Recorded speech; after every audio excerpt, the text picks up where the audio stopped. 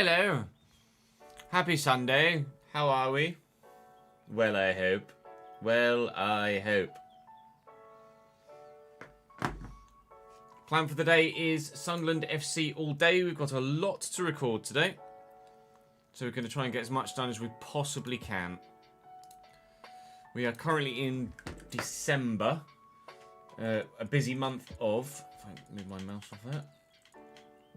So the calendar currently sees us with Newcastle at home, Brentford away, AEK at home, and then probably Arsenal as well. Might sim the AEK game.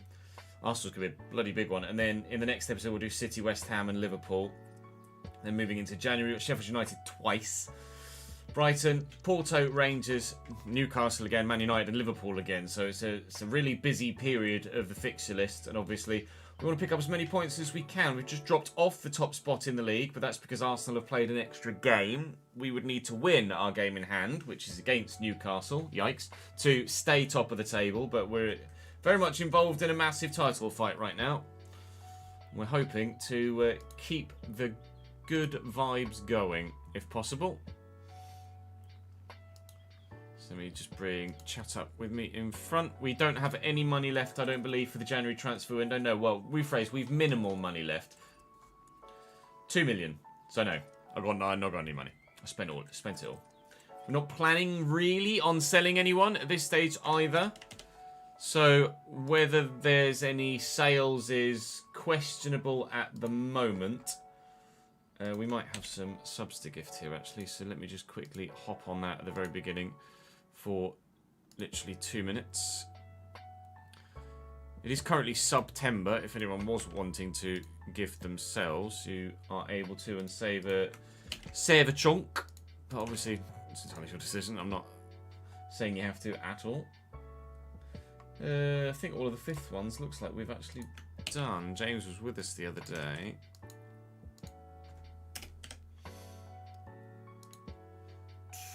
Yeah, it's not letting me do any of the fifth ones. Ah, Cameron should be today then. Let's have a look. Yeah, the general plan is to keep the squad together. There we go, cameras we need to do. This is the VIP list, Daniel, yeah.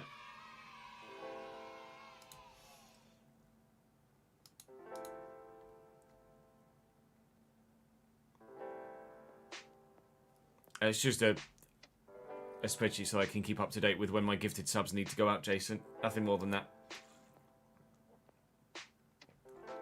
As part of the one of the higher tiers on my Patreon, people get a gifted sub when they're at that level. Yes, you're in yellow because it was declined, and you're not. You said it was like the 13th or 18th or something. You were planning on coming back, wasn't it? You will indeed be green soon. Yep, almost certainly, Jack. You'll give us a hammering. I don't doubt that at all. Cambridge will get battered by Grimsby. Of that, there's no doubt whatsoever. Right. We're just going to hop straight in, if you don't mind. Welcome back to the Sunderland Career Mode. We start with the derby. And it's not as important as last year's derby, where both sides were involved in the title fight. And of course, Newcastle are the reigning champions as it stands. But they've not had a very good start to the season. 5 wins, 5 draws, 3 defeats see them currently 9 points behind us and 11 points off the top of the table. Arsenal have played a game in hand, so we have the opportunity to go above them if we're able to beat Newcastle today. And then we'll regain our top spot as we push further into what is going to be a very busy Christmas and New Year period. January is busier yet still as it stands than what is clearly looking like a relatively busy December already, and that's without any Carabao Cup football that could have been in there if we didn't get knocked out earlier on. So today we'll have Newcastle, Brentford and Arsenal. We'll sim the AEK Athens game in the Champions League. Tomorrow we'll have City, West Ham and Liverpool. We may even do or sim Sheffield United at home in the first game of January in tomorrow's episode as well. And, well, you can quite clearly see how busy January is itself. We've got Sheffield United away in the Cup. If we get through there, then we should be on to another FA Cup round fixture later in the month. Brighton, Newcastle, Man United and Liverpool. Some very, very big games in there domestically. And then, obviously, the remaining games in the Champions League phase before, hopefully, we're guaranteed through to the knockout stages without having to play the playoff round. No current plans to sell anyone. I don't have any money to buy anyone, so I don't think anything's going to happen in the upcoming January transfer window, but there's a lot to be played. There's a lot that could happen with regards to our prospects, and of course, if someone comes in with a bid that we might consider, then absolutely we will do some business. But for now, we're going to concentrate on Sunderland versus Newcastle. Please do drop the video a like if you're enjoying this save and you're dedicated to the remainder of this season. Make sure you subscribe to the channel so you don't miss out on any FC26 when it comes within the next 2 weeks. Sooner than, most likely. Right, Sunderland versus Newcastle to start the day. It doesn't really get bigger than that, does it?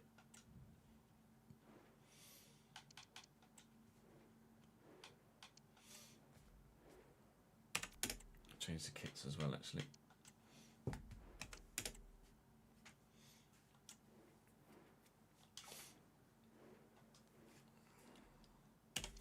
Gordon, Voltamada, Ramsey. Really? Oh, they got loads of CDMs, but not... Fuck. Loads of CDMs, but not actual centre mids. So that makes great sense, doesn't it?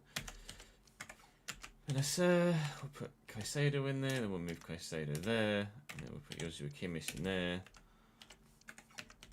Botman for Shah. Fullbacks appear to be a bit of an issue for them.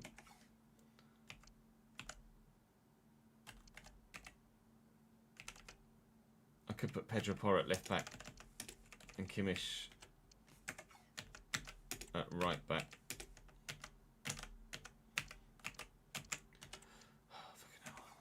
And then Benacer there and Joe Willock in there. It's probably as strong as they can get, isn't it? No, not really. No, not really. Front line is going to have to change for us. So Ponso, Semenyo, Gnabry. Kenneth Taylor for Diarra. Siddiqui's still injured. Ballard is back from injury, but let's put Alderete in there and Todibo in there. Okay. Ready, steady, fucking you. Italian Grand Prix lights out in an hour and a half's time.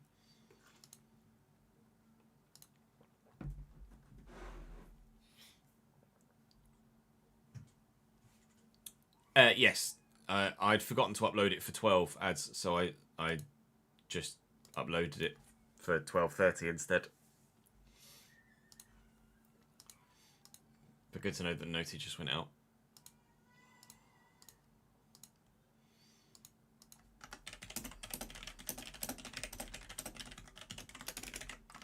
What I do need to do is put the article in the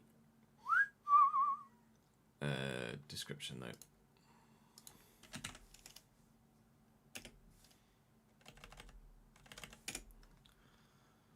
So let me do that quickly now.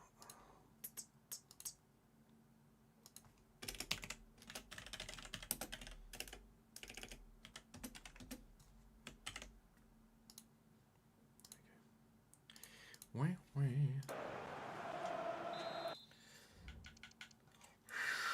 Settings, side select.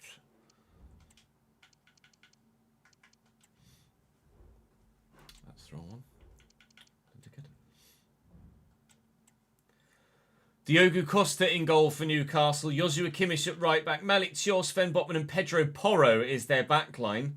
That's a bit good. Benacer, Joe Willock and Moises Caicedo at 88 rated in their midfield. New signings Jacob Ramsey and Nick Voltamada starts for them here. And Anthony Gordon, of course, on the left, as you would imagine. The bench is not that strong, although new signing Johan Wissa is there, as well as current players Barnes and Cher.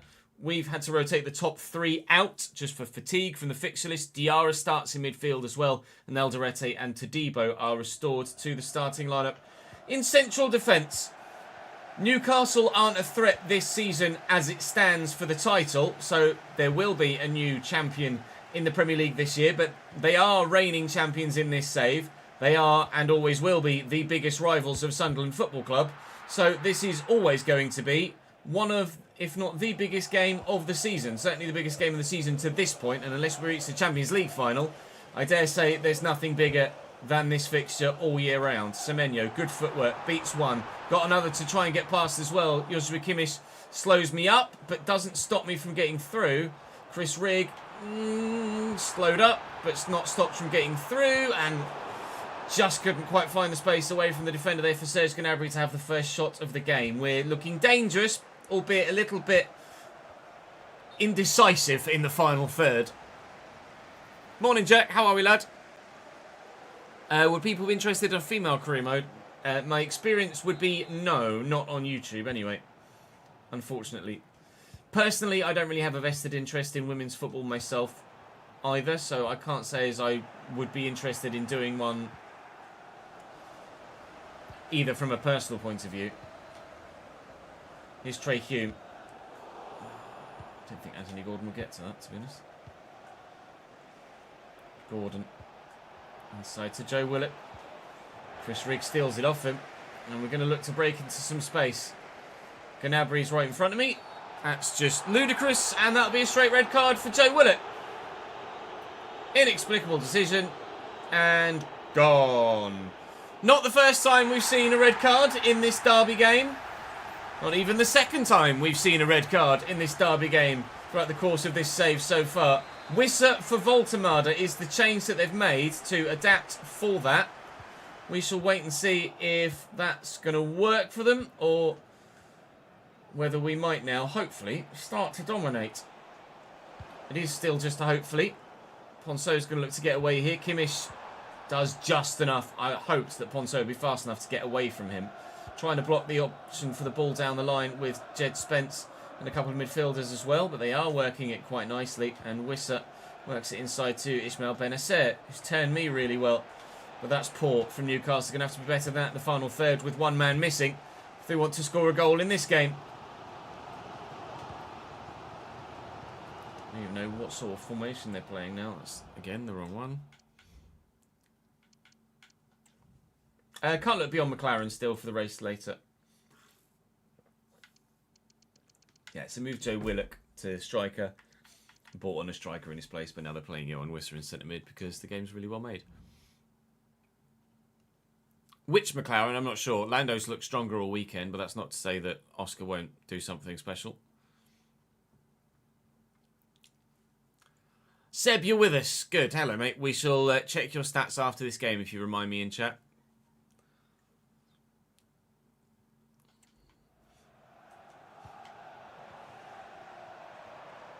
Ponceau. Oh, it's a lovely take by Antoine Semenyo. You're going to have to get the shot off quickly because players are arriving in support.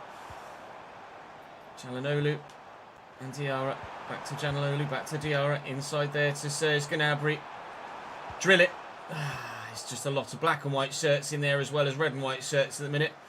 And they're defending in numbers and it's working for them, Newcastle. Semenyo's shot blocked a moment ago and I thought he'd just gotten enough space to get a clean effort away. Crystal Palace 1, Manchester United 1 is the latest score that's just popped up in the top right for me as well. See, Crystal Palace are pushing for a potential title challenge in this save right now too. We hope that's something we can do with Palace when we start the FC26 career, of course, in the not too distant future at all. But we've a Premier League title to try and win on FC25 before we start thinking about the next iteration of the game. And to get back top of the table, we are going to have to find a way through and win this one.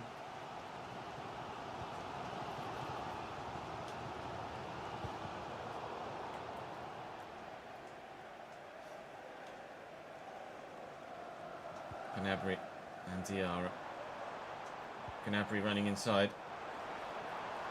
Still lots of black and white shirts in here, filling out the midfield and bunching up the defensive line.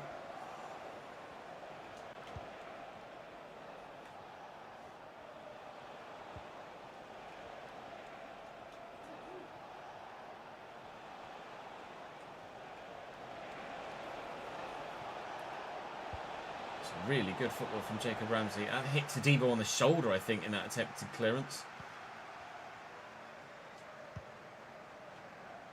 Semenyo's up.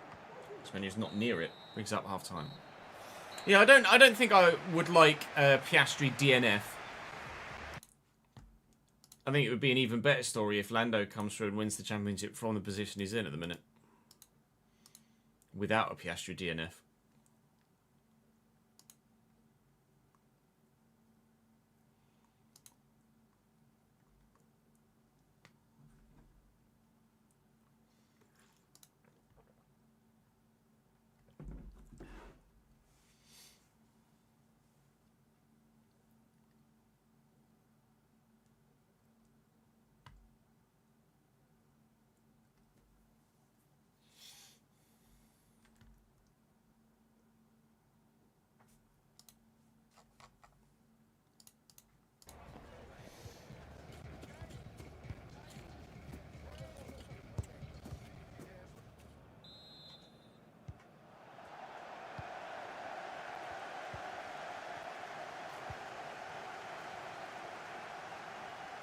Hume into Rig, eventually out of his feet.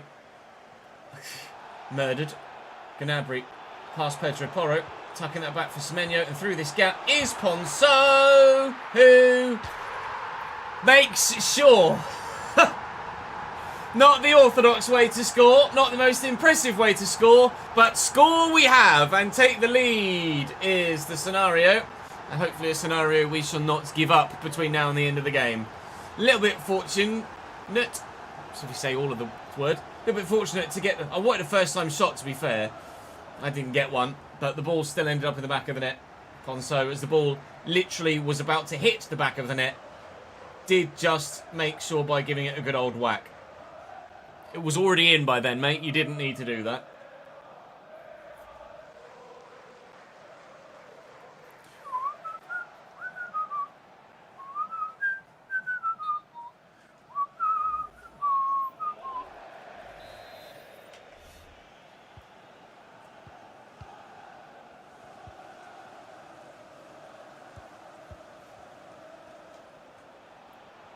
Wissa and Caicedo. Newcastle still have a lot of quality on the pitch. They are not to be underestimated here. Anthony Gordon proving my point in the moment. Bar right side of the line as far as we're concerned, and no goal. Rig to Jalhanoglu here. And get it across here to Ponceau. Support from Rig. Ponceau will make the inside run again. Although Semenyo's here. And he's lost it immediately to Benacer. We have been pretty good until the final third in this one. But as you saw from the way we scored the goal, we've not necessarily been that clinical in the final third. And there are Newcastle bodies here, there and everywhere getting in the way of everything. Which has made it particularly difficult to actually score the bloody goals. It's the third time they've told me about Thomas moving to Spirits in the commentary. Oh, well intercepted by Todibo. Now might be a chance to punish them. Gnabry might get lucky, but Semenyo's going to beat his man. And there's the second goal. That's the sealer. That will be the 3 points. That's Sunderland back top of the Premier League. Hey up, Sheafy. How are we, lad? No, Lewis. Not even slightly.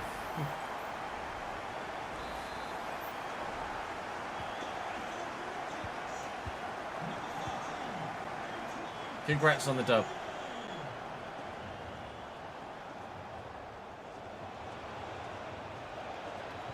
Okay, Gordon's just run around everyone.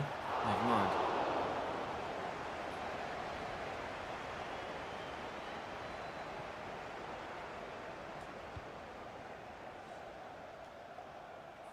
Hello.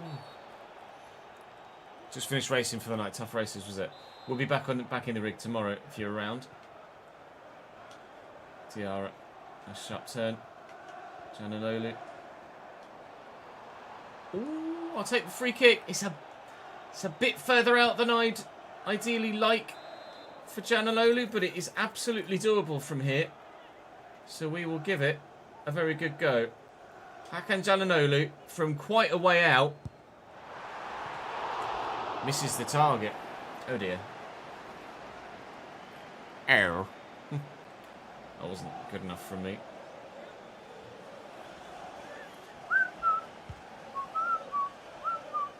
Are we go, please, Jean-Claire? Well up, lad. Rig eventually brings it down. And Ponceau with room to get into. And room to give the ball away as well. Changes. can't remember when the next game is, actually. Rig for Dan Neil. We'll move Jalanolu forward.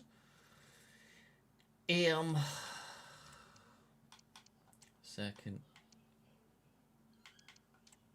Mummel.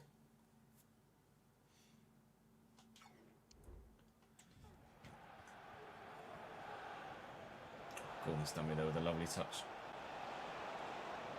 Trey Hume, however, proven to be ever the reliable fullback. Alright, good. Hume. And Jalanolu. Semenyo. Otiara looked like he was going to keep going and then didn't. Gnabry first. Oh, lovely ball. Chris Rigg. It's the Sunderland boy. Never mind.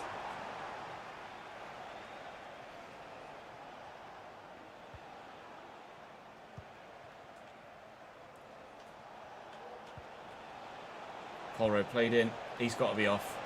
It's finished, but he's definitely off. And I don't think that was even close for Yohan Wissa. The man brought off the bench as part of the switch around with the red card. But that was, what, 5 yards? At least offside there for Yohan Wissa. Take nothing away from the finish. He's buried it well, but definitely not going to count. Incognito, thank you for the subscription on YouTube, mate.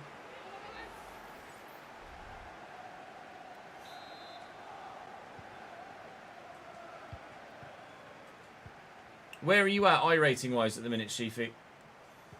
Neil to Jalanolu. Semenyo, you can see the run he's making. There's a lot of defenders back here, but not enough. Convincing in the end. A 3-0 scoreline. Newcastle humbled on Weir's side. We love to see that.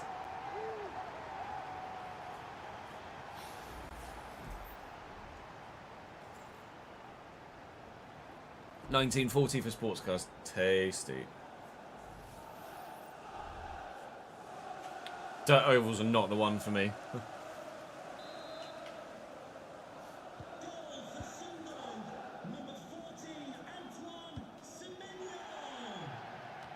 Good header.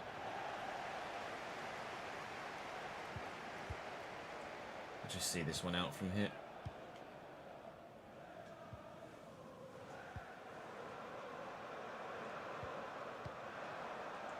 Jalanolu, Dan Neil, Ponso looking quickly for, but not finding Antoine Semenyo, and that should waste enough time to see the game finish. Thank you. Mika Mummel on to make one final interception, and 3 goals, 3 points, but P1 in the league. Always good to win any game in the Premier League, but to win a game against your biggest rivals by such a margin, so emphatically, very pleasing indeed. Man United beat Crystal Palace by 3-2 at Selhurst Park in the end there. So we go top again. Palace have dropped to 4th. And at the minute, there's a 5-point gap to City in 3rd. You wouldn't say it's only a 2-horse race, but certainly nobody lower than Liverpool in 5th at the minute, would you consider, is part of the picture for the title. Moving forward, we've Brentford in 2 days' time. So we'll try and get that one done and dusted as quickly as possible. Hopefully this one should be a straightforward victory as well. Even with 11 men on the pitch for the opposition. Semenyo up to 84 rated.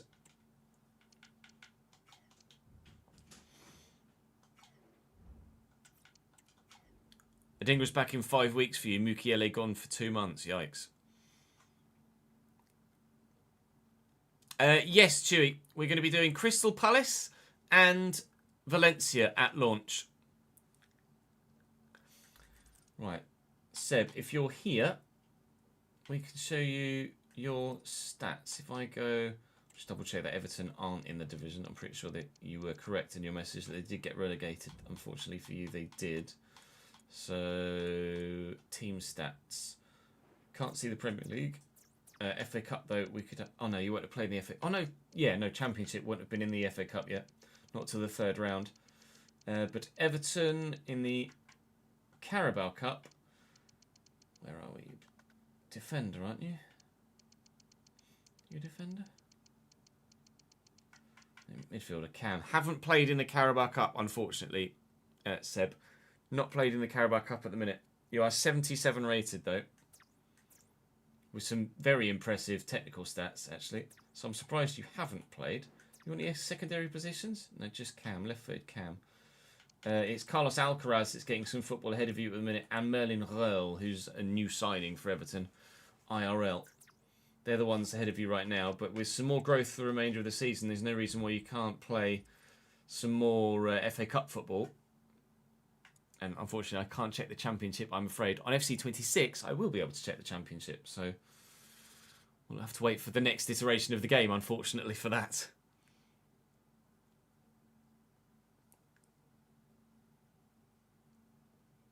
Thank you for the follow, Adam.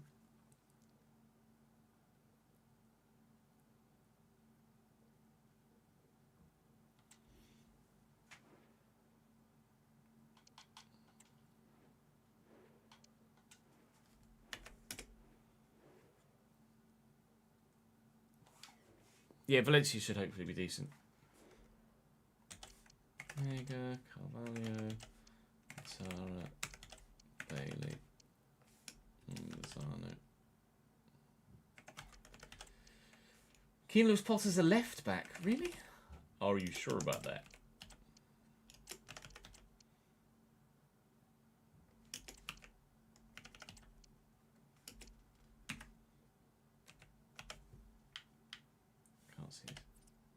Can't see his stats, that's annoying. And in goal, Johnston. Tigre Bobby Telby for me. Hello, controller. Hello, game. That was weird. Tabs me up for some reason. No worries, Seb. Let's put Daniel in it. Serkin can get a start. Put Estrada at right back. And Marmol can play.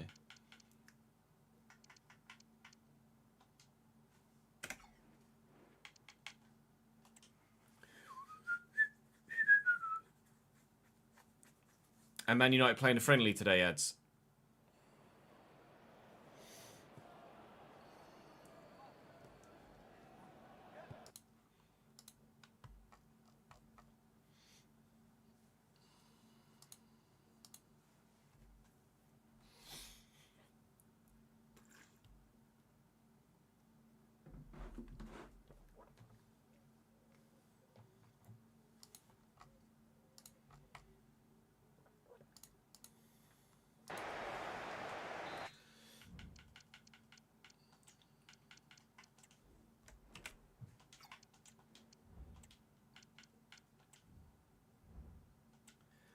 Down in London at the G-Tech then, there's Nathan Johnston in goal. Connor Bradley, Sepp Vandenberg, Ethan Pinnock and Keane Lewis Potter round out the back line. Paul Lozano and Nicholas Capaldo in the midfield with Leon Bailey on the right, Dango Ouattara on the left, Fabio Carvalho at cam and Emmanuel Emega at striker. Even though we're only 2.5 seasons in, that is a particularly different looking Brentford side, isn't it? Some more familiar faces on the bench, but still not much strength in depth there for Brentford. It's no real surprise that they're 18th in the division. A little bit of rotation for me again, including Marmol, Serkin and Dan Neil in. But the front three restored to the starting lineup now that everybody's fit again. And hopefully another strong result.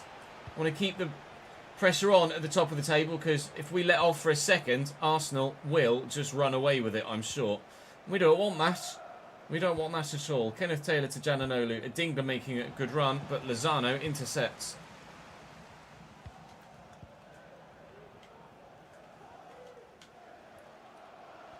Omega's away from me here.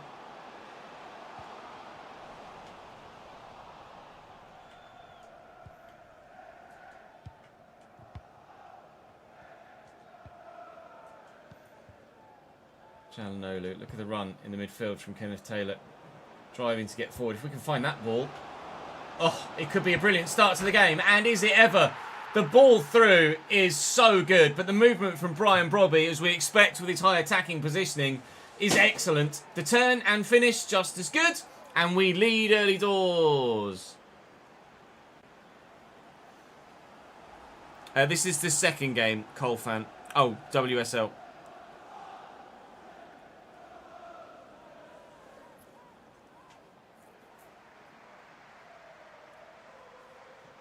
It's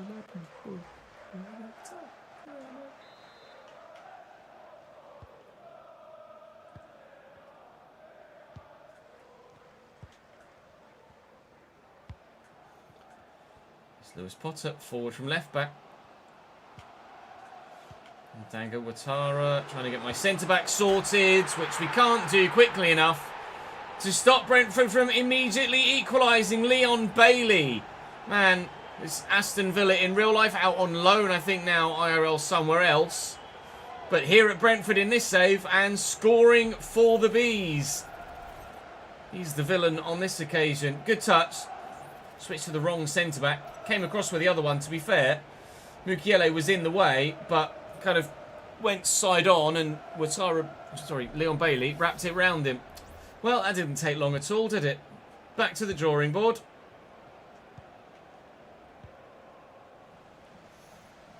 Hey, Doc. It's Omega. Good save. Keep it in, keep it in, keep it in, keep it in, keep it in.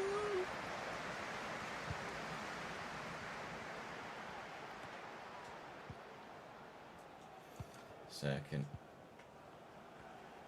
Jalanolu looking for a Dingra. Good touch. Brilliant tackle. It was very high quality defending from the Brentford man. Been able to get it back though. Kenneth Taylor looking for the ball through the gap again. He's threaded the needle for the second time on. Brian Robbie can't quite do the same. Dan Neal though to Jalanolu. Turns inside and Hakan Jalanolu can't find the bottom corner. Still 1-1.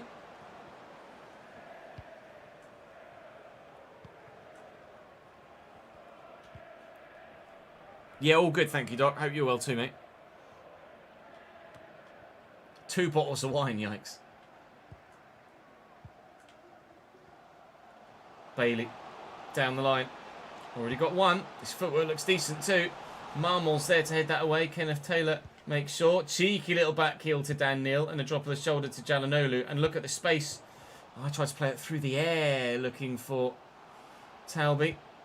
And I must not have pressed LB hard enough. Leon Bailey.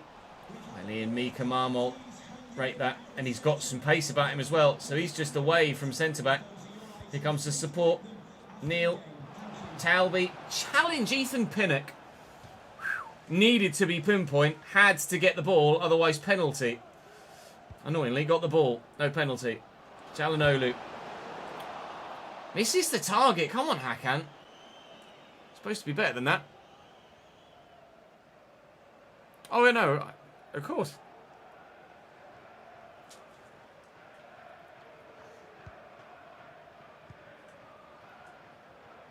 Mention whatever you like in chat in terms of things you care about. Bradley down the line. He's going to find the man at the back post. The Dango Ouattara was his intended recipient, I'm not sure. That was destined for the back of the net if it wasn't for Anthony Patterson's strong left hand. Up to 83 rated now, Anthony Patterson, who's grown very well this season. Keeping clean sheets, I wouldn't say more often than not, but still keeping regular clean sheets, and is going to be in the hunt for the Golden Glove again. And, of course, Team of the Season goalkeeper, as he was last year in both cases. Think, what's how we get there? But at the minute, he hasn't been able to keep a clean sheet on this occasion, and we still can't find a second ourselves.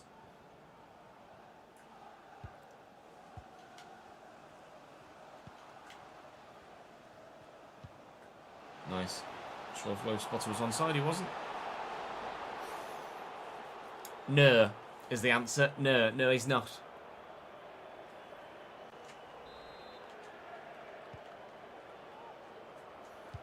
Oh, that's poor. Capaldo, great ball. Really superb ball into the channel. Ouattara with all the time and the space to do absolutely the wrong thing.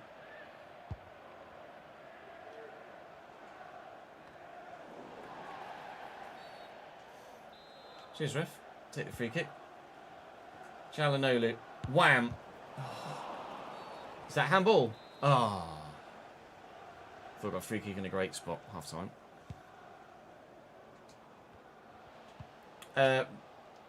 Ref. Even stopped looking. Ref. Fuck off. 52nd fucking minute.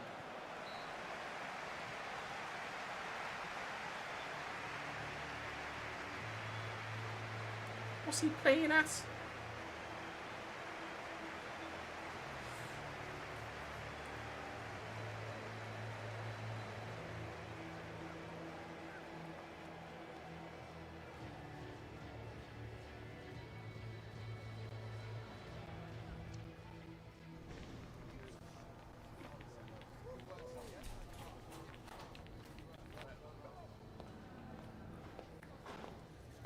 Right. Let's go and grab a goal to go in front in the second half, shall we please? Yeah.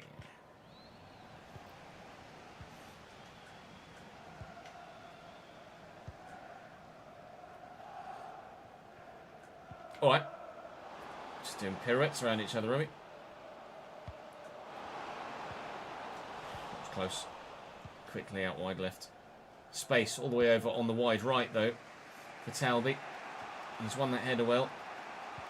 The Brobster can't get there.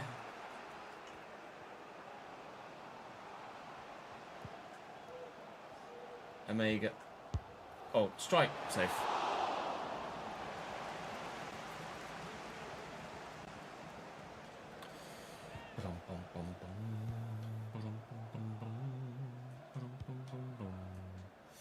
Ukiele.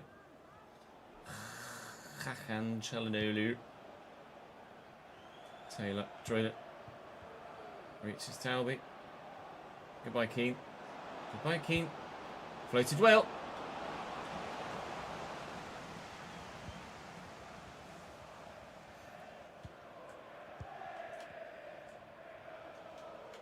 Can't quite get there.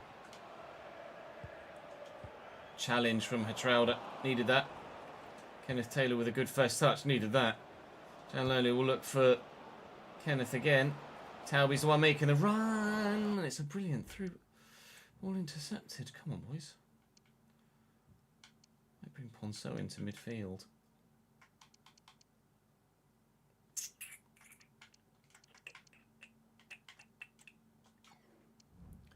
Chalalu's done sweet fuck all in this one.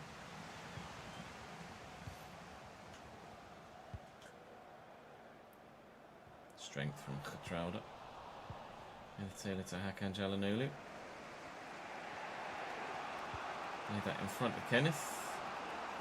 Back to Hakan, looking for Brobbery.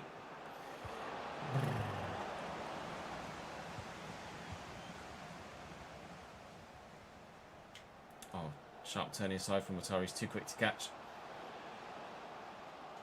Safe. Very safe.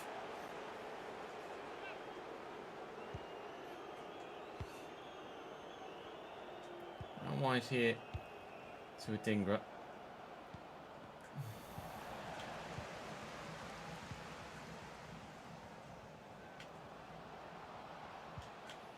It's a great through ball. Very necessary save. Sirkin can't get there. Danger still. Well intercepted, Dan Neal. Right, can we catch him on the counter then? Got fresh legs of Ponceau over here. Dan Neal still always ever running free. Got quite the engine on him as Dan Neal. Adingra. Here is Neal again. Talby's made a good run, but getting it to him is the more difficult task. Dan Neal. Adingra. I questioned Adingra's goal scoring capabilities in a recent episode, and then he popped up with 2 goals. So I'm thinking about maybe criticising him again, so that maybe he pops up with some more. Kenneth Taylor. Oh! Flashes it over the top of the bar on his weak foot. Hey, Benedict. Hey, Sid. Oh, that wasn't far over at all, was it?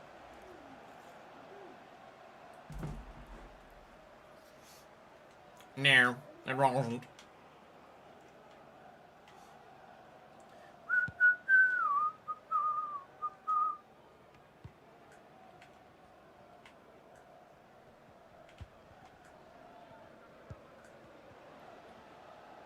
I'm trying to tackle him. Neal to Kenneth Taylor. Getting Ponso to make the run. Go to Brobby. Brobby, come on, please. Tell me! You can't get much closer without scoring. Still 1-1 here. Brilliant stop from the keeper.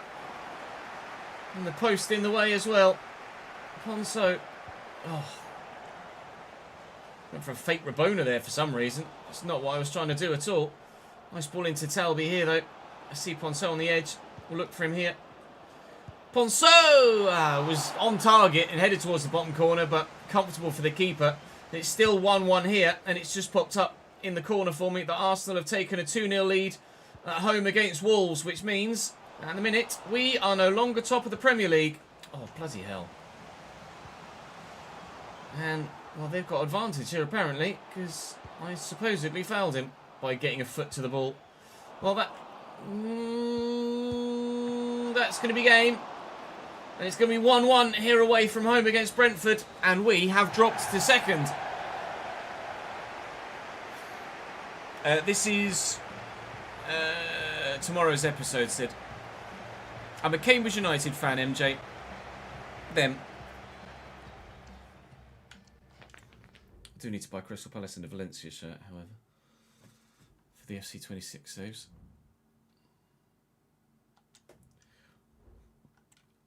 Hell, Brobby. Still growing. 31 weeks as a target forward. Go on, boy. Afternoon, Ben. How was Woking yesterday? How were Woking yesterday? AEK Athens at home in the Champions League. We're in a very commanding spot in this competition. So you'd like to think we'll get the win. It's a point. We still are unbeaten. Anthony Martial with the goal for them. Porto, our next Champions League opponents, just lost there to Atletico Madrid. But they were one of our earlier opponents, actually. We are 1 point off top. But as you saw there, and can still see on the left-hand side, our next game is against Arsenal. It would have been lovely if we could have beaten Brentford to then go and hopefully beat Arsenal to give ourselves a significant lead in the table. But no, we need to beat them to just get back top. 6 points back to City now, though. You wonder whether the two-horse race is starting to materialise. Although if City beat Wolves and we lose to Arsenal, then one horse is starting to stumble, isn't it?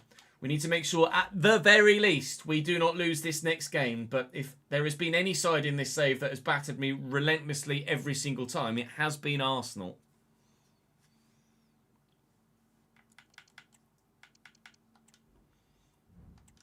Sadiqi's on his way. That's excellent news.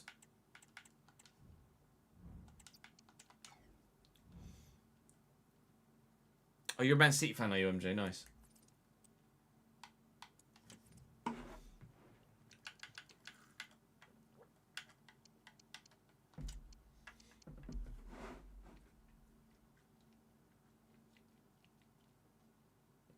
Don't even know who I'd take out there, to be honest. Second, maybe?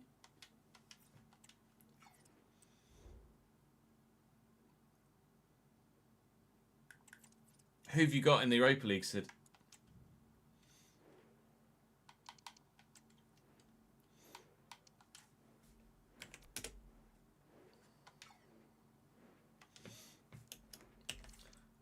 Gakpo, Gyökeres, Saka. Kind of makes sense, really. Marino, Zubimendi, Rice. Kind of makes sense, really. Incapie, Buongiorno, Saliba, and Timber. Holy shit, that's a good team. Oh.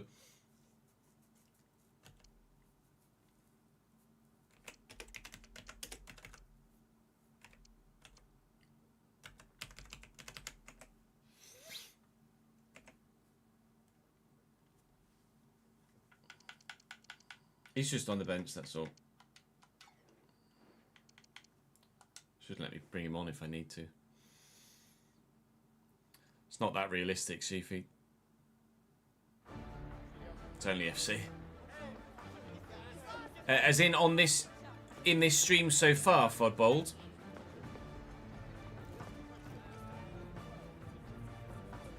We've been live for 50 minutes so far today.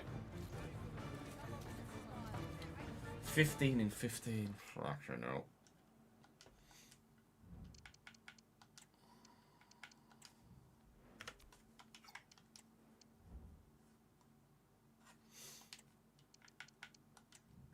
I think it should do. The Gunners are firing this season, and their starting 11 is of Premier League title winning quality. David Raya, Urian Timber, Saliba, Buongiorno, Nkapie, Rice, Marino, Zubamendi, Saka, Gyökeres, Gakpo. Lowest rated player of 84. There. Everyone else significantly higher. Gyökeres has 15 in 15 so far this Premier League season.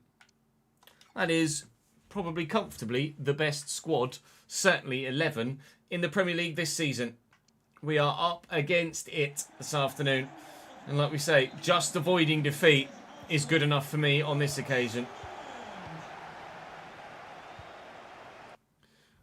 Why is Jalanalu captain? Because he's got the experience, age and quality to lead the line. He's a bit good, is Arakan.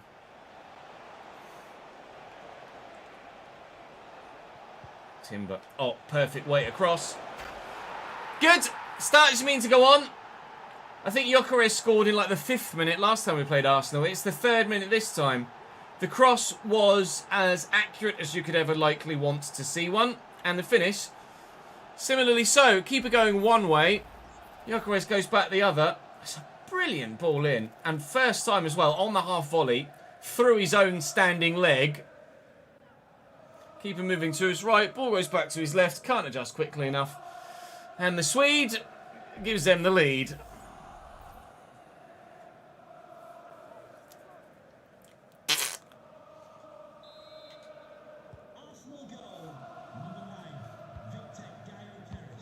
Gyökeres, yeah.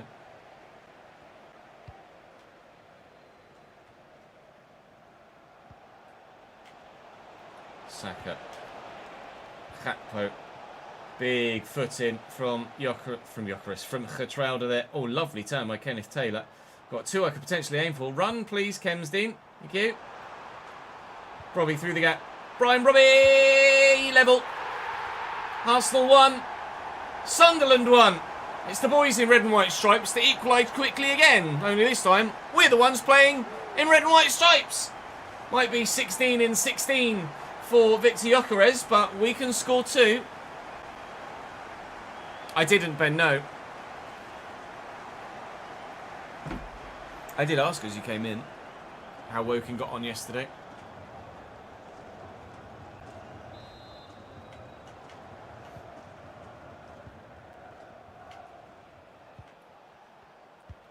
Mendy. Oh, lovely little dummy. Right. Calm it. Keeper's come. Not got anywhere bloody near it. Not near that one.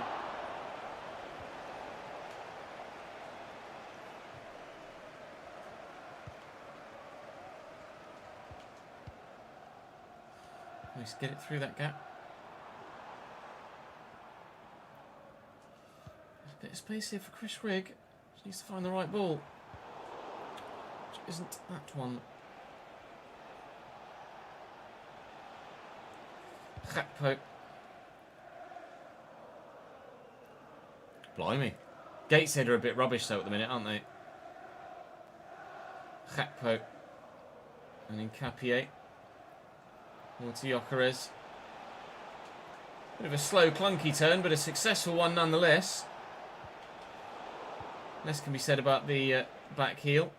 Kenneth Taylor. And Hakan Calhanoglu looking for the run of Kemsdean Talby and finding the run of Kemsdean Talby. Finds David Raya in the way. Oh, you lucky boys. Oh, if Talby gets that under control, it's surely a simple tap-in. Arsenal taking risks at the back, letting Talby run free. It's then Talby that took the heavy touch. That allowed Raya the opportunity to get back at him. This is turning into quite the entertaining end-to-end title challenge fixture, isn't it? No caginess like Liverpool Arsenal in real life. A couple of weeks ago. Here's Chris Rigg. And Adingra. He's past Saliba. He's buried the ball beautifully. And Sunderland lead now at the Stadium of Light. That's what we need to see more regularly from Simon Adingra. Thank you very much. Wonderful finish.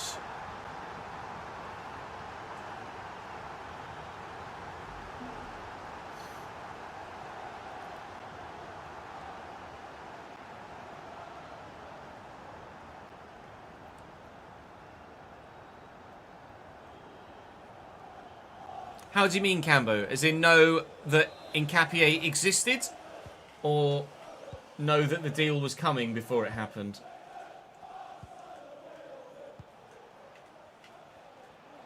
Saka. Gyökeres. Just as David Raya made a giant save at the other end, so has Anthony Patterson at this. Only on this occasion, one side is already leading. Would have been just an equaliser for Arsenal, whereas Raya's save stopped us, in that moment at least, taking the lead. Gyökeres is a bit strong. Bukayo Saka kicks that straight at Çalhanoğlu. Trying to get rid of it, can't.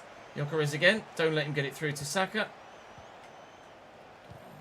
They're just a well-oiled machine, this Arsenal side, aren't they? Everyone knows where everyone's going to be at any given moment, and they're just unplayable. 2-2. You'd never heard of Nkapie. No, he's been around for a while. We've signed him in a number of saves over the years.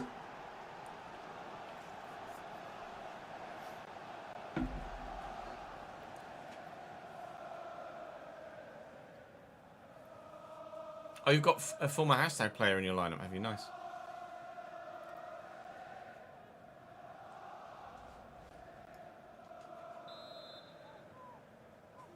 All right, 17 and 16 for Gyökeres then.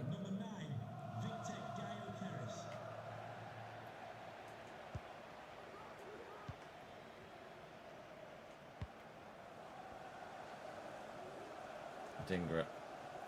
Çalhanoğlu. Kenneth Taylor.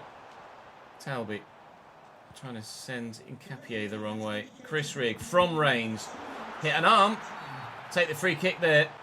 Now this is Çalhanoğlu territory. This is the sort of opportunity we've been waiting for since he signed and haven't really had it. Please get it up, down, over the wall and in. Thank you, Hakan. That is why we brought this man to this football club. In a game of this magnitude, that's the moment, just like Szoboszlai against Arsenal, that's the moment that can change a title picture. 3-2 at half-time here, but that is arguably the best of the bunch.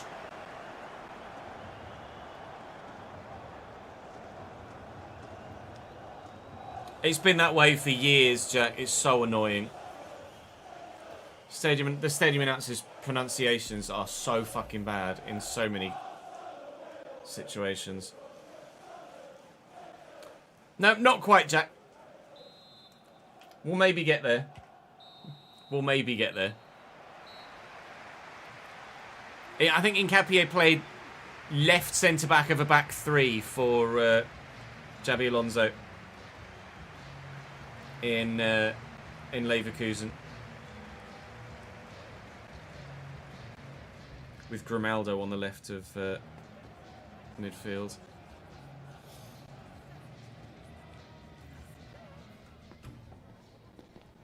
Must be Kev. There's just no other explanation for it, is there?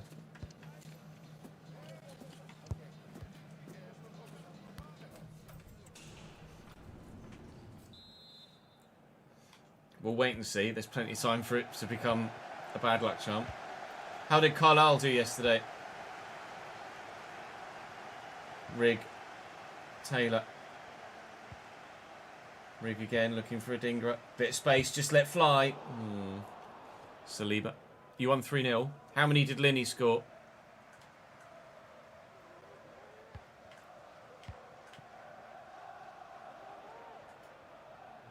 Bring Rigg out to Saka here. Oh. Change of pace. Yeah, a bit quick. Gyökeres. I'm trying to do something. Well up, Brobster. Not so sure about the layoff, though. Oh, Gyökeres. Give me it back. Can't get there. Rice. Gyökeres. Saka. Gyökeres. Nordi Mukiele. Very, very timely interception from the centre-back. And look at the space further forward. All of those were meant for bloody Talby. He scored the third goal. There you go.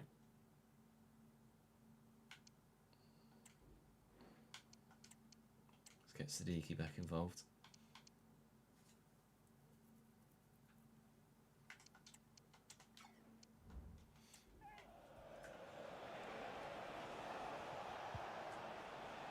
Saka, Jed Spence. Former Spurs man doing enough there. Urian Timber's the one closing me down here, which means he's well out of position on this side of the pitch. Bukayo. Another bitch.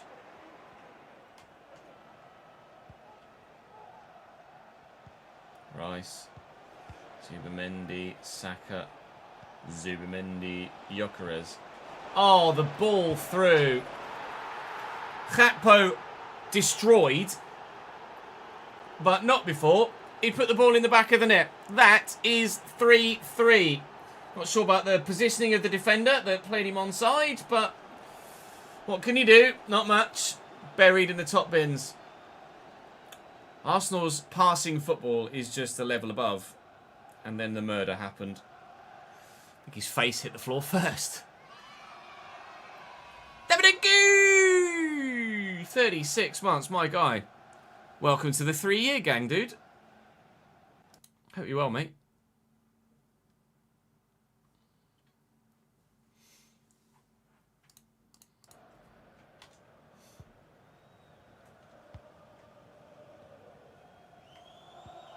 Challenge.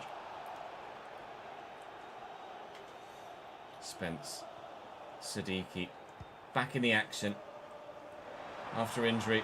I mean, speaking of players playing people on side, I'm not too sure what their centre-back's doing there. Siddiqui asked for the first timer, and he's just not done it. Saka. Right, it's Çalhanoğlu off. Gyökeres. And Gakpo and Gyökeres again. Oh, it has been their passing that has cut us apart so many times in this game, but on this occasion it's the passing that lets them down. Gnabry, I couldn't not bring him on here against Arsenal, especially after the way that Granit Xhaka played his first game for us against the Arsenal. Trying to find some room. There's Kenneth Taylor. Çalhanoğlu. Just need half a yard to get a shot away. Half a yard that Adingra might create for himself. Pen ref! Insert you in a Penfez clip. Penrith! Let's have a look. How much of the ball did he, or did he not, get?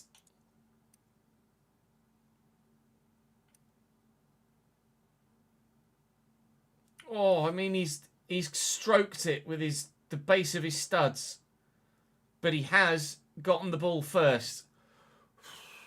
That is probably the sort of thing that gets given in real life and then VAR overturns it. Because in the moment, that looked like a penalty to me. And in the end, it was unbelievable defending from the Frenchman. Oh, stop it. Well in. They have stopped it. Kenneth Taylor. Wasn't meant for Robbery, it was meant for Gnabry, but play builds regardless. Siddiqui. Again. Someone ludicrously playing someone else on side. Into the middle. Robbie! Corner ball. Come on. Oh, Christ. Really loud, the fans here at the minute. Pen. Someone's ended up on the floor. Gnabry versus Zubimendi Freire. Oh, it's actually Gnabry that wins it. That was a surprise. Gnabry. Çalhanoğlu. Can he do it again? Absolutely not.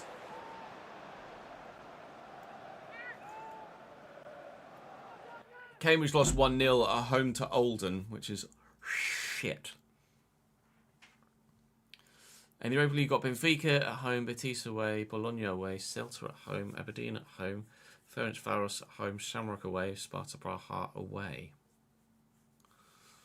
Mixture of fixtures in there, isn't it? I'm not sure at what stage your Wimbledon squad is at, but you should get out of that group stage, shouldn't you? League phase, fucking hell. Just call it a group still, for Christ's sake, please.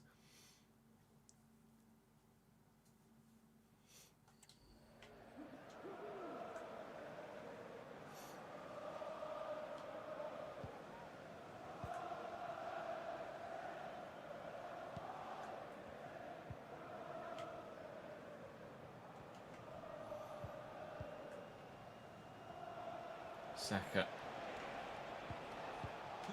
As he's off the bench here. Geertruida playing Cody Gakpo on, but Geertruida against his fellow Dutchman doing what was needed defensively, and that is game. Well, we could have won it. We took the lead on the stroke of half time, but we just couldn't keep them out for another 45 minutes. They did score a third. We couldn't score a fourth. So we share the spoils at the Stadium of Light. It's Arsenal 3, Sunderland 3.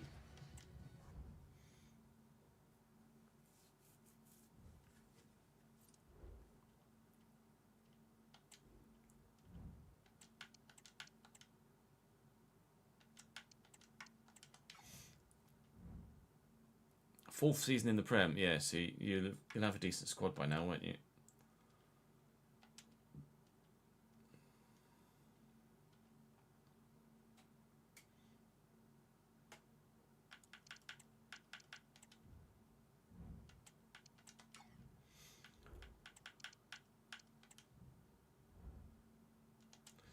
Marmol up to 81, nice. Marmol peaked.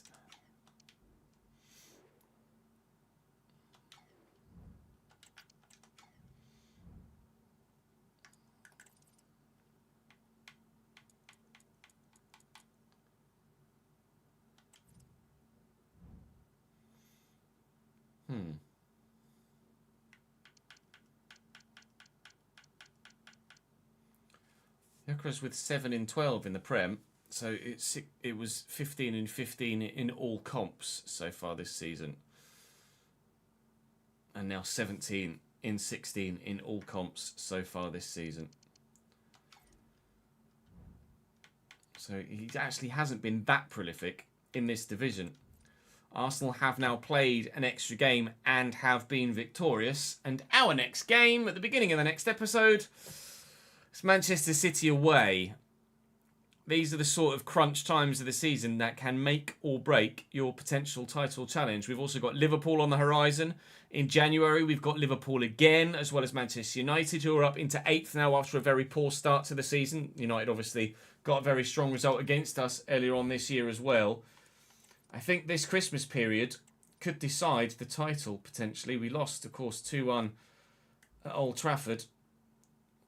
We've got Man United, Newcastle, Liverpool as well there, and then Arsenal again. The fixtures come thick and fast, and the quality of opponent is very strong. That's 3 straight draws in a row now in all competitions. The 1-1 draw with Brentford was disappointing. The 3-3 draw against Arsenal we'll just be happy to take, because you saw how good they were. They could easily have scored more. So could we, to be fair. Manchester City, West Ham United, Liverpool and probably Sheffield United as well in the next episode as we press on. But how close will we be to top spot in the Premier League by the end of it? I hope no more than 4 points away from P1. But it could go either way. It really could. Drop the video a like, subscribe to the channel, and I'll see you tomorrow.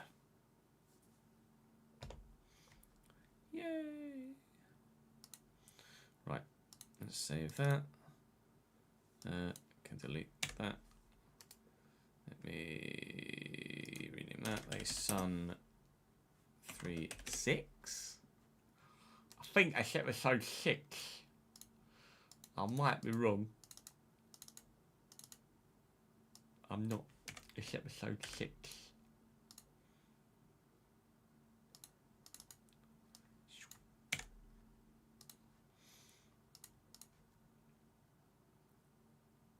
restricted yourself from buying free agents and other youth players from other clubs who've just used your own scouts to make it more challenging. That's fair enough.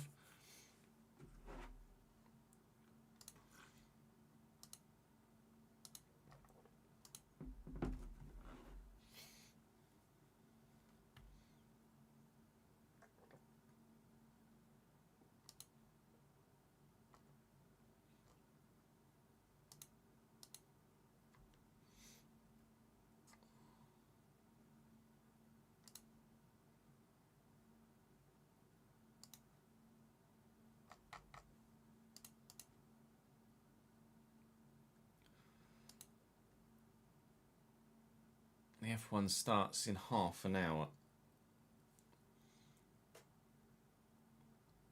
So what we could do is record the City game.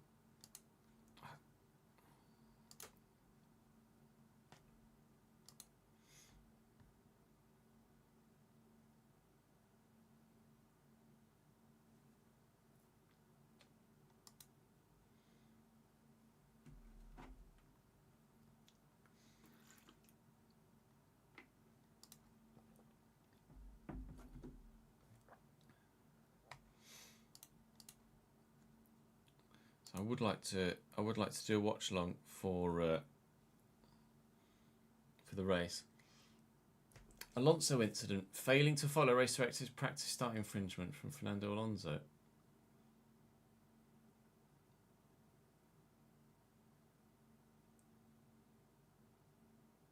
What did he do or not do?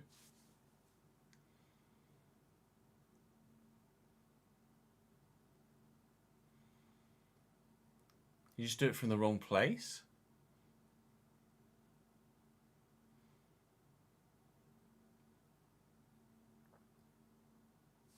What did Alonso do wrong there?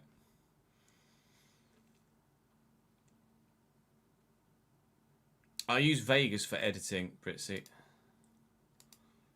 Vegas Pro. For those that might have missed it, and might have missed everything else to go along with it, we uploaded a video a little bit earlier on this afternoon of things you might have missed for FC26 with the new stadiums that are coming to the game this year.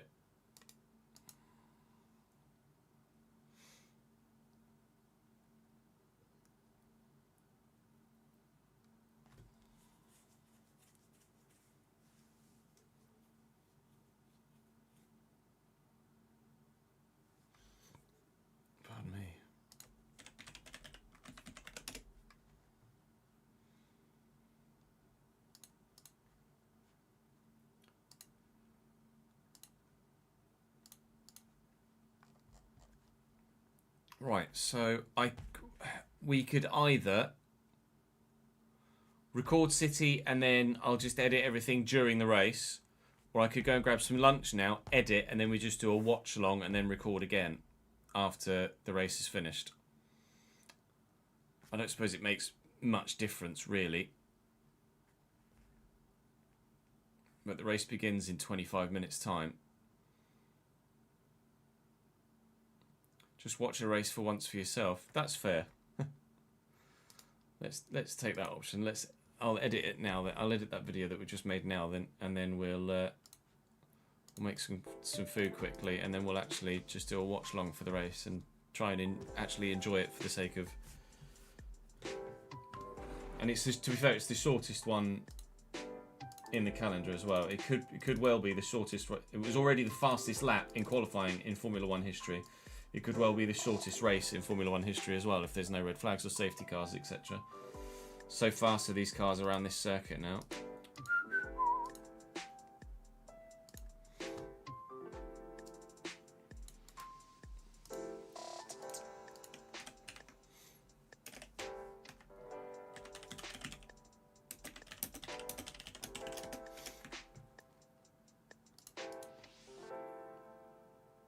Oh, that doesn't matter, Jack. We already decided. Going to edit the video we just made, go and make some lunch, and then we'll do a watch along for the Formula One race. So So by all means, feel free to go and grab some food of your own. Grab some lunch of your own, some snacks, and then we'll watch the Grand Prix together. Welcome back to the Sunderland Career Mode. We start with that, does it? Diogo Costa in goal. Newcastle. Joshua Kimmich is bar. Don't really have a vested interest in women's football myself. Would people be interested? Dangerous, albeit a little bit indecisive in the final third. To move for that in this game. Oh, it's a lovely take by Antoine Semenyo. You're going to have to get the shot up with Poland. Get back top of the table. We are going to have to find a way through and win this one. We did. From the way we was already in by then, mate. You didn't need to do that. We fought from Rick Gordon, proving my point in the moment. Bar right side of the line as far as we're concerned, and no goal. Rig to Jalanolu here. As far as we're concerned, and no goal. We'll have a lot of quality on the pitch. As you saw from the way we scored the goal, we've not necessarily been that clinical in the... Pretty good until the final third. And he's lost it immediately to Benacer. We have been pretty good until the final third. Particularly difficult. That will be the 3 points. That's Sunderland back top of the Premier League. Horror. He's got to be off. It's finished, but... Horror played in. He's got to be off. But... Incognito, thank you. Definitely not going to count. Where are you at? Wise at the minute, Sheffield. Neil to Jalanolu. Semenyo, so the third, it was the third. Hold on Weir side. We love to see that. So, looking quick. Cute. Mika Mamol on to make one final. Mika Mamol on to make one final. For the Semenyo up to 84 rated. Down in London at the Tech. Then there's Nathan Johnson. It's not hard enough. Dingler making a good run, but Lozano intercepts. And that was. I mean, it's literally so simple, Sheafy. I'm literally just, it's playing, I click, I press S, I delete, and then I move. Like, it is the simplest editing of all time ever. And the least pro editor you've ever seen in your life. I'm not sure when the first FC26 content will drop, Sam, I'm afraid. I don't yet know when we'll get access to the game. The 19th at the latest. But hopefully prior to that. In the midfield from Kenneth Taylor. Driving to get forward. If we can find that ball. Oh, it could be a brilliant speed early doors. There was Potter. Forward from left back. But did it. Back to the drawing board. Looking for a ding. Touch. Bottom corner. Looking for a ding. Good touch. Brilliant tackle. Nolu. Can't find the bottom corner. Still 1-1. Bailey base. Kenneth Taylor makes sure. Cheeky little back heel to Dan Neal and a drop of the shoulder to Jalanolu. And look at the space. The game might not come out until 1 PM on the 19th, but I would imagine our embargo for content would be prior to that, Jack. I tried to play it through the air, looking for... I appreciate it, Sam. I'm looking forward to it as well, mate. Thank you for the support, dude. LB hard enough. Leon Bailey as well. So he's point. Had to get the ball, otherwise... Whatever you like in chat. Rate that. And he's got some pace about him as well. So he's just away. Not pressed LB hard enough. Leon Bailey. And in. It's the penalty. And had to get the ball, otherwise penalty. So we'll find the man at the back post. Occasion. I'm not sure.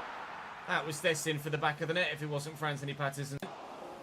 I wouldn't say more often than not, but still, keep last year in both cases. It's a great through ball. Very necessary. It's a great through ball. Got fresh legs of Ponso over here. Daniel still always ever running free. quite the engine on him as Dan Neil. Maybe criticising him again so that maybe he pops up with some more. Kenneth Taylor. Oh, flashes it over the top of the bar on his weak foot. Getting Ponso to make. Scoring, but comfortable. Robbie, come on, please. Tell me! And, tomorrow's episode. Brentford and we have dropped to second. We are no longer top. AK at very starting to stumble. The Gunners firing this season. We're the ones playing. It's good enough for me on this occasion.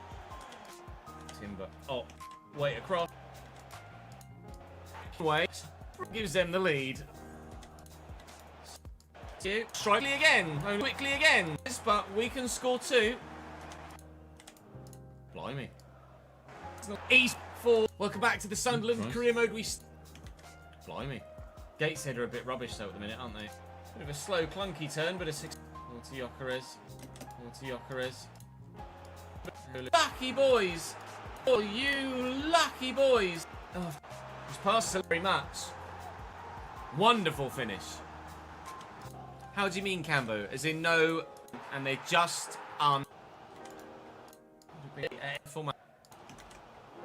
been just an equaliser for us. What we just recorded was tomorrow's episode, Corey. Today's episode goes live in an hour and a half on the YouTube channel. A bit strong. Okay, Saka kicks that straight at Jalanolu.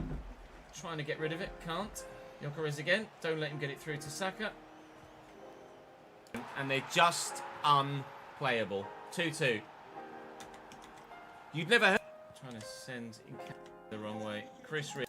Kenneth Taylor. Best of the is arguably the best of the bunch. Right.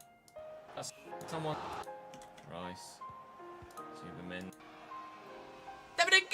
Murder happened. I think his face hit the floor first. We all hope that 26 might create for himself. Pen ref! Or it has been their passing that has cut us apart so many times. It has been passing under it. Insert you in a Penfez clip. Penrith! Let's have a look. How much of the ball did he, or did he not, get? Oh, I mean, he's... But that VAR overturns it. Someone ludicrously playing someone else on side. Into the middle. Robbie! Corner. Pen. Someone's end up on versus Juventus friend. Canabri. Lanoli. Can he do it again? Absolutely not. Cody Gakpo on, but as he's off the bench here. And as he's off the bench here. Trouder as he's off the bench here. Arsenal 3, Sunderland 3 in this division. He actually hasn't been that prolific in the 7 in 12 in the Prem. Yokeres with 12 in the Prem. Probably was disappointed. Drop the video a like, subscribe to the channel, and I'll see you tomorrow. Oh yeah, Hallelujah was a banger.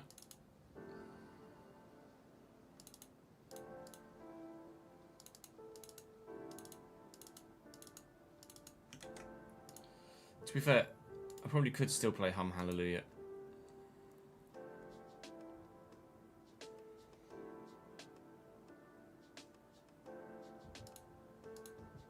But it's just not worth the risk. Right, I'm not actually going to change the title of that, but is that the best 11 in the Prem?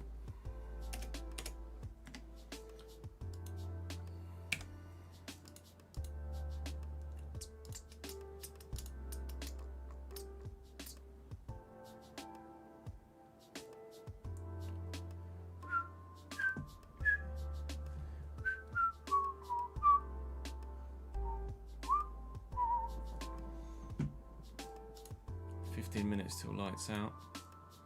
We do have now the open Photoshop. Let me rename these as well.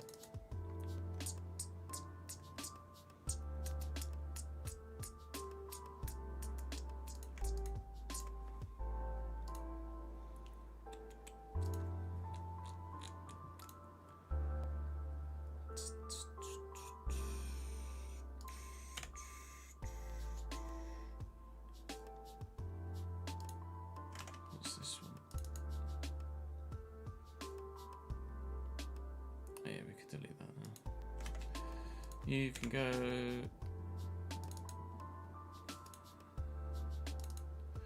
This is going to be the Bradford one, isn't it? Yeah. Delete that as well. Delete that as well. Let me rename this Palace. Rename this. Let's see. So that's going to be our Valencia thumb, and that's going to be our Palace thumb. Nice, nice, nice. Look and swish, look and swish, look and swish.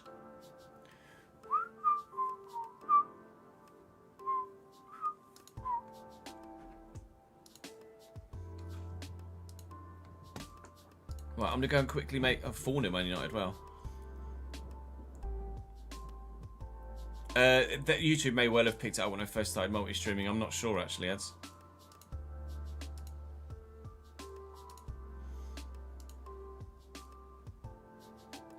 I'm just going to go make some food then quickly, and then we will watch the Grand Prix. I'll be back in a moment.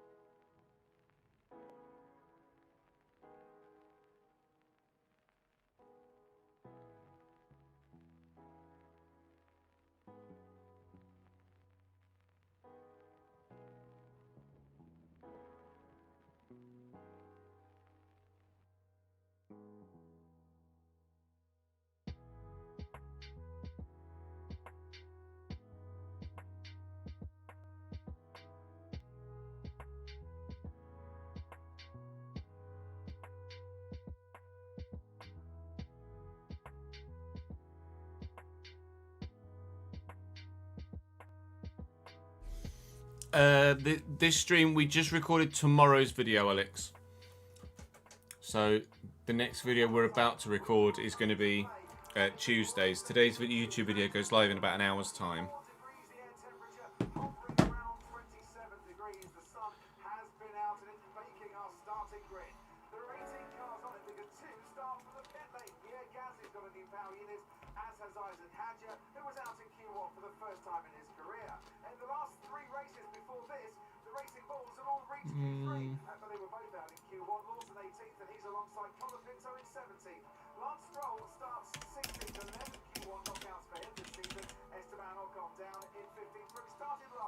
Christ knows what's going on with the hair at the minute. Definitely getting a haircut this week. That fucking Lego hair.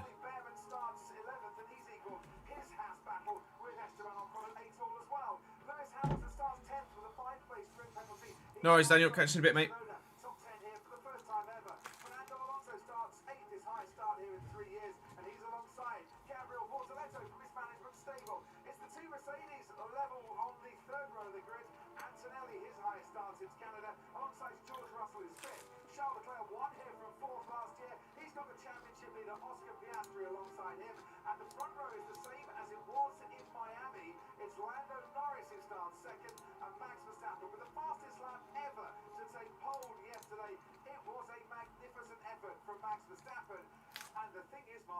When you walk around the paddock, nobody will be surprised if you can't go on and win the race as well.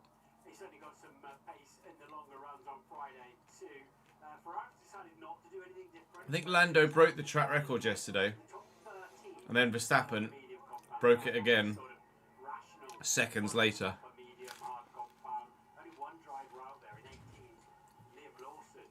To automatically qualify for the round of 16, you need to finish top 8, Sid, yeah.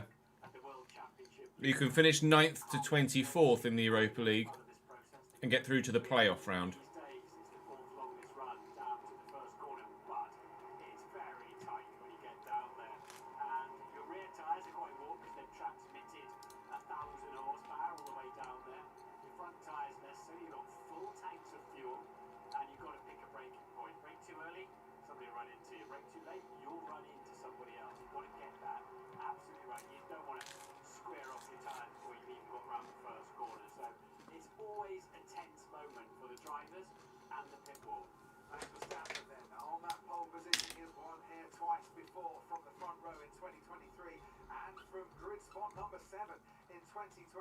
And his Red Bull, the new power unit, just sliced through the field. And a lot of Ferrari fans hoping here that Lewis Hamilton and Charles Leclerc can slice through the field today. A podium would be good enough, is what I'm being told by the Tifosi. We shall see if they can go and do that. Charles Leclerc winning from 4th on the grid last year has given them a bit of hope that history could repeat. Yeah, I think I prefer the old. Well, I definitely prefer the old group stage format, but league phase is what it is. They wanted more money, they got more money. Well done. GG. So everybody down to 13th is on the mediums. Then Albon, Ocon and Stroll are on a hard. Colapinto and Lawson at medium soft respectively, and then Hadjar and Gasly hard at the end at the back of the grid as well.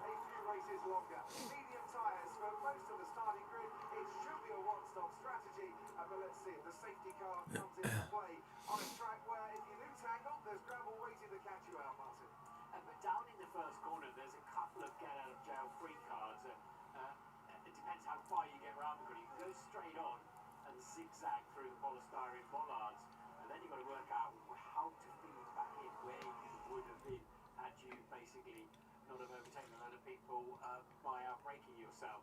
Or if you get into the first corner, you can bump across the inside the apex of turn 2, but that seems to carry a lot of penalty and can damage the underneath the car. Max wants a very hot formation. 34-point gap at the top of the championship.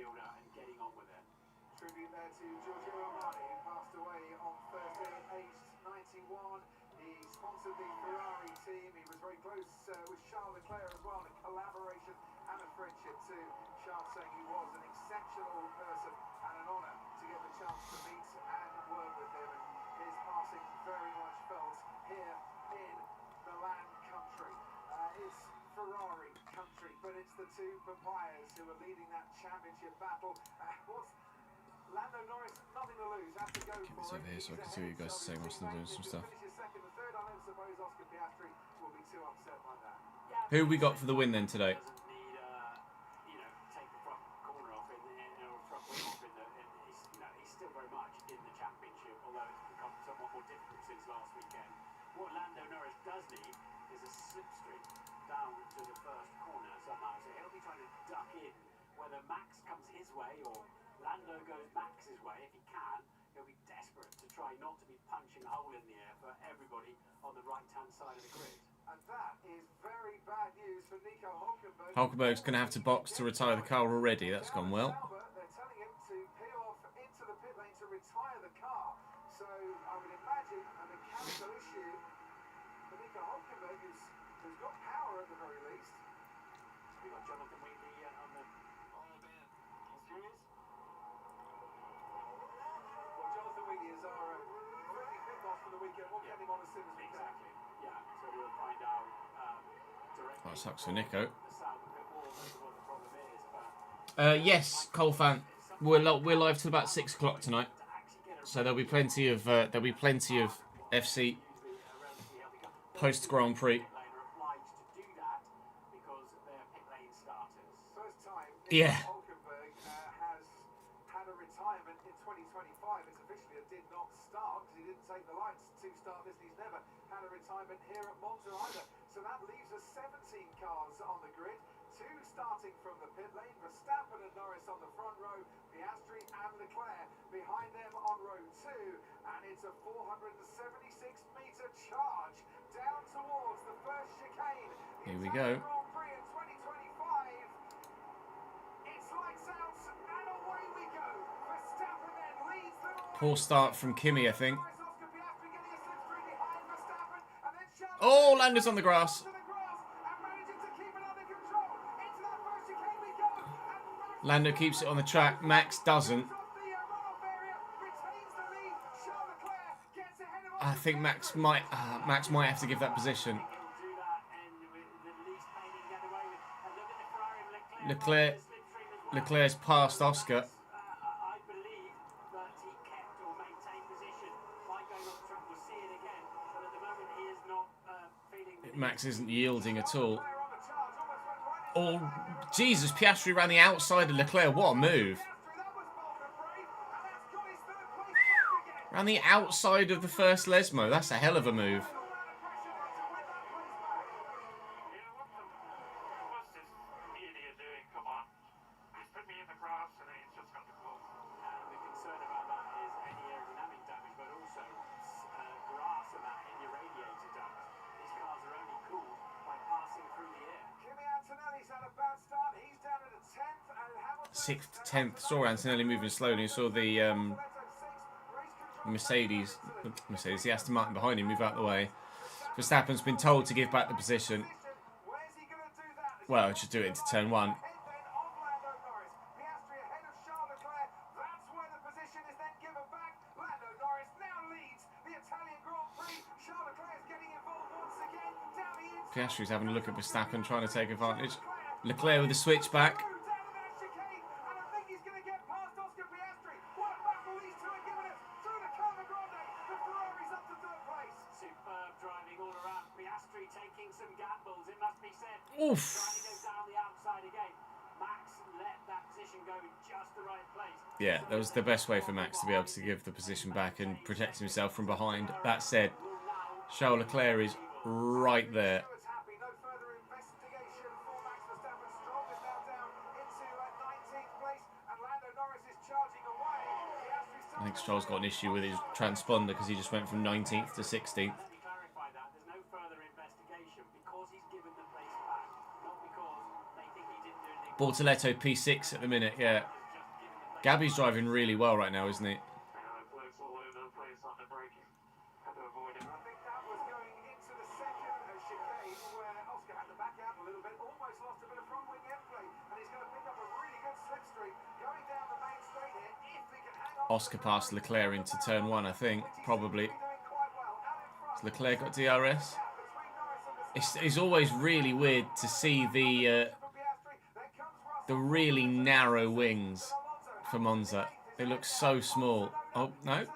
Leclerc's held it. He's locked up. So's Russell behind him. Oh, that's aggressive defence from... Leclerc is being so aggressive with his defending the past, like, 3 races.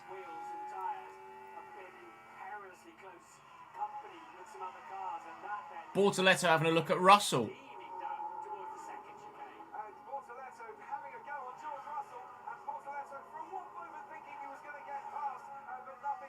Deary me. I think Bortoletto gets points today. I don't see a scenario in which he doesn't. Lewis is up to 8th from a 10th place start so far. Past Tsunoda and Antonelli.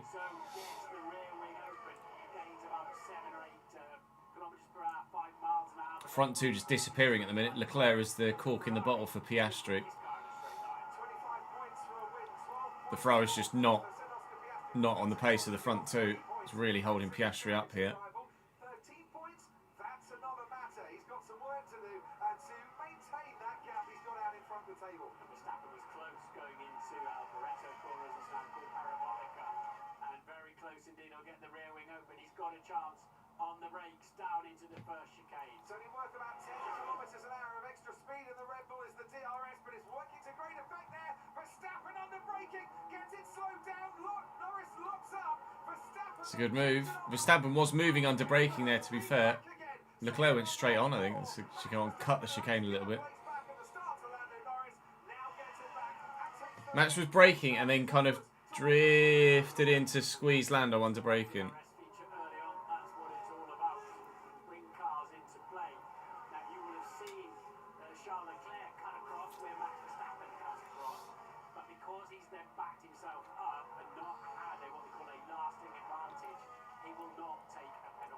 Tsunoda and Hamilton leaving the track and gaining an advantage.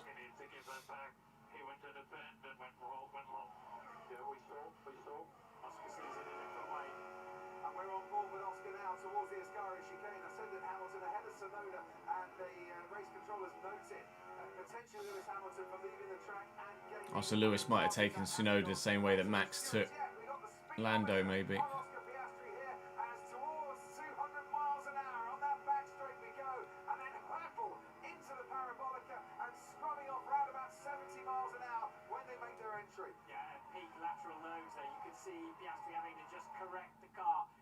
I mean, Verstappen's broken DRS. It's only about 7 kilometres an hour of DRS advantage for the McLaren. That's not enough to get alongside the Ferrari of Charles Leclerc, but further back, there is Lewis Hamilton. Hamilton on Alonso. Really neat move from him, and he's up into 7th place after starting 10th in this race. This is really bringing Lewis Hamilton back into play in this Grand Prix, and they were right not to try something different for the sake of it. Here's the start. Everybody got away pretty well, and you can see Norris up front on the right-hand side got away especially well. Gets a little shove onto the grass, but that's just because they ran out of tarmac there, to be honest. And this is where Verstappen effectively couldn't make the corner, maintained the lead. Others went through there as well, Tsunoda too. So as has been noted, and that is why I think quite rightly Red Bull said give that place back. Yeah, so Max Verstappen having to give the place back. This is the battle that continued on towards that second chicane. I think Bortoletto also went into the runoff area in the Sauber at the start. We can see what everything looked like from behind the Red Bull now. The rear wing of Max Verstappen's pole-sitting car. That's Lando Norris alongside him. Oscar Piastri looking to find a way through. Here in the brakes, come on, right. So Max sees it that Lando kind of forced his momentum onto the gravel. Well, Lando and Piastri then with an even better chance on the Ferrari this time if he's laid on the brakes. This is going to be tight. This is going to be really tight. And Piastri is late enough on the brakes to squeeze his way through and up into 3rd. Super smart from Piastri. Left loads of space for the Ferrari on the inside so they didn't get it spun around. Really, his 2 moves so far, Leclerc and vice versa actually for Leclerc have been top draw to say the least. But yeah, but the Ferrari's fundamentally straight and fast in a straight line. But if they've not got track position, then it's going to hurt them. That helps Piastri's championship position nicely and track position. Very nicely indeed. Certainly does. Who says you can't overtake a Monza? Who says it's impossible to overtake at the temple of speed? We've seen so many moves in these opening 6 laps here. And out in front, Verstappen, but just over 1.5 seconds at the end of lap 5. Fernando drives that gap now 1.8 seconds. So, Oh, I thought you showed us the list of other teams you had, Sid. That wasn't. Those guys weren't involved. And Lando is entirely. It was like Benfica and a couple of others, right? Is that in a different save? So I don't think either driver have a proper beat there. lap 7 of 53 here. It has the Ferrari got the speed to come back, and Oscar Piastri again. I'll tell you what, the other Ferrari of Lewis Hamilton having a look at Bortoletto now. Job done. Hamilton's up to 6th. Lewis is on the move, you know. now up into 6th place. George Russell, his former teammate, is the one ahead, and that's Sunderland and Hamilton incident. No further investigation by the stewards, so both drivers clean. Right, Lewis is not getting away with it, but Lewis is Second lead. not getting punished. DRS detection zone and gives him a nice comfortable breather up front. Also gives Norris a little bit of fresh air for his car and his tyres. Certainly does, and I think cooling down the tyres in these early stages with a full load of fuel on board these cars might be the order of the day, and then we'll see if the drivers can keep enough performance in those tyres to make some gains, make some moves towards the end of the stint in what is meant to be a one-stop race. Leclerc still DRS race of Oscar Piastri, but not by much. Lewis Hamilton's got a good race car underneath him. He's now just got one.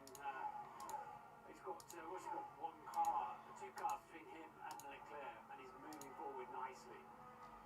Behind him, Bortoletto. Behind him, Alonso. And Fernando Alonso, by the way, and his teammate Lance Stroll will be investigated after this race for their practice starts. Oh yeah. They did before the laps towards the grid. There is a box on the right-hand side you're meant to start from, and it could be that the Aston Martins weren't starting from there. But so that will be there were others in front that didn't start either from those. Leclerc was showing just inside DRS. You can see at the top of the screen now it's popped out, but he didn't have it open down the pit straight, so the critical detection point. There were others that weren't. Under pressure from George Russell is Charles That Leclerc were doing practice starts from not in those boxes. down the road. Stewards are looking at Ocon and Stroll for forcing another driver off the track. That is being investigated. Ocon up into 14th from 15th on the grid, and Lance Stroll down in 16th currently. Liam Lawson on the soft tyres has made up places to 15th. Adrian Gasly, who started from the pit lane, still right by the back, and George Russell, who started 5th in the last 2 races, still running in the top 5 currently, and they're gaining on Charles Leclerc as we watch now Isaac Hadjar in the Racing Bulls making a move on Franco Colapinto. Well, trying to, but then realising, as you were saying, Martin, it goes from 3 lanes into 2, and there was no room to get past.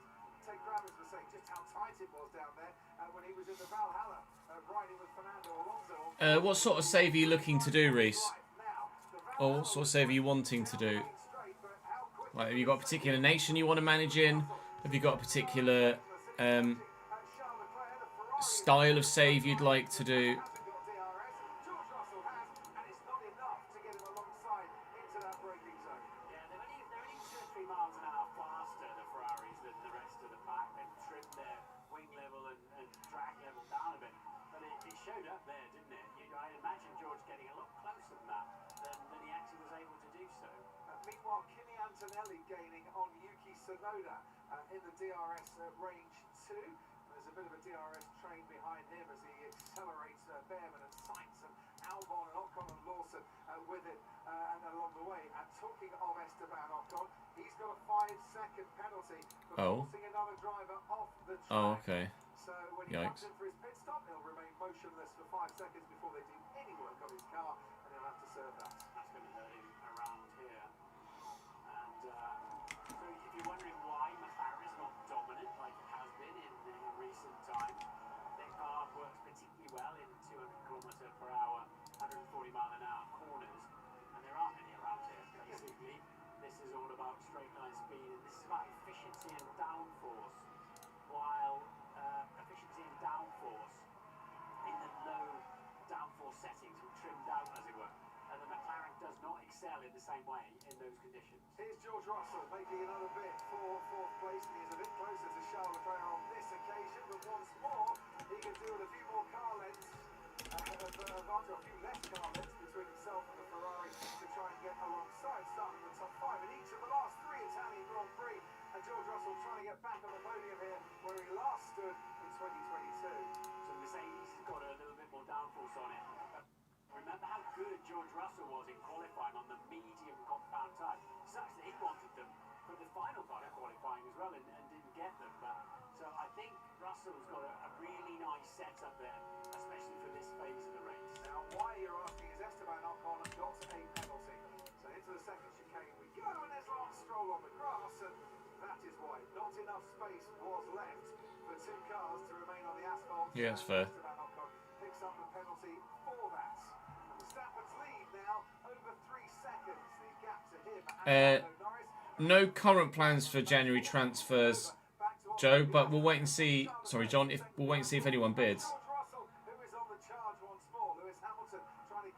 Oh, I see. Sorry. I thought you meant they were your fixtures. I mean, Sunderland would be great, Reese. I'm enjoying being at Sunderland.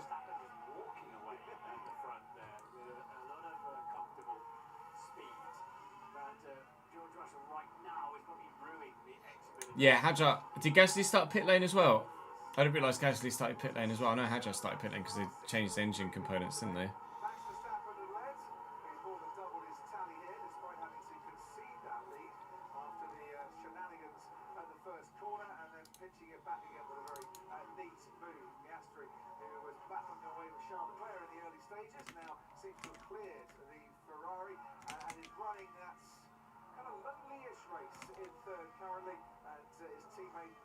Second, scoring as it stands 3 more points than him. So the top 3 on the grid are running 1, 2, 3 as it stands. In fact, the top 5 are running 1, 2, 3, 4, 5, and we can head down to the pit lane at 10. Yeah, so just looking down to the McLaren pit wall, they're kind of looking at Max Verstappen's lap times. Every lap quicker than Lando Norris. So Max building the gap, and there's nothing really McLaren can respond with. They're telling Oscar Piastri, Lando Norris, we think plan A. Yeah, Max is just too quick at the minute. The first choice of what they're going to do on the stops, probably stretch it to 22, maybe try and undercut, but with a 3-second gap and building for Verstappen, Verstappen's got all that covered, hasn't he, Crawford? He certainly has. It was a McLaren 2-3 here last year, if you remember. Oscar Piastri ahead of Lando Norris. It was the second time in 2024 that both McLarens have been on the podium at that stage. So far, 11 times this year in 2025. Another advantage McLaren have had this season is they look after their tyres a lot better. But this tarmac, this new surface has matured quite a bit. It's not ripping the tyre, they're not grinding up. The Pirelli have changed and improved the tyres as well. So it's not about degradation. The tyres are not falling apart. So that advantage of McLaren has been taken away too. We got 19 cars running in this race. Nico Hulkenberg sadly having to retire before the start. Jonathan Wheatley, his team boss, is on the pit wall for us. Jonathan, what was the issue? Yeah, it's always sad to have to retire a car at any point in the race. We had a hydraulic issue, don't quite understand. Oh, hydraulic issue. With the new power unit, it was probably the best thing to do. And when did that show itself, Jonathan? See the final fire up on the grid, Martin. So you probably saw a bit of activity around the car around the 7-minute mark. Yeah, we did what we could on the grid. These cars are incredibly complicated. Most of these systems are buried deep inside them. So unfortunately, Nico's race had to be ended. Gabriel Bortoletto running in the top 7. What's his race pace looking like, and are you happy with it? Yeah, we're having all the right conversations about managing tyres, just settling down. Obviously, Lawson pulled the pin, so we're expecting a few other cars to start boxing soon. Yeah, it's going to be a long afternoon. Certainly is, but hopefully a productive one. Thanks ever so much, Jonathan. The rookie drivers being headed by Gabriel Bortoletto on the track currently. And we mentioned Liam Lawson there. He did pit to get rid of those soft tyres. They lasted precisely 10 laps. It's not very long at all on the softs, is it? Exclamation mark sliders, Gavin. I'll do it for you in chat. I think they'll only use those if there's a later safety There you go, mate. because they want some grip on the restart. It's a medium and hard. Yeah, Max is really fast right now. Lando's holding on about 3.5 to 4 seconds. Piastri is just chilling behind. But he's 5.5 seconds behind Lando. I thought that was just to the leader, but it's not. It's just 5.5 seconds between Lando and Piastri. So Piastri's nearly 9 seconds off the. Well, he is nearly 10 seconds, in fact, off the lead. Looking at the Bortoleto 7/10 ahead of Alonso. Alonso's in his Bortoleto's management team. They're best friends. I joked on the grid with Bortoleto. I was walking down to go to the grid. We'll be playing once we finish watching the Grand Prix, Reese. Came along on scooters trying to run each other into the Ferrari motorhome. No, true. It's just a safety car window. That's fair.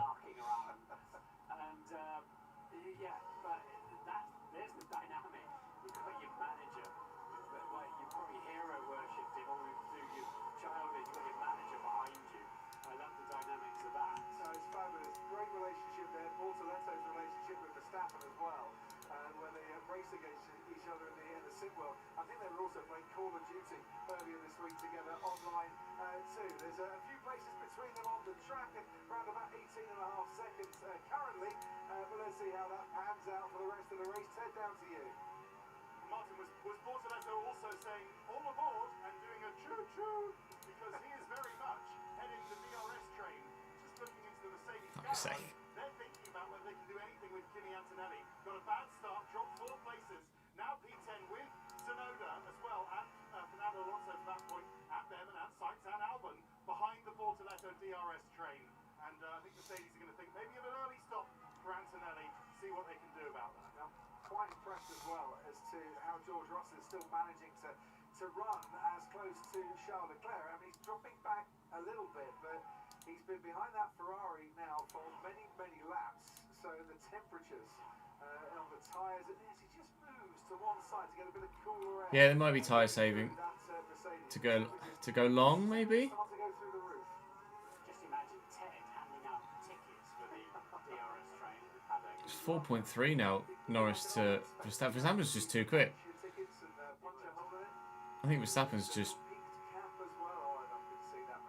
punching it. Out in front, Martin, who we can't see at the moment, is Max Verstappen, which is a shame, really, because he is absolutely dominating this race and controlling it well. And the gap now over 4 seconds to Lando Norris. He's pretty consistently 3 to 4 tenths faster than Norris. Norris has just done the fastest. No, I don't think the overcut's going to work. Of course, they're starting now to use up a little bit of their fuel.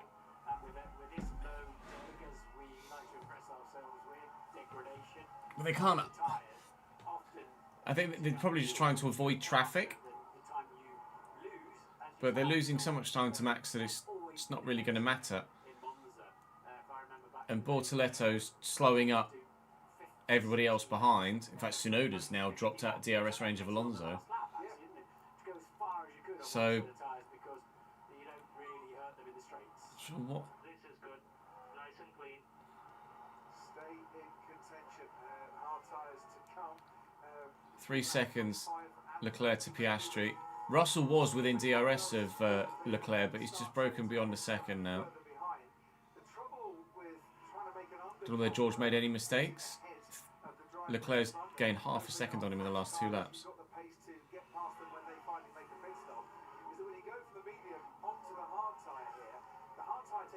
True, was it Silverstone where they did the top speed setup for him to get pole? Lando Norris saying, my front left is the limiting factor for going faster. It's a clockwise circuit, and most of the key corners are right-handers, so that is why your front left gets a little bit of stress. What I think is going to be very interesting is when they go on to the hard compound tyres, just over half distance probably, or around half distance. That moves the dynamics of this Grand Prix, whether it changes who's got the advantage. Which it often can do. Verstappen sets a new fastest lap of this race. And Norris crosses the line, 4.3 seconds behind him. George Russell has now just detached himself from that magic 1 second. He's not in DRS range of Charles Leclerc. And I wonder if that then helps Lewis Hamilton a little bit. lap previous to this, lap 15, he was 3/10 quicker than Russell. Now he's a 10th quicker than Russell. Does that help Lewis Hamilton, I wonder? Just to close that gap a little bit faster, now that Russell's not getting the DRS benefit behind Charles Leclerc. We'll see. Karuna Sky Race Control. Harry, thank you for the subscription on YouTube, mate. Some of the radio here. Verstappen is completely in control. All the feedback he's giving is car's good, pace is good, the tyres are good. So he's checked out 4.5 seconds in Deja Vu 2023. Now, just looking at what Russell can do. So we think that the undercut here is not as powerful as in Holland or in Hungary before that. He needs to be within about a second. Now there's a gap as Leclerc has gone a little bit in the gravel at the second left hole. There's a gap. It's about 25 seconds of pit stop. There's a small gap right in the back of the field between Lawson and Gasly where Russell can slot into. But then he quickly gets Just stuck in traffic. The problem for any of the top runners is that the field is still quite tightly bunched. And you can't pit too early or you'll get stuck in traffic. And you don't want to get stuck, Martin, behind the likes of Alex Albon, for instance, on the hard tyre, leading a gaggle of cars on the hard tyre behind him. Who are going to Traffic could be a big deciding factor in this one. This will be the last career mode before 26, John. Yeah, we're less than 2 weeks away from 26 now. Another fastest lap from Max. I mean, you can see there's the DRS train behind Tsunoda. There goes Kimi on him.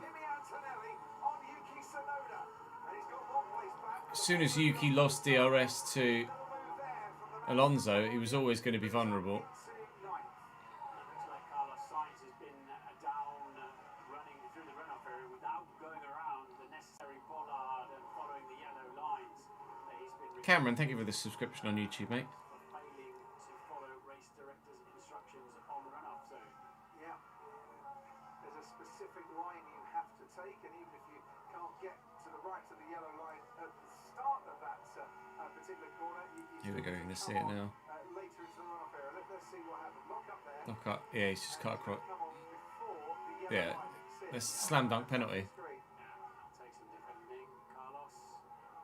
Take a lot of defending, unfortunately. And there's a reason for it. It's so that the cars feed back in a controlled way at a controlled angle. Lando out on the gravel.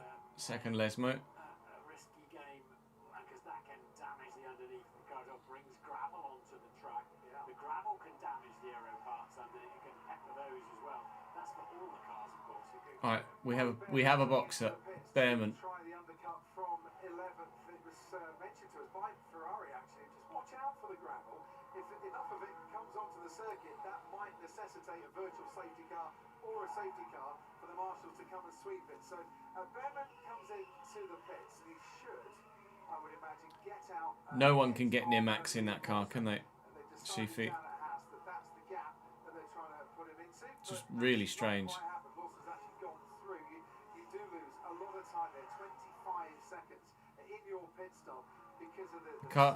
The car just has been developed in a way that suits Verstappen's driving style that no one else can drive.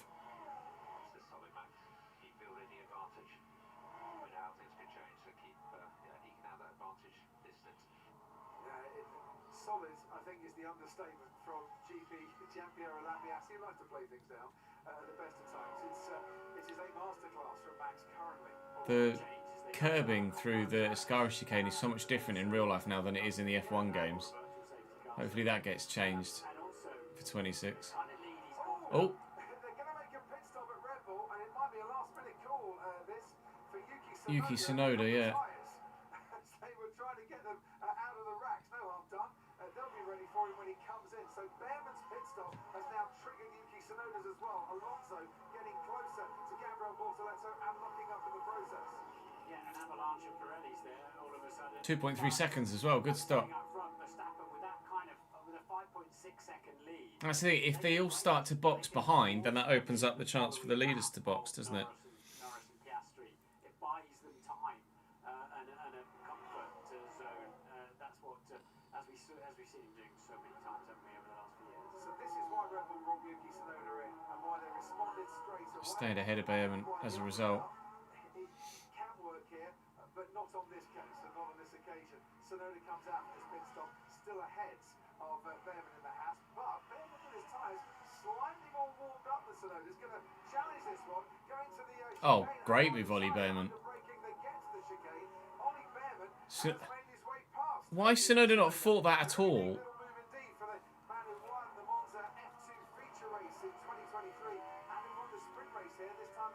Is Gasly going to drop a wheel in the gravel here as well? Oh, more than a wheel. Brutal. So much gravel on the track there now. Wow, Bortoletto and Alonso at exactly the same time. Millimetres apart. Decent stop from Aston Martin, 3.2. Slightly slow for Sauber. And they've lost the position. 4 seconds. It's going to be Alonso. They've done him in the stops.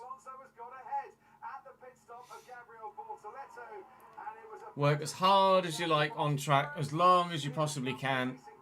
And then it all gets undone in just a pit stop. So the tyres come out of the blankets at a maximum of 70 degrees C. They need to be around 100. That's why you take a little bit of time these days to few corners to bring them up to where you need them, which is why we saw Behrman slicing past Tsunoda as well. Yeah, now Lawson pitted 11 laps ago. Tsunoda got out of it very early though, just didn't even try. Yeah, Verstappen is confirmed as staying, Cameron, for 26. The wise old head. He took 10, 15 metres out of him, didn't he? By being less cautious, as long as he didn't break the speed limit there.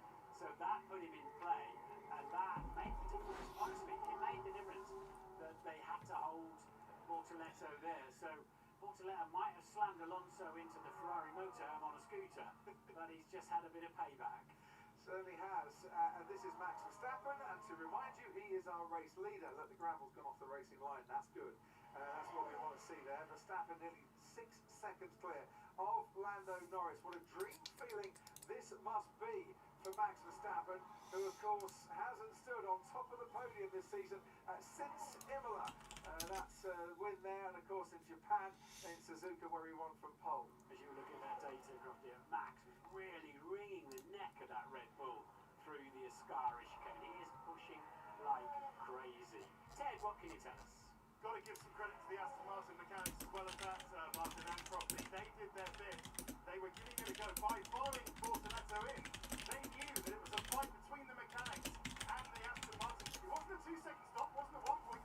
It was actually more like a bit 2 to high 2 second. But they did it, and lots of fist pumping and congratulations amongst them. They made it happen as much as the Sauber mechanics having to delay Bortoletto getting out of that pit box. That is Bortoletto, Lawson behind him, Ollie Behrman behind Ollie Behrman in this race currently is Yuki Tsunoda, and he is the last of the 19 runners still going. Karun, to you. Yeah, just a line on Liam Lawson, Grofty, is in the middle of that. Obviously, he's the only car that started on the soft tyre. So Bortoletto overtaking him, that is for a net position when they all finish their pit stops. This group of cars they're looking at, they're the first of the cars who have pitted. And Alonso and Bortoletto should cycle back into the point. So for Ollie Behrman, he needs to try and get past Lawson here. His tyres are 9 laps fresher.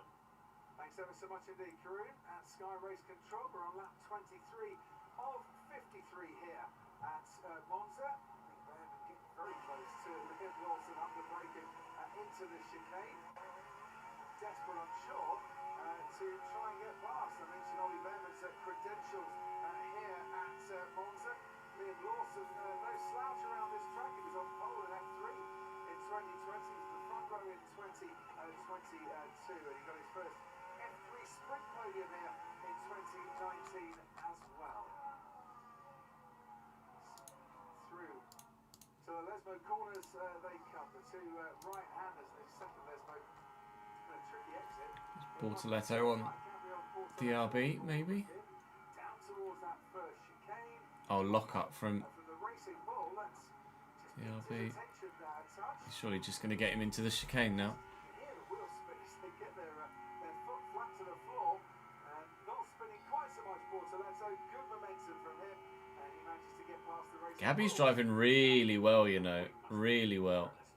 Oh, that's a big lock up from Kimi. Antonelli takes to the runoff area after a lock-up. As soon as your wheels stop rotating, you've half the grip. You cannot slow down.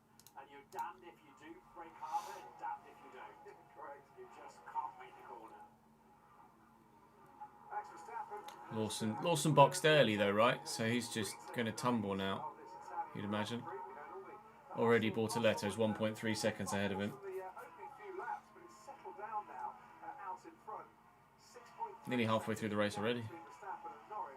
Watching the gap between Russell and Hamilton continue to close down by 2/10 on the previous lap, another 2/10 on this lap. Lewis taking his time to get a bit closer to George Russell, but he's got that gap down from about 2.7 seconds in the last few laps. Both Williams in the points now. Alex Albon running in the top 9 on the hard compound time, behind his teammate Carlos Sainz, who is under investigation, or has been noted, I should say.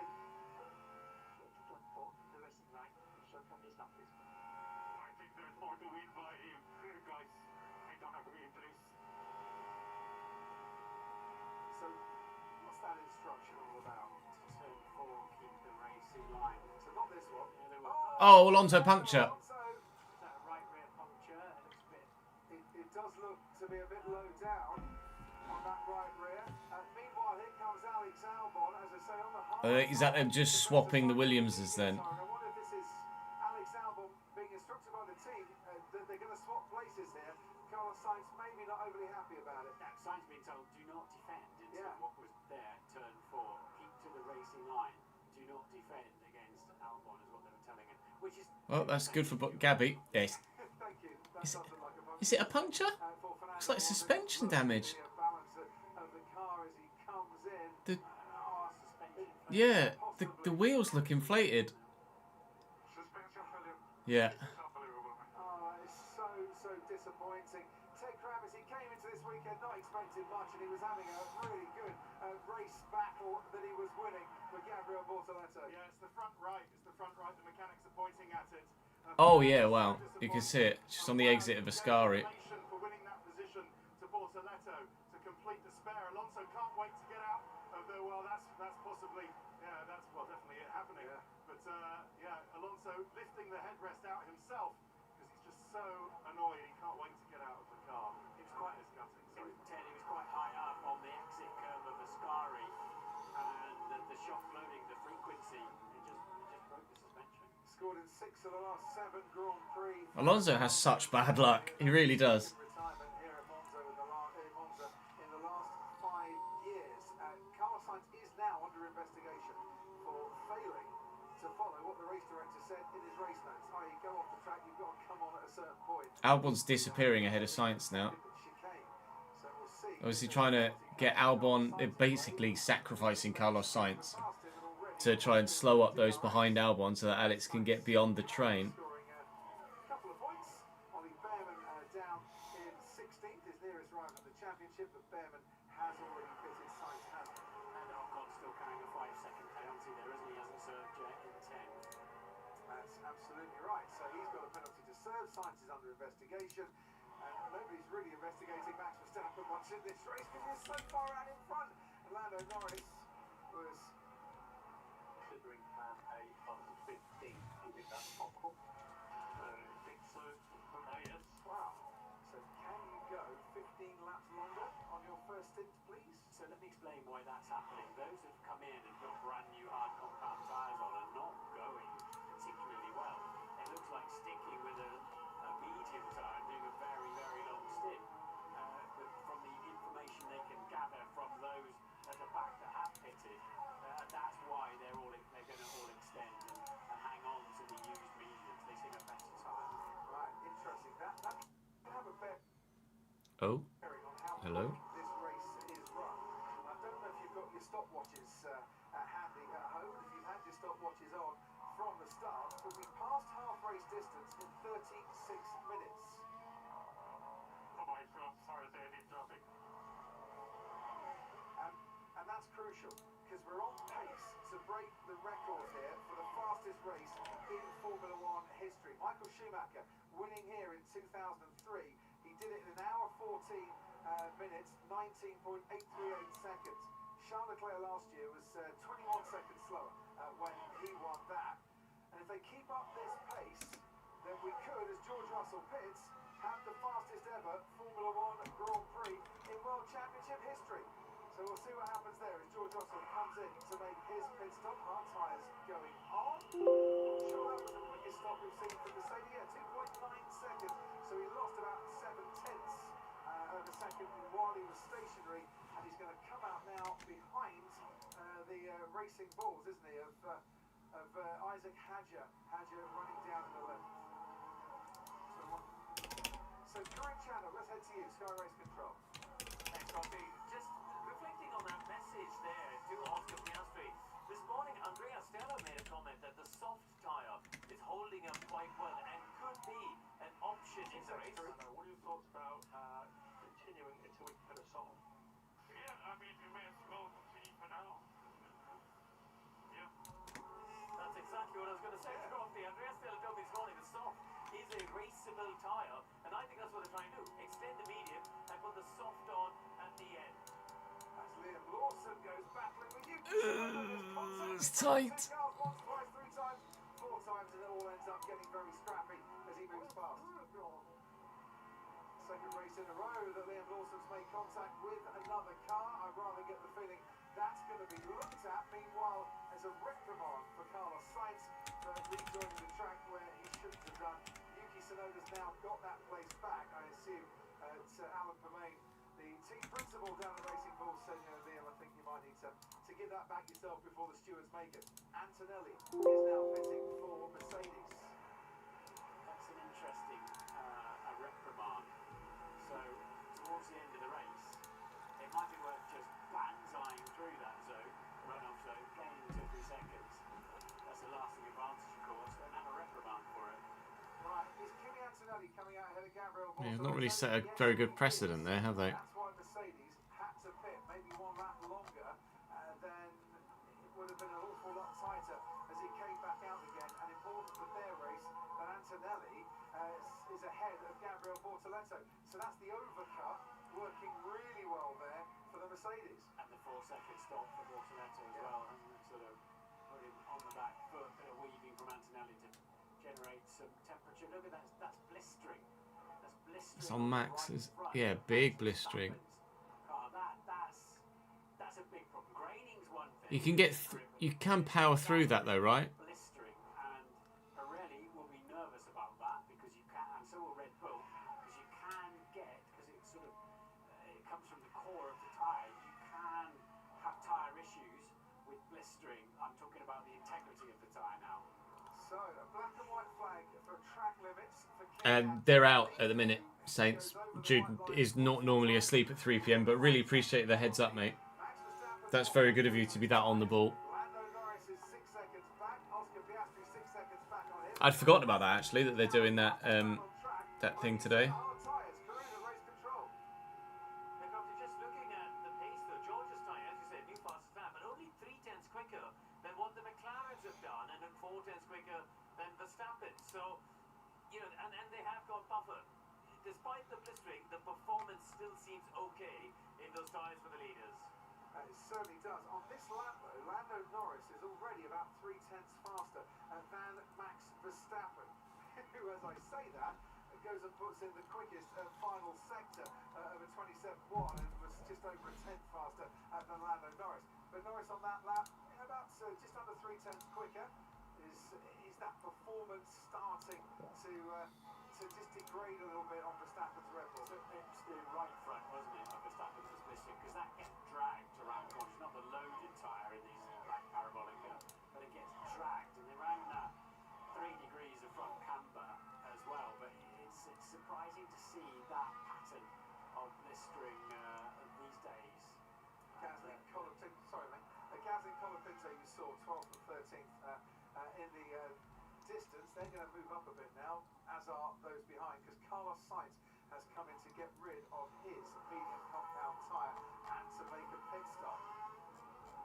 He has to sit wait a little bit long at his marks before he can get those new tyres on. 3 seconds to stop and back out into the race. Everything's incredibly hot when you come in, the axles, the tyres, the wheel nut. But by this stage of the season, normally those pit stops are pretty crisp all the way down the pit lane. We've seen a few lucky ones today.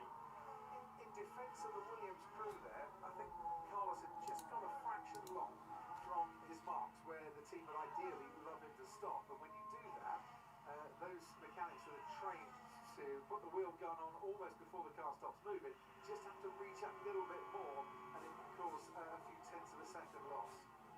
That'll lose your time as well, locking up, going into the first chicane, Franco Colapinto. Unusual to look the outside tyre. Yeah, that's weird. Going down into there.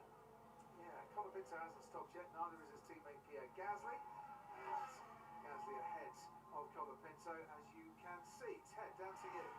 It's a proper good old-fashioned standoff down here, probably, between Red Bull and McLaren. Neither of them want to stop first. McLaren's starting to think, well, you, Max Verstappen, with your no downforce, hurting your tyres, let's see how long you can go for.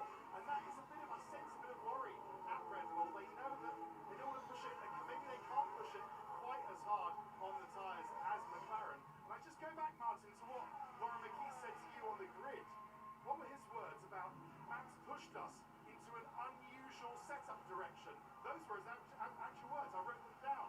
And with that T-tray rear wing, and the tyres starting just to fade a bit. Max has been on the radio saying the tyres are starting to die a little bit. I'm just wondering whether McLaren is thinking that's fine. With a bit more downforce, our tyres are just reaching. So let's explain why it's a long pit stop. It's not an unduly long pit lane, but while you're in the pit lane, everybody's going down the pit straight at 200 miles an hour. You lose so much time. That's what drives it to be a one-stopper to an extent. But also why you need a very big gap. You need a 25-second gap to make a pit stop here, whereas traditionally it's more 20-21, isn't it? Just watching George Russell while you were giving us that explanation, Martin. And Russell, who's pitted just, 4 laps ago, and is going very nicely indeed as one of the fastest, if not the fastest driver on the track. But soon he is going to come up behind, well, not Isaac Hadger, because he's come into the pits, but the hard tyre runners of Stroll and Ocon and Albon, and that might just hold him up a touch. Ferrari, I think, are hoping that that's going to be the case, because then they might get a nice little gap to start thinking about a pit stop with Lewis Hamilton and with Charles Leclerc. We'll keep an eye on that, but Ferrari telling Charles Leclerc that these laps are good, don't worry too much about George Russell, he's going to start getting held up in the next few laps. That's all being furiously calculated, of course, on the pit wall, in the garage and back at the team bases. Probably 40-50 people working on that strategy philosophy. But are Ferrari going to pit Charles Leclerc right now? The answer is yes, as they run out into the sunshine, and Charles Leclerc makes the right-hand dance into this pit lane. Was he too fast, I wonder, going into the pit lane?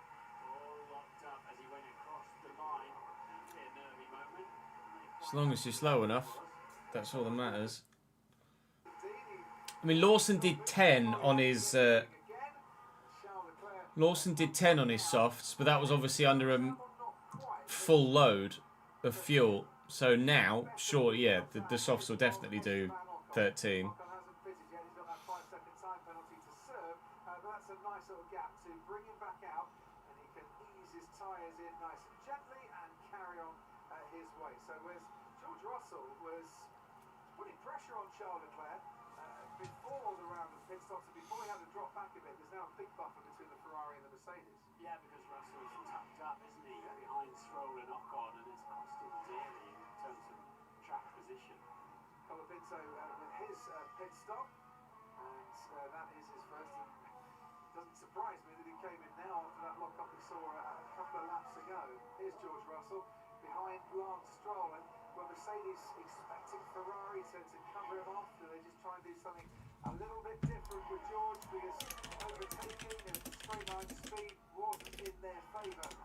This is not going to be in their favour either. He's already having to move to the left-hand side to get out of the turbulent air of the Aston Martin. And we know the Mercedes carrying a little bit more drag than most of his tyres are a lot fresher because Stroll's not pitted yet. But George definitely needs to clear these two cars quickly. He certainly does. See Lance Stroll's rear tyre there. And I wouldn't want to run too many more laps on that. We can discuss it later. Okay, not going to give you an answer just now, John. George Russell. It's Russell through on Stroll. With DRS, not as easy as it might have been anticipated when he was right up behind the Aston Martin coming out of the parabolic. Already just got that done. I wonder if Ferrari were concerned about, again, any kind of durability with the tyre. But we'll find out hopefully after the race. They certainly don't want to tell him to hundreds of millions of people during the race. No, quite. Here's the lockup. I hope for his sake and for every single one of the Tifosi here, roaring Charles Leclerc on, that he was not over 80 kilometres an hour when he passed that line. No indication as yet that anything was wrong. And away goes the Ferrari. Skrrr. Eerie. It's on the slow motion replay. Wheel spin. A few less frames per second, or a few more frames per second. Right. Russell's got another overtake to do. This one on Esteban Ocon. And Leclerc is flying on those hard compound tyres, so Have you tried using the slider settings that we use, Lewis? It's really difficult to make 25 harder, unfortunately, just because of the nature of FCIQ in its default basic format. We're hoping that 26 is easier to make harder, if that makes sense. Thank you for the follow, Captain Fatty. Welcome to the channel, mate. Yeah,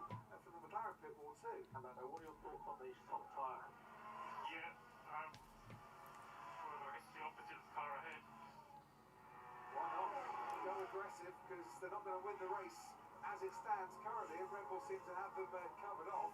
But if you were Red Bull, would you take that out of the equation and go onto the soft tyre yourself, I wonder?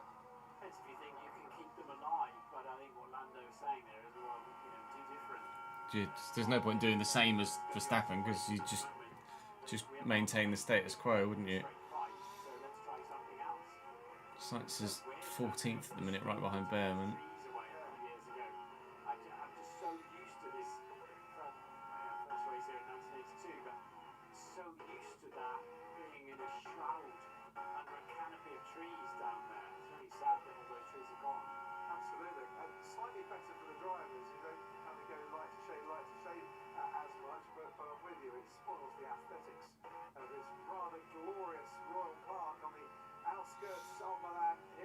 Yeah, give them a go, Lewis. See what it's like. It's as good as we've been able to get a slider set. It's not by any means good, but it's better than default. The best we've found.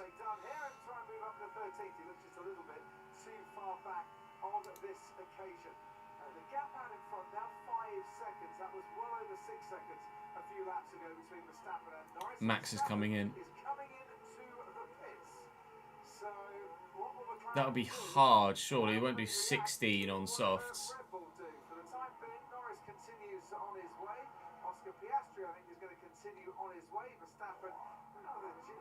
Yeah, hard tyres. So Norris might as well just keep going for a bit and whack the softs on and see what they can do.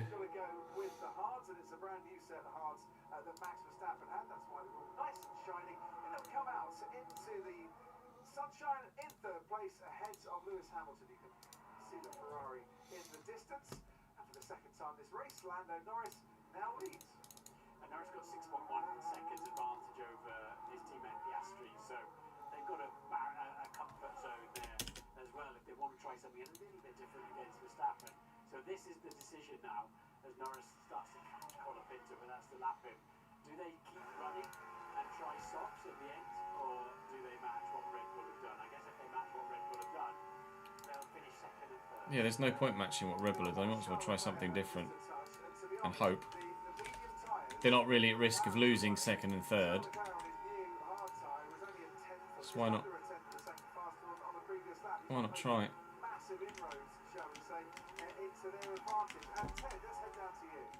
was watching Verstappen stop. Yeah, good stuff by the Red Bull mechanics. Lots of fists being punched there. There was a nice, tidy stop. The tyres that came off looked about the same as we saw on the pictures earlier. I think it was just plateaued, that blistering, but it was more or less okay. So it's like Ferrari coming out now.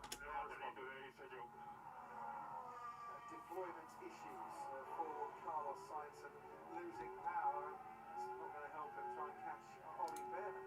So here's the race leader, gap of 19 seconds to Max Verstappen. Hamilton now pits from 4th place for Ferrari. Let's watch this stop. Medium tyres off, hard tyres on. That's the favoured strategy by the teams here. If you can get out ahead of George Russell, that would be quite the achievement, even with a 2.1 second stop. But they're powering down the main straight. Goes George Russell, so he's going to come out behind him despite extending that stint. And he's also got Ocon and he's got Stroll in between the two cars. Yeah, so would you rather be on in the closing stages on a used set of softs or a quite used but set of hard copper? The soft won't last all that long because the fuel load's gone down by then, but that appears to be what McLaren are looking at. So, I mean, you might, like you say, you might as well. There's no point just copying Red Bull if it's not going to work. Antonelli into 10th, above Gasly now. Extended his contract with Alpine this week to take his association with the team through to the end of 2028.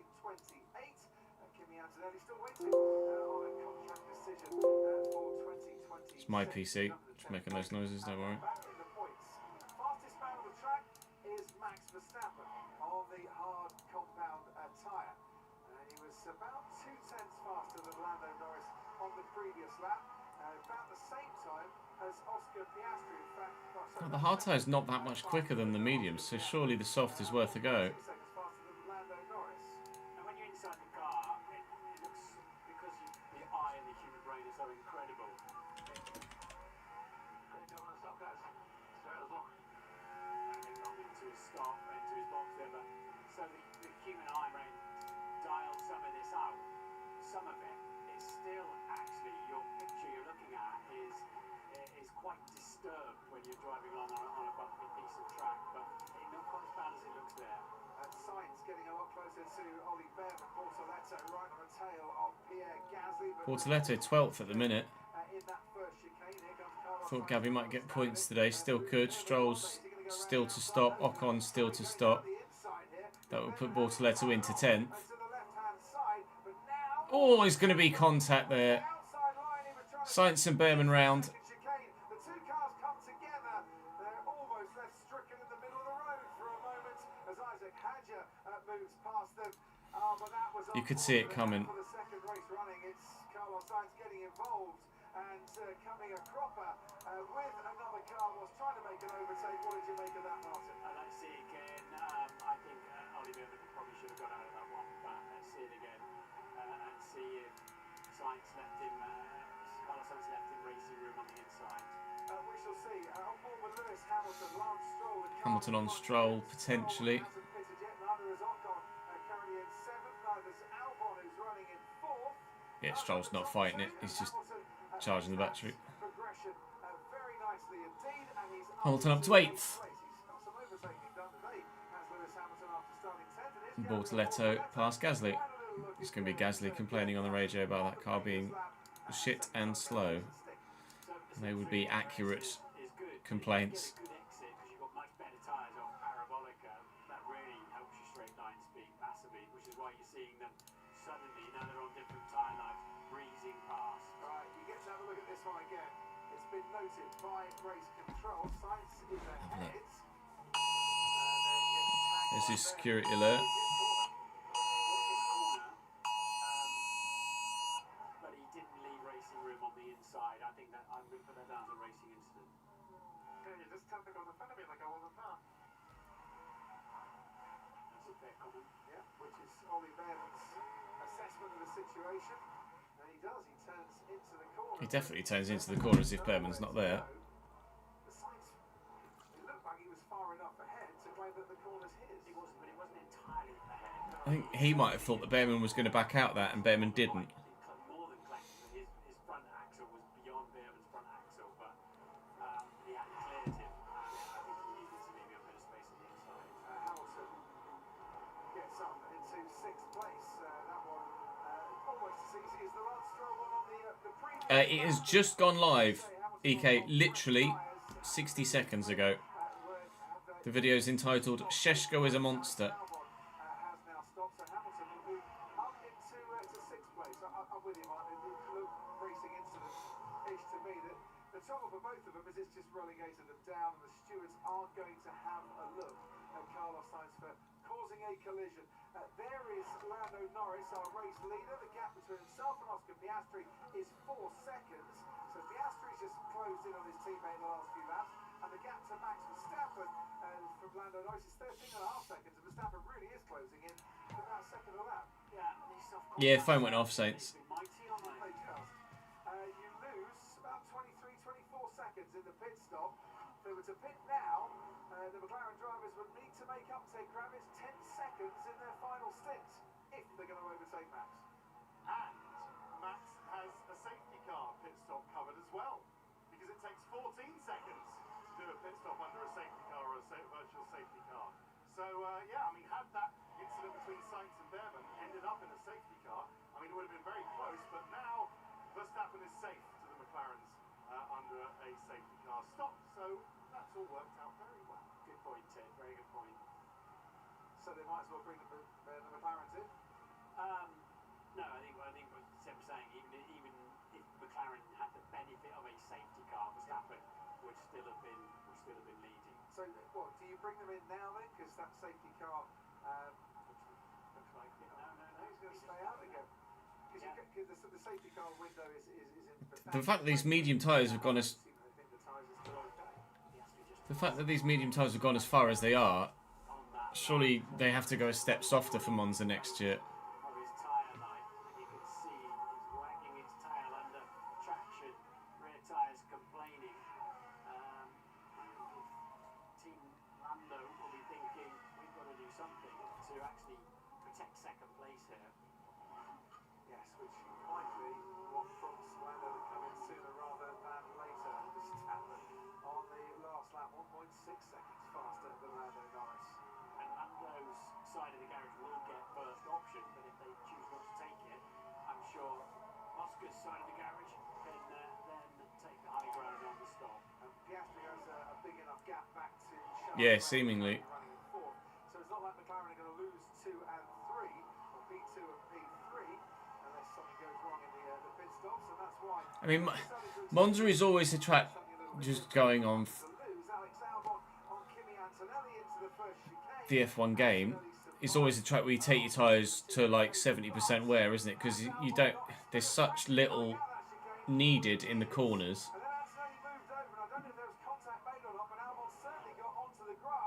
that you can take your tyres a long way, a super long way. Albon passed Kimi Antonelli.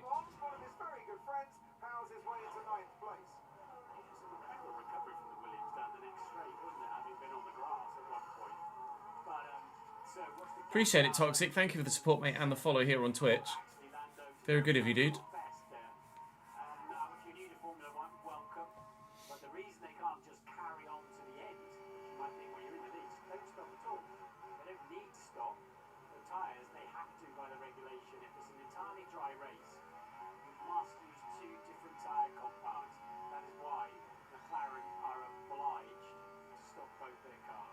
Albon was a long way off the track there. A long way off the track. Hey, Max, how are you, mate? Norris box, question mark?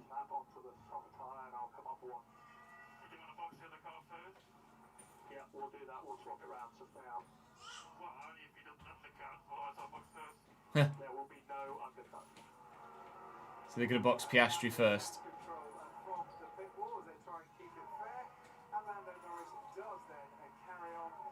And Piastri's in. There you go. Comes into the pits for what we're assuming is going to be a set of soft compound tyres and see if they can, well, give the McLaren us a bit more pace in these closing stages. That's a very quick stop. With Max Verstappen so far. So I can only assume Lando being hit the other one. 1.9 second stop. There you go.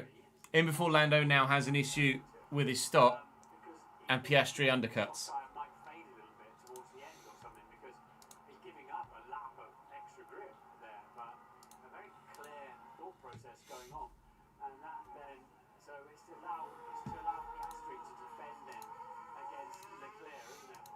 Is why they've done that.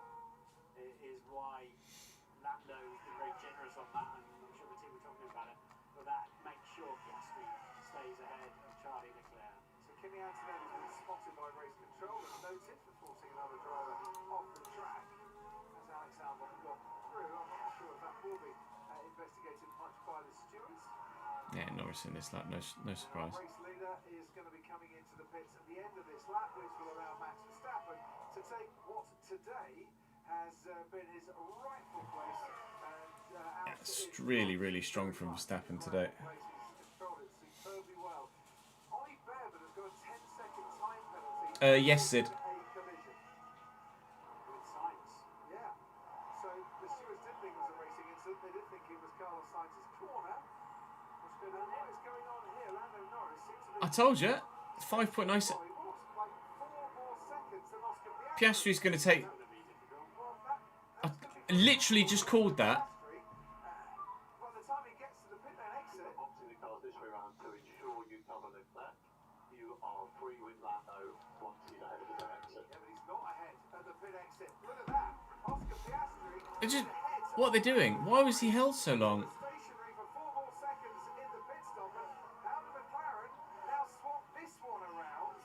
And is Oscar... Well, Front left gun we're hearing for Lando's pit stop. We're about to see that. might have gone a little bit long. Yeah, it wasn't tightened up properly. That was the confusion.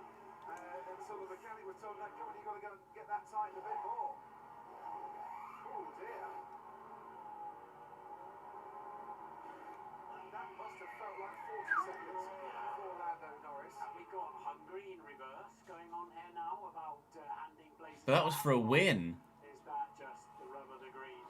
But this is for the championship. So this is now Oscar Piastri extending his lead in the championship to Lando Norris.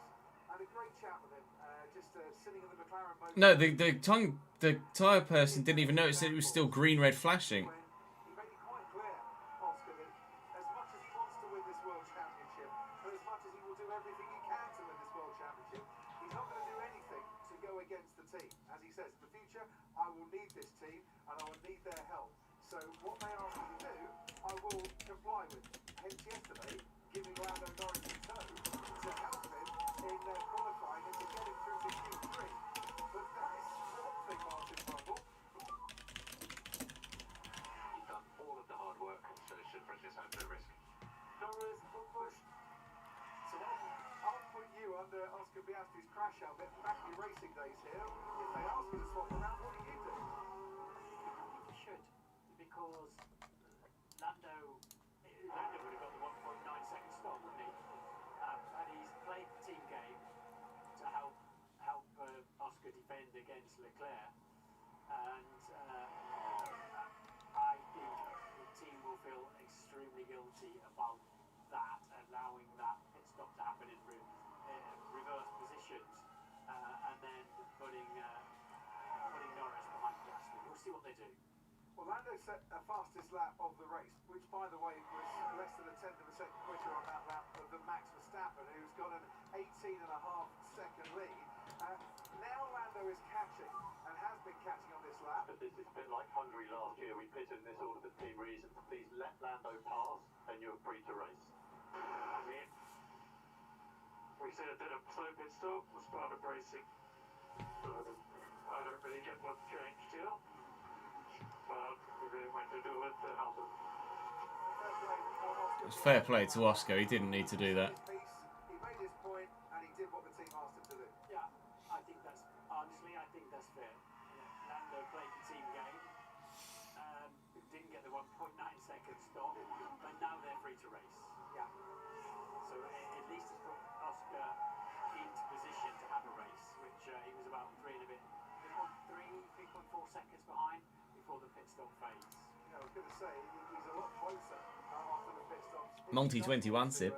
Multi-21. And neither of the McLarens are close enough to Max Verstappen, who's been told take no risks and bring this car home, and that's pretty much what he's doing. So it's the Mate, championship. Oscar, you'll breathe the race. Clinical, clear head, mate.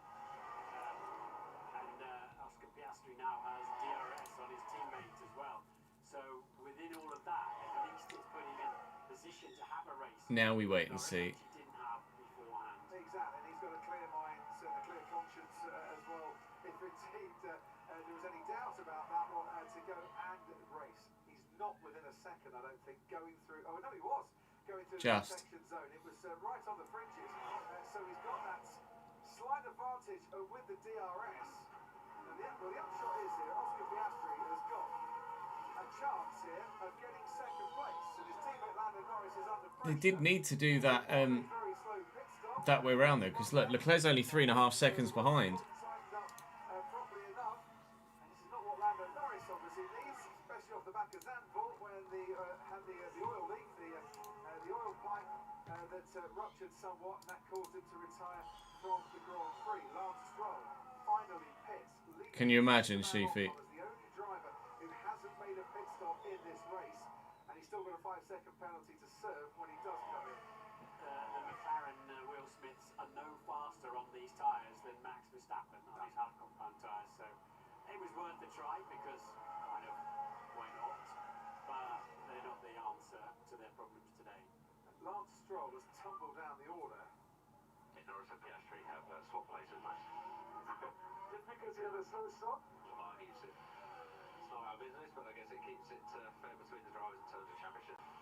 You focus on the road ahead as well, please. The debrief has already started on the Giampiero Lambiase. He's out. Lando's out of DRS range now. I'm about to say Stroll's had a really long stop, and he's down in 18th now and last. He didn't get DRS on that straight. Middle sector, Lando Norris was about 3/10 faster. Used a bit of electrical energy there just to boost his way to what I think should be comparative safety from here on in. There's Max leading the Grand Prix comfortably outside, and he's working out who's had a slow stop and what have you. Oh, someone's been off down there, big time. That might be Stroll then. I just wonder, listening to Max Verstappen's comments, I wonder if he'd have complied in that particular moment.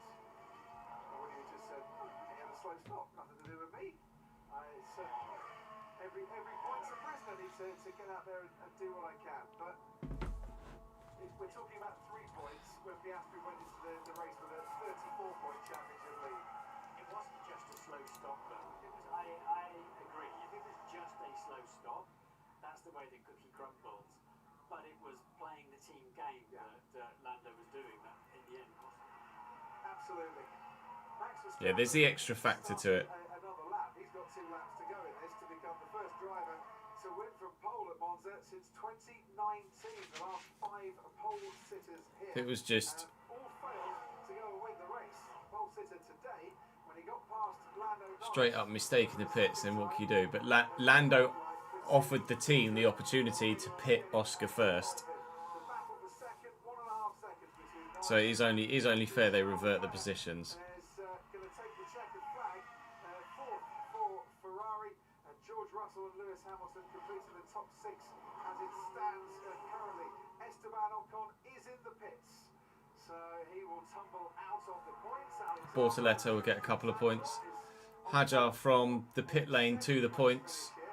P11 at the minute. I say that Sainz is 9/10 of a second behind him, so could come out of the points. Good race from Albon though, P7 right now, albeit under investigation with Kimi. Not that anything was his fault. All the while I would say that's allowed Max Verstappen to complete another 3.6 miles, and he's now starting his final lap, Martin, as he powers towards with another new lap record of what will be win number 66 in his career. Bodes well for Las Vegas as well because a very similar aero setup there. So that looks good for Red Bull. They definitely found a much better car, haven't they, for the high-speed, low-drag circuit of Monza. McLaren's advantages of tyre degradation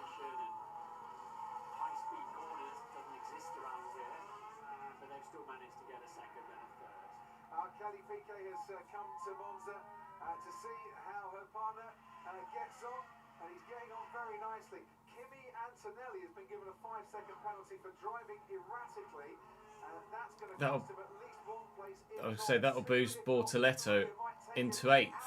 4 points for Bortoletto then. in this race, which is not what he needs in his home race. If Imola was disappointing, that's going to be even worse for him. Fiona May's waiting to wave the checkered flag for Max Bortoletto get 8th, and then Antonelli, I think, was just finished 9th. I don't think Hajar closes 3.5 seconds, but Max Verstappen wins.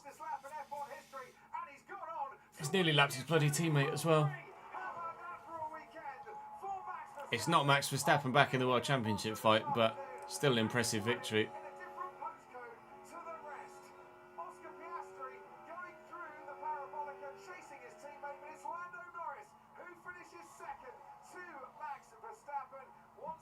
Awkward for McLaren again.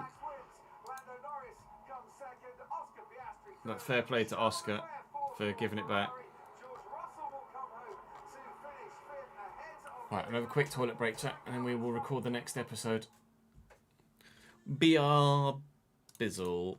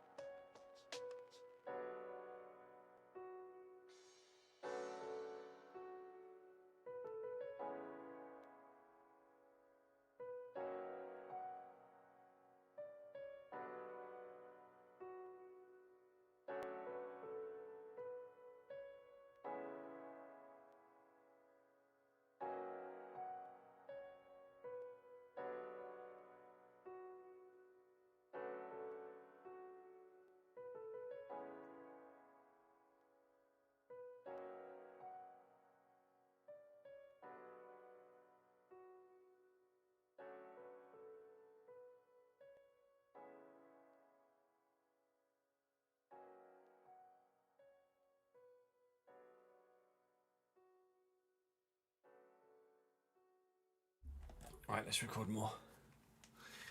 Let's record more. Shall we?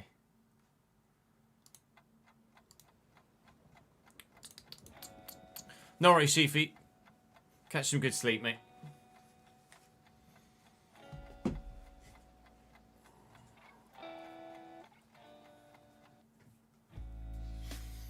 Yeah, George, another solid race from George. It's just all the Mercedes has in it at the minute, isn't it? Right. Here we go.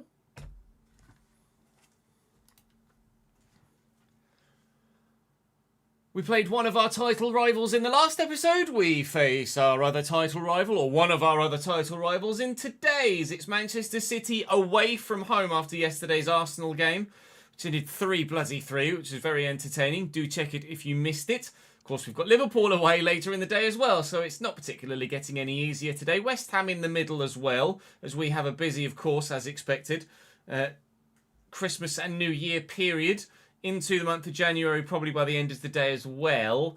And then we've got the FA Cup game to come, a couple of Champions League games, and, well, some very difficult Premier League fixtures as well. The league table is tight, but not as tight as it could be, but that's because there are games played extra in places. Specifically, most importantly for us, from Arsenal, who are now 4 points clear of us. City could be 1 point behind us if we lose, but let's hope we don't lose, shall we?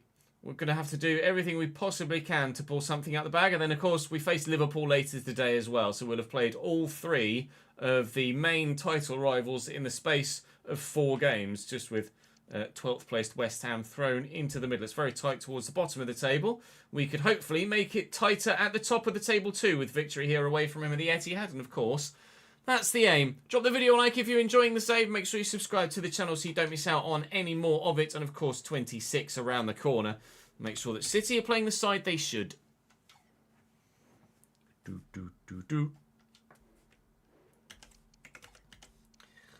He can fuck off. Put Cherky in at camp. Savinho. In fact, Marmouche. Could play at camp. Cherky over there. We'll put Savinho on the left. Rodri and Reinders, Marquinhos, Militao, makes sense. Fardiol, Cancelo, lol, Cancelo's back, and Gigi Donnarumma, yikes. Oh, fuck's sake.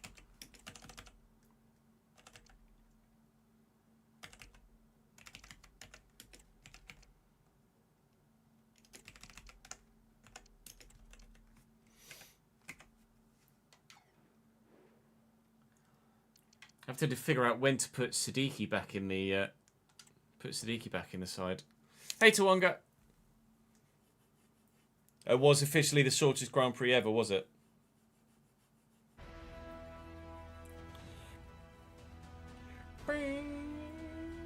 Bum, bum, bum, bum, bum, bum.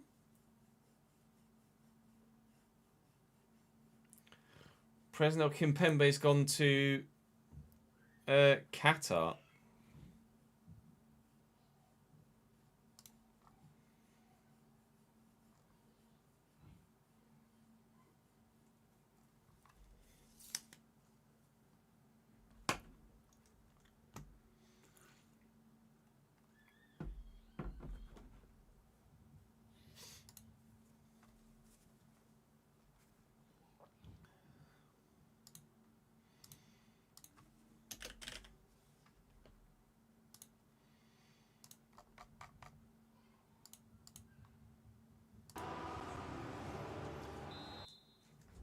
Out of my own.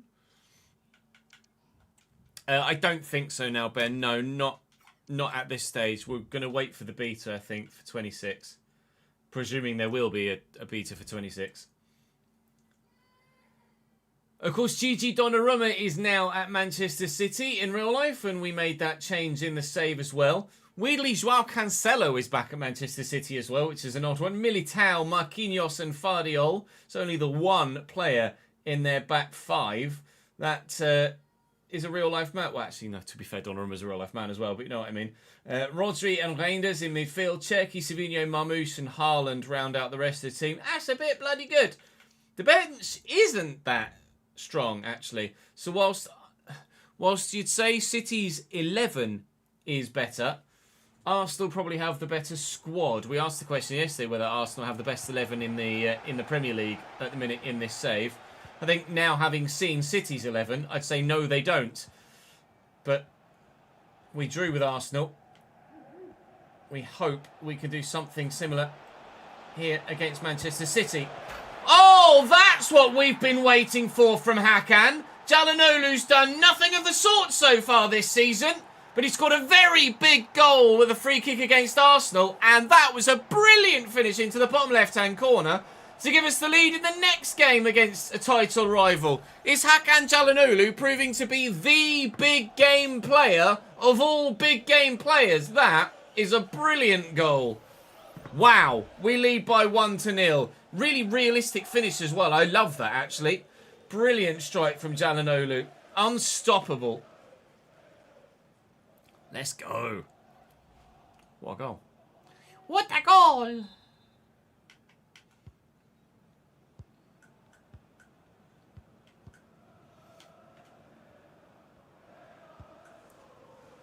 They're so level, boys. Haaland played in. Just trying to make him make a decision. Schroeder does well enough to get away.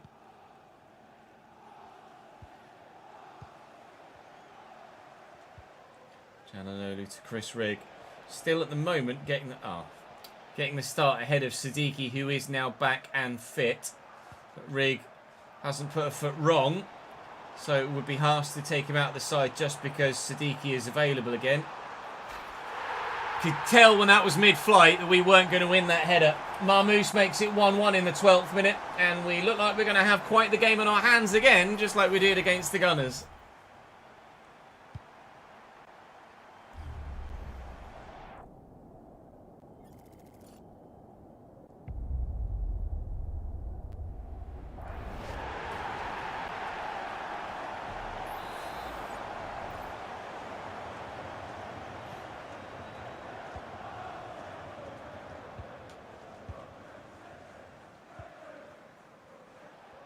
Çalhanoğlu steps away from a rather desperate challenge from their midfield. And another one. I don't know where Rodri was going there. That weirded me out so much I didn't actually make a bloody pass. Well in, Hakan. Look at the space over there. For Kenneth Taylor on his left foot, looking for Talby. Well, he's beaten his man. Just to find the ball to the man on the edge of the box. It's Chris Rigg now. Here's Çalhanoğlu again. Hakan struck firmly. Oh, was that a hand? It was. Well, Çalhanoğlu, he did it against the Arsenal. Can he score the free kick against City as well? We'll give it a good old go from here. Oh, but it's just a little bit too close, and the wall is in the way.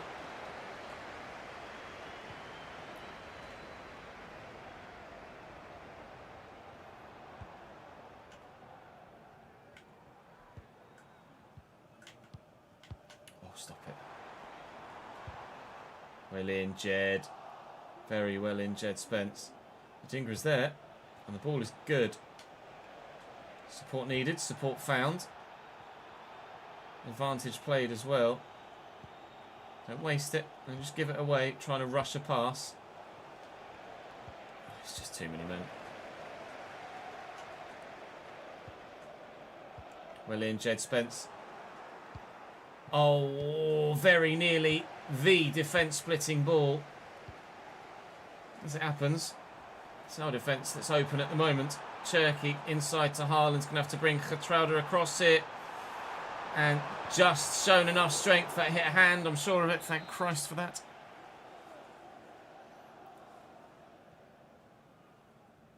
Hey, Thomas.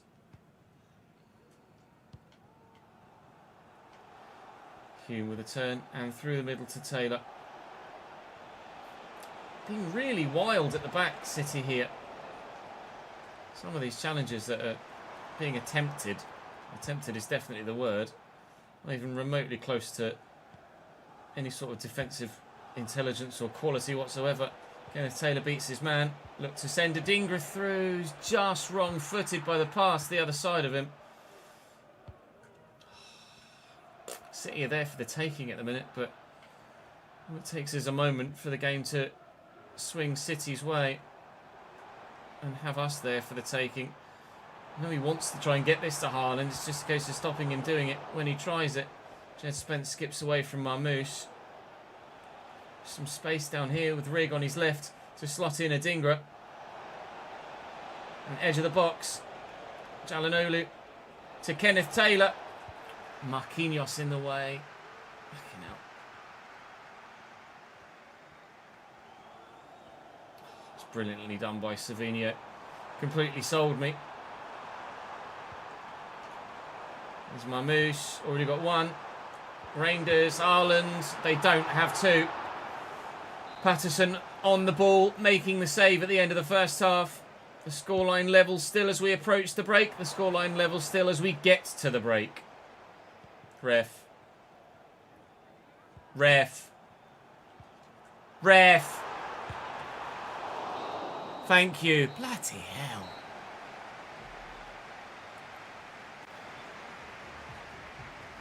Oscar doesn't look particularly pleased. I didn't obviously hear the interviews as we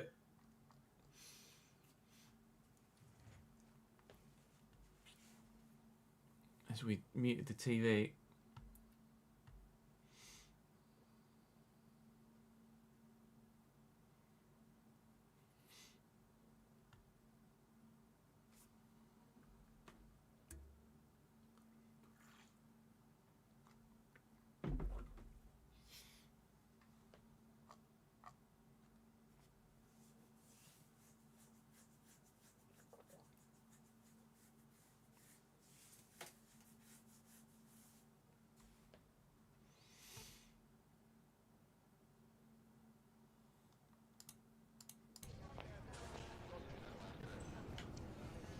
Yeah, it's really annoying, isn't it?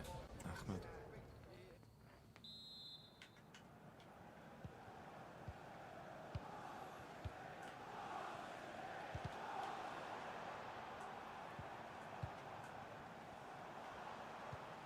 Haaland to Cherky to Erling again. Mukiele and Getraude have dealt with Erling Haaland all day long. Oh, I was going to say that was strong from Jed Spence, to say the least. They're going to take it quickly. They're not. Win it, please. Brian Brobby. Brian Bobbery, as they said on Sky Sports the other day. That's not a bad start, Sid. Easier games on the way as well.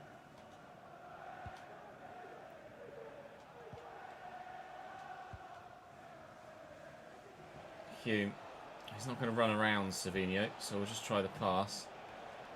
Rig is here. It was him that the ball was meant for. Oh, it's space for Adingra. Oh, but the pass just isn't good enough from Chris Rig, and that's maybe why we should perhaps have started Siddiqui. Does Siddiqui play a better ball there to Adingra, and we're in behind? Maybe so. That was the chance to take the lead again. Defensive mistake from City positionally, but a poor pass from the lesser experienced, in game terms, lower rated player. Lower quality player, potentially, ruins the opportunity to take the lead and win the game for us. Mukiele forward to Rig again here. He's going to try a pass this time. He will find Robbie, who will find Talby, and we score anyway, so we don't care anymore. Kemsdean Talby makes it Sunderland 2, Manchester City 1, and Rig was involved again, so fair play to him.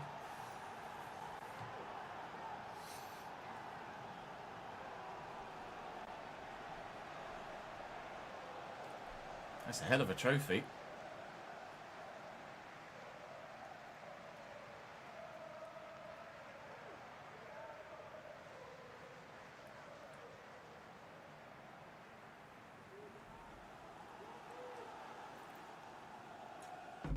I will take Rig off for Siddiqui though.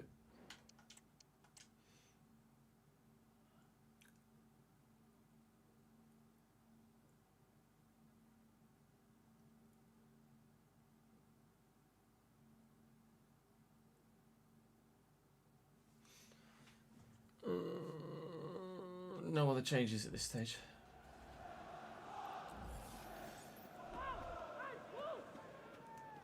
Yeah, Sheldrip's. Again, I think I'm the same. I don't know if I've ever used him. We had him in a player career mode team, didn't we? But I don't actually think I've personally used him. Here's Siddiqui. You tell me what City are doing defensively. There, you tell me what Brian Brobby is doing with his finishing there. All of it. Not good enough. They just ran away from Adingra. And then Brobby made the ball run away from the goal. That could have been, and absolutely should have been, 3-1 and game over. That was meant for Brian Brobby. It gave us the ball back again. City are walking a tightrope at the minute and getting away with it.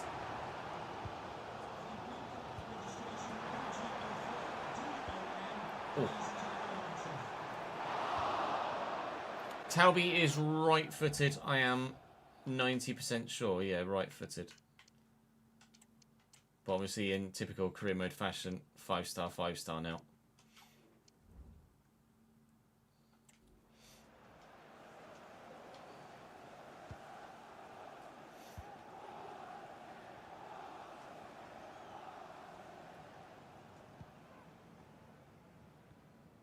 Çalhanoğlu, driven.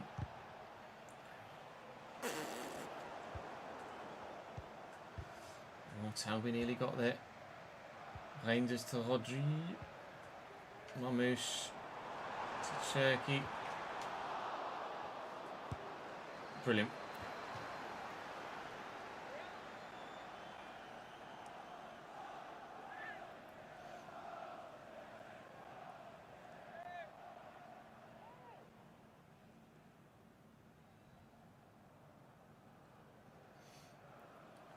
Is Baku next week, or is there a 2-week break? I think there's a 2-week break, right? Çalhanoğlu recovers. Taylor looking to skip past the man in midfield. Çalhanoğlu looking to do the same, but between the two of them, Rodri and Reinders win it back again. Joao Cancelo, Siddiqui looking to get out towards him. Çalhanoğlu struggling for stamina at the minute. That might hit his hand. Play continues regardless. That certainly hit Cherky's hand, and we will make a change now to try and shore up in the midfield. Çalhanoğlu's running out of puff, I think, in the middle. So we'll go for a complete midfield change with Serge Gnabry on for Talby as well. Hopefully, with all the fresh legs in the midfield, we should be able to hold on to this lead now.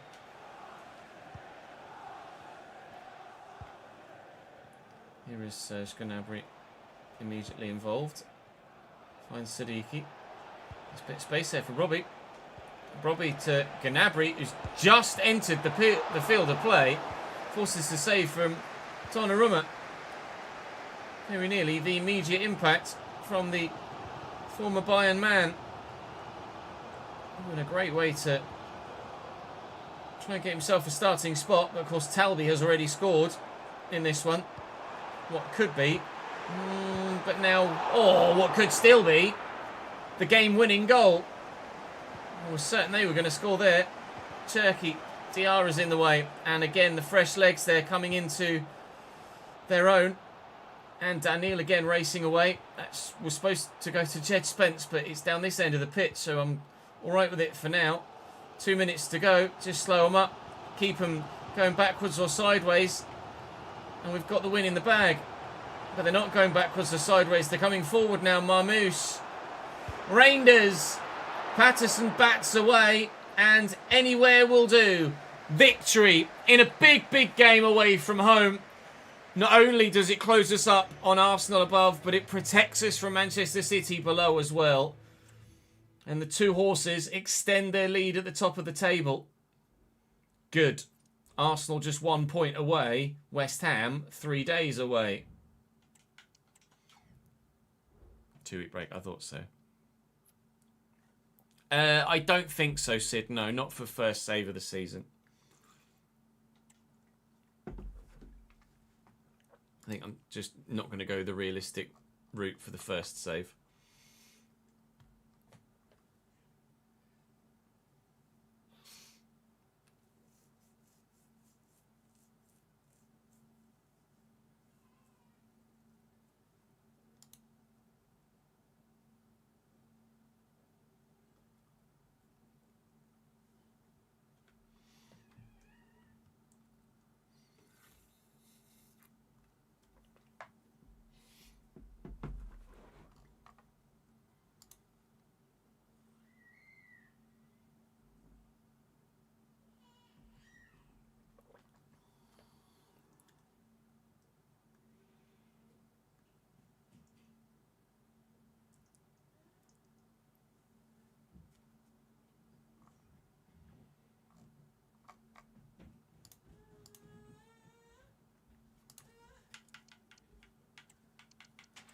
Tadibo's going to be asking for football, isn't he? Yeah.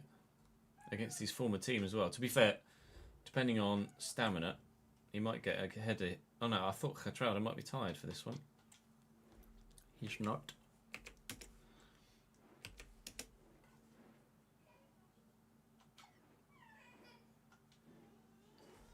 Oh, it's fucking 3 at the back.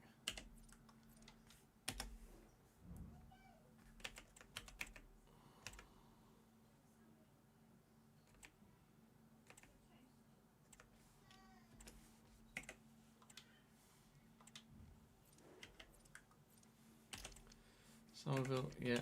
Flavic, yeah. Fernandez, yeah. Can Paqueta play out wide? Yeah. Schlager, Socek, Wan-Bissaka, Juve, Newcastle in goal.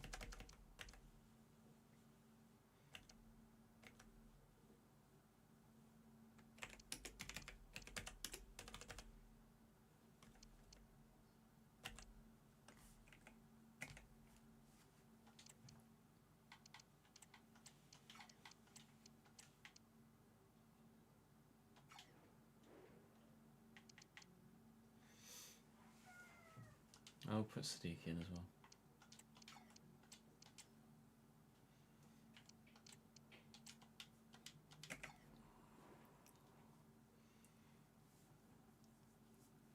FC release and Azerbaijan race dual weekend. Damn. What a few days.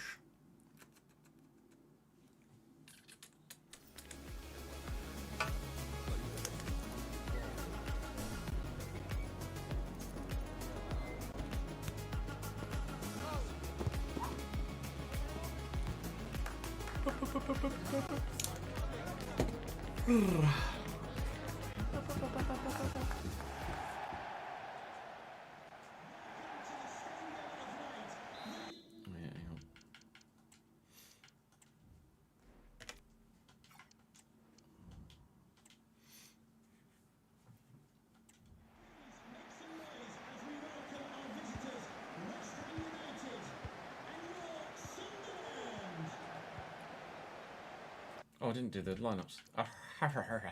Well done, Chess. Hermanson in goal for West Ham. Wan-Bissaka, Mavropanos, Max Kilman and El Hadji Malik Diouf.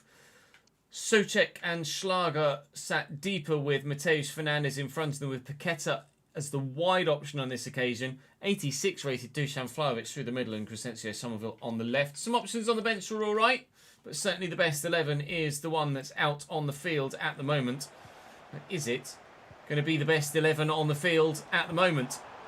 I hope not. Serge Gnabry gets the nod. We've got Ponceau on the other side as well. Brobby does get the start here, despite the fact that he wasn't quite fully fit prior to the game. I want to play Semenyo against Liverpool. Could have given us a 1-0 lead there. But the woodwork in the way. Oh, that's a great ball. That's a great touch. It's a great turn. It's a good move. It's a really, really lucky goal.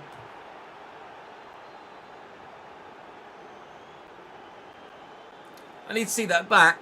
But we've tackled one man. It's then deflected straight to Vlahovic, who first time tucks it home. You can't really tell from that replay, can you? Thanks, game. Are we going to get a second replay angle? Yeah, here we go. Wan-Bissaka in. Oh, it just freaking bounces around. I hate goals like that so much. 1-0 down after 8 minutes. Good. There's no point drawing with Arsenal and beating City to then lose to West Ham, is there? Fucking crunching out. Gnabry.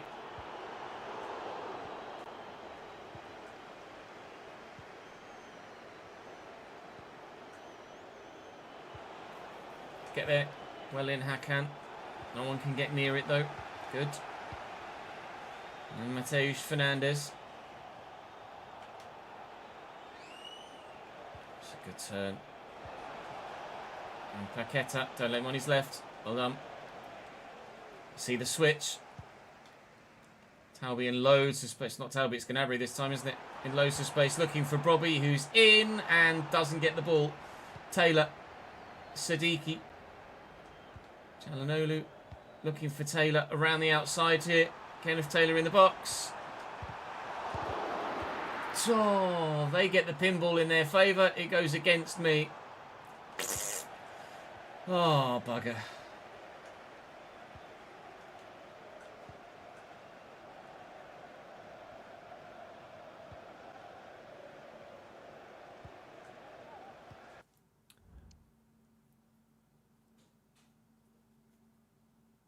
I got it on the hour at 3 o'clock. It's with you, got it twice.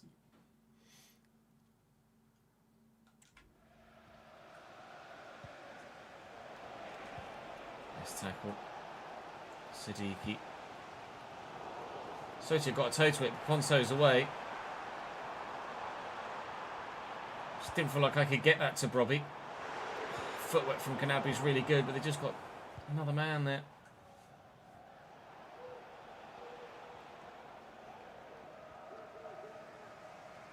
Hume. Taylor. Çalhanoğlu to Siddiqui. Forward quickly. Brobby's on the run. We slot him in.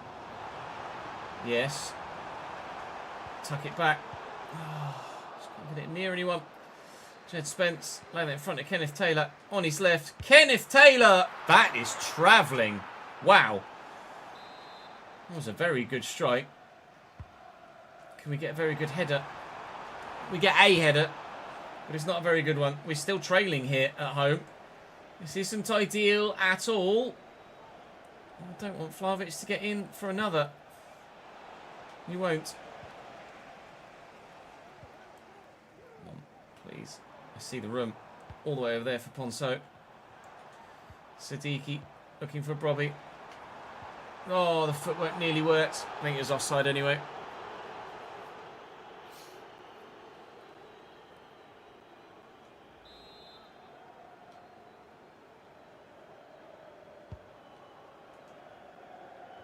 Jesus, what a leap from Geertruida. A run from Taylor. Gnabry's through there. So's Mavropanos. That's Çalhanoğlu though. Bloody hell.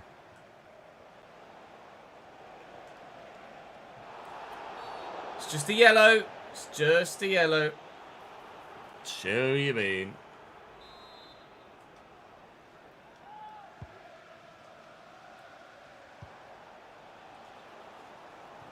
Okay.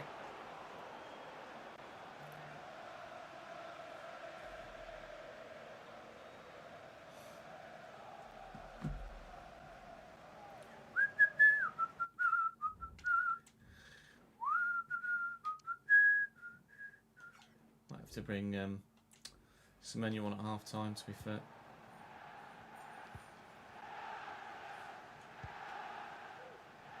Çalhanoğlu. We'll go one at a time.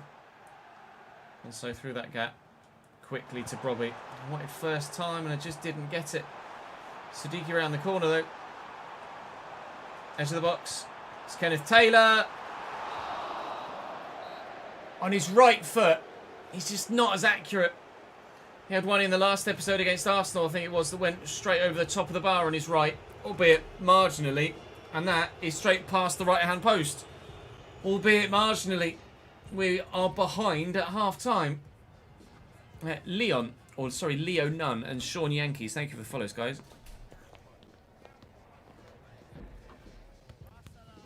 Was that on the beta, Sid? I saw general positive feedback about the beta gameplay. Right, I'm not going to risk losing Hume. Let's bring... Put Marmol on there at left back.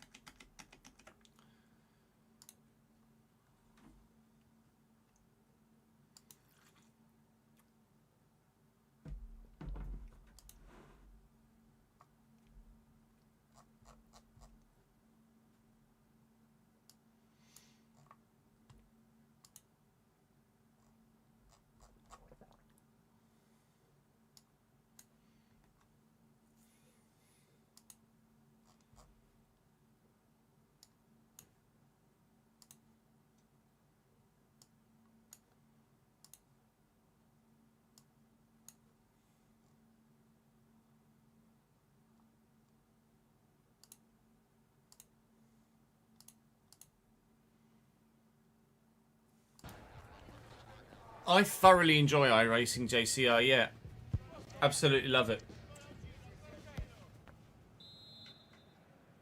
One of my favourite things to do.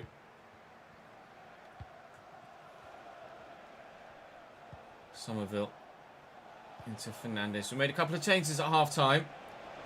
We have brought Antoine Semenyo on. Up top for Brian Brobby. And see the space at the far side if Siddiqui can find him, but can't get there. We've taken Trey Hume off. I can't risk losing the right back to suspension for a game against Liverpool. So he's gone off. Jed Spencer's moved across to right back. And we've brought on Miko Marmol at left back, who will certainly be able to do the job in that position. He's a centre back and left back. He's only 5'11", so he's kind of a hybrid of the two. You want your... Well, I guess ideally you want tall fullbacks as well, but tall fullbacks tend to be less agile and not quite so good at getting forward. Çalhanoğlu needed a little bit more agility there himself, actually. Now here's Dusan Vlahovic. Marmol might be immediately involved, but Vlahovic has gotten away from him. Marmol is quite pacey. And Paqueta. Ooh, over the top from Lucas Paqueta. I mean, there's only half an hour left, and we are not necessarily knocking on the door in this second half so far. We spent a lot of the first half doing a lot of attacking, but we couldn't score. So far in the second half, we've not really gotten going yet. But could we be now? Gnabry, Semenyo, surely... No, the pinball again doesn't work for me the way it worked for them. And it really has been pinball in this game, hasn't it, at times? Ponso. Gnabry made just the wrong run, but that's his role as an inside forward rather than just showing any sort of intelligence to run into space. Oh, that's a poor passing decision from me. We're running out of time here. This result could have a big impact on the title fight if it stays as is. Ideally, I need 2 goals, but I can't even get one.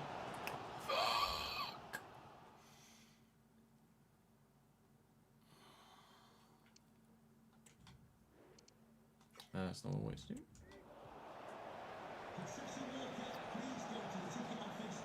Siddiqui dangled a leg, but he got past me. Just worried about this time, though. Semenyo. It's a foul? It is. Take it short. Çalhanoğlu, Siddiqui.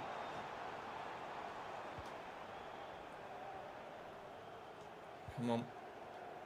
Taylor. Siddiqui.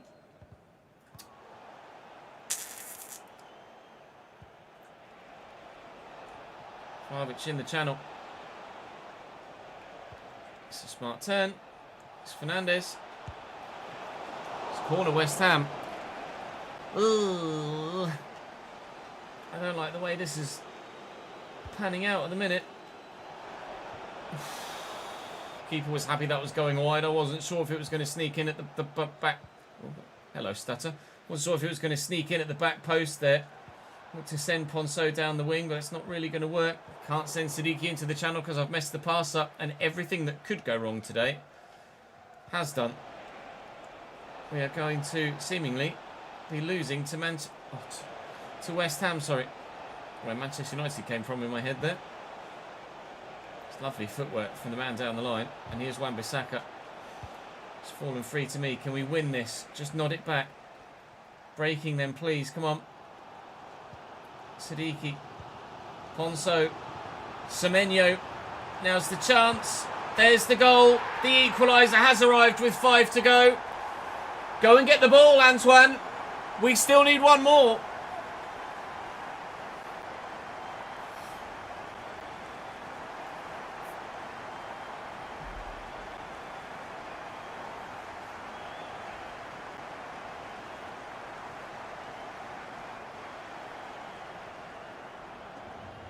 Vitic's a youngster, yeah.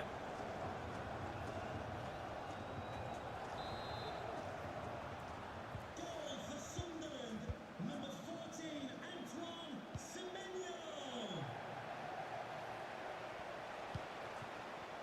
West Ham haven't given up hope of winning this game. Don't tell me that was a foul. Tried to just squeeze the toe through the gap. to get the ball away. Patterson has kept that out with his arse. The rebound falls to the West Ham man off the post. And I'm not sure who it is, but with an open goal, literally saved it with his arse. He's kicked the ball. I think it might have been Paqueta. He's kicked the ball straight at Patterson with the open goal there. All he could do was find the goalkeeper's backside. 3 minutes added on. We're in them now. And Semenyo is going again. And Semenyo is in again. I think it's Wan-Bissaka. And Aaron Wan-Bissaka does Aaron Wan-Bissaka things. He is one of the best one-on-one defenders in the Premier League. And he's done the job again. It is a point against West Ham. It could have been worse, but it could have been better too. Best save ever. He really did save it with his arse, didn't he? Where is Vital? Oh, he's at loan at Bristol City.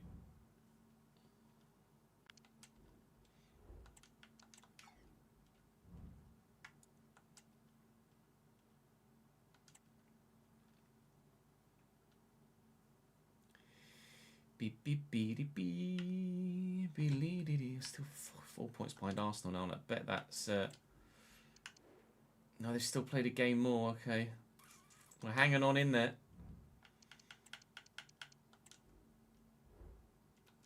Edgar Beaumont is unsettled, is he? Well, tough tartars, sunshine, toodly pips.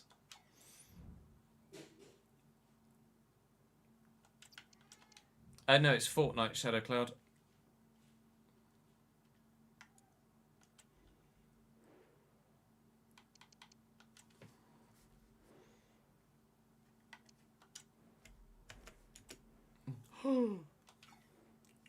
Insert shocked Pikachu. Isak, Wirtz. Wirtz is 92 now. Fucking hell. Bradley Barkler, Frimpong, McAllister. They've really not got any other centre mids?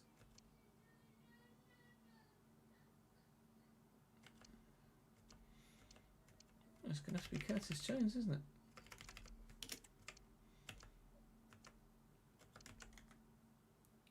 Carreras, Alaba, Verge, Carvajal, Stugan.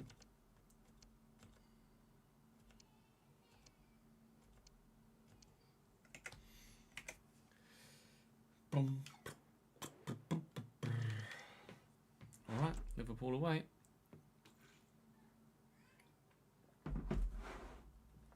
I don't know anything about Lamans, so I can't really comment.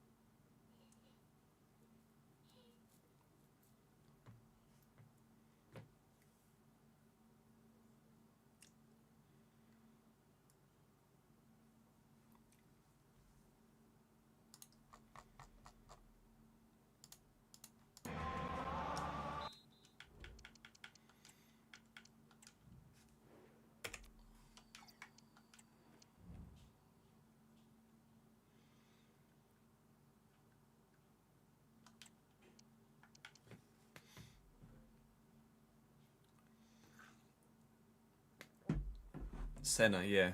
Senna Lamans.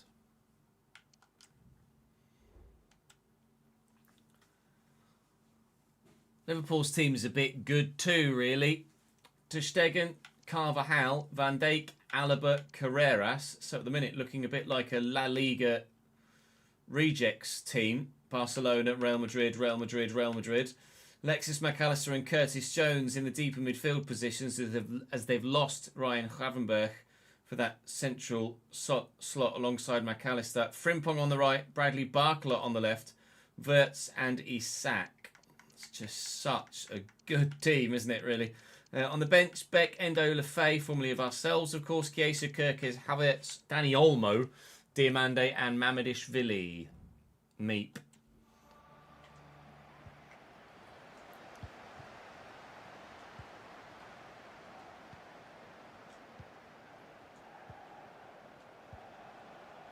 Taylor looking for and finding Talby, looking for and not finding Semenyo, but this is Jalanolu territory. Now the last one I couldn't get over the wall. This one certainly will, because we're a bit further out, so I could put some more power on it. It should get around the wall as well, to be fair. Oh, and almost any other goalkeeper wouldn't have got there. But ter Stegen with the disastrously quick feet as far as we were concerned to get to the ball, to stop the goal. And there's too many red shirts around here for me to be able to find a free man. Talby. He's past him. Not been the right decision to play that back to Kenneth Taylor there. Good movement from Chris Rigg. Taylor spins. Taylor spins. Taylor! On his right foot. Misses by a few millimetres again.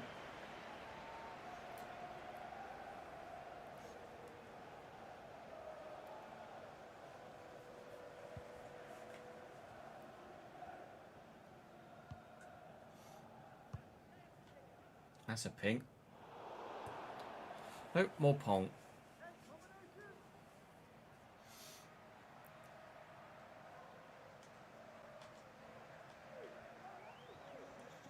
abusive language will not be tolerated in the stadium. Thank you. Rigg. And Taylor. See Talby getting forward. And Semenyo's gone. He's beyond the line.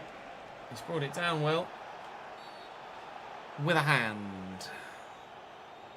I'm not sure what Taylor's weak foot is. It is 5-star apparently. Long shots of 81, finishing of 84. Rah.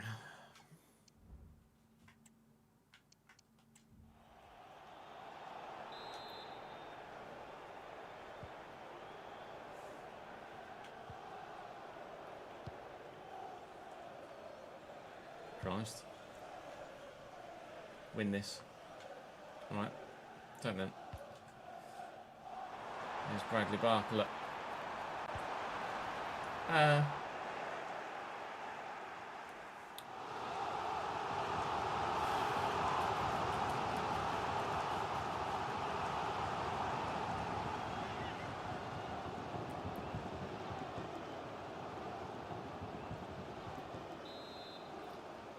Corner Liverpool. Florian on it. It's not a great ball actually, but it's going to fall to Frimpong. That hit Hertrauder's hand, but rather weird fashion. I don't recall asking Adingra to do that. Isak with the throw. Frimpong. Isak again. Frimpong with options. And it's a great ball to Wirtz. It's a top stop by Patterson. It's corner Liverpool again. This one going short. Two former Leverkusen men combining a few times. And Big Verge is up, but that's comfortable for Patterson. Can we get this down and away from Alaba? Oh, yes, but not legally.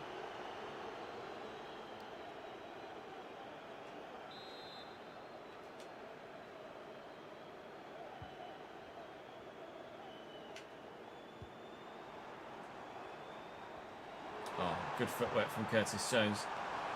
Keeper came, didn't get there.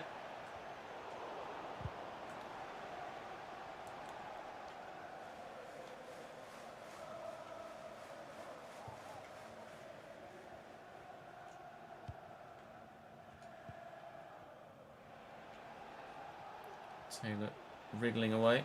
Taylor with a little bit of room. And a really good ball. And Semenyo on his left. Well, he bagged a couple of good goals at Anfield earlier in the season in real life.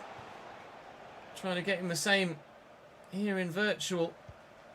It's Kenneth Taylor again. Step past Curtis Jones. Taylor on his right. That one was on target. It's saved by ter Stegen. He does have a 5-star weak foot, Kenneth Taylor. But at the minute, it tends to be his left that's more accurate. On that occasion, the right-footed shot was on target, but not accurate enough to force it past the keeper or find the corner. Relatively straightforward for ter Stegen. It's not a great ball forward either, nor is Semenya really seemingly that interested in it. I mean, a draw is okay, but we have had a really difficult run of fixes, haven't we, to be fair? If we're able to come out from these games with a win against City and a draw against Arsenal and Liverpool, I guess we have to be happy with that. The frustration is the draw against West Ham, because you would have expected 3 points from that fixture. Going to be drawing 0-0 here at half-time.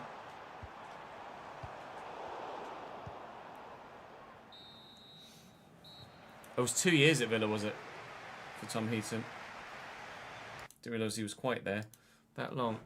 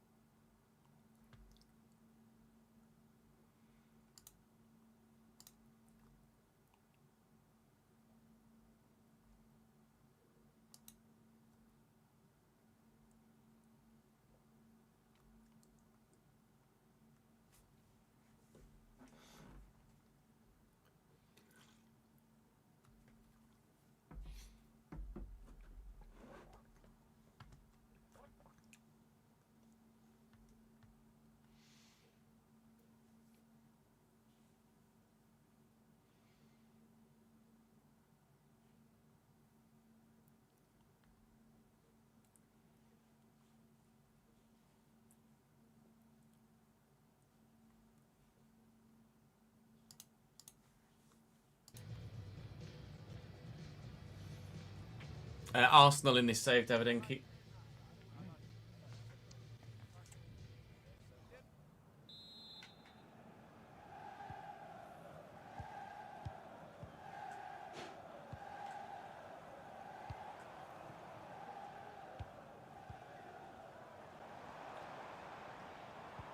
Carreras back to Wirtz. Thank you. Given away, and Toby's going to keep that in. Right. On the counter-attack at Anfield. Counter-attack halted. Adingra. Oh, not sure about ter Stegen there. What was it? The old record of Virgil van Dijk never being dribbled past? Yeah, we've done that now. Simon Adingra just powers driving around the outside of the big Dutchman. Gets himself in. And then I think the keeper expects him to go across goal. And he just doesn't. That's just a simple finish. Well, I'll take it. Every single day of the week.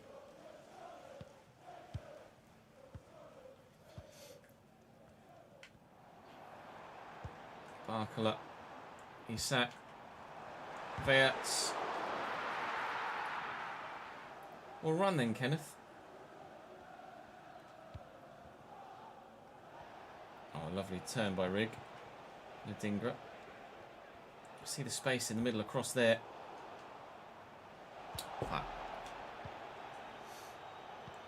Oh, it's a lovely ball into the channel for Alexander Isak, and we've dealt with it. How many times have we seen him just punish us for letting him get free beyond a defensive line in a Newcastle shirt? Here in red rather than black and white. He's not able to do what he normally does. Hume on a decent run, but very firmly halted. This He's back in position now, but needs to step in here. Çalhanoğlu does well, but I think Geertruida might have made a foul prior to the ball making it through, and an early shot from Frimpong is very poorly taken. That's supposed to go to the bleeding left back. We got away with it. Can't make mistakes in the final 25 minutes. Otherwise, we will not get this dub. Taylor to Talby. Talby to Taylor. Taylor. Not to Talby. He's well off. Spence. Through to Rigg. I see Talby. Oh, didn't quite put enough power on the pass. The channel was there. Big man at the back read it. Just as Rigg read that. And Adingra's in. Camera took a little while to catch up there. Didn't know where Carvajal was. Verts into the middle. Near the Anfield crowd start to roar their team forward. Over the top to Isak, who's knocked it down well and turned away from one.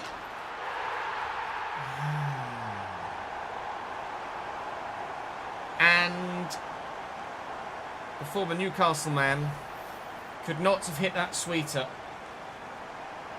It just settled right for him. And to put it right in the top left. Nods it down. And then, well, actually, quite frankly, I think the ball goes through him. I'm going to have a quick look. Outmuscles the defender. And then I think the ball just goes straight through Alexander Isak's midriff there. Dinked over. Good initial headed control just to nod it down in front of him.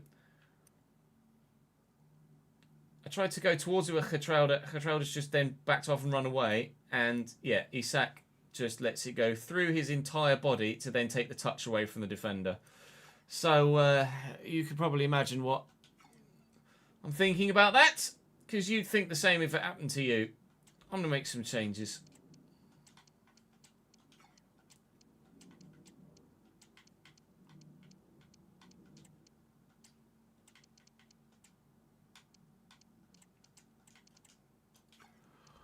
Bullshit.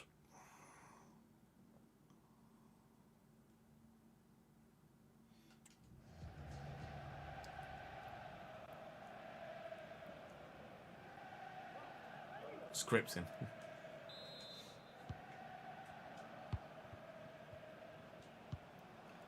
Spence to Diarra off the bench here. It's away from the challenger Bradley Barkler to Siddiqui, who's well off the bench here. To Ponce, who's well off the bench here. Semenyo. Oh, Adingra's right there. McAllister.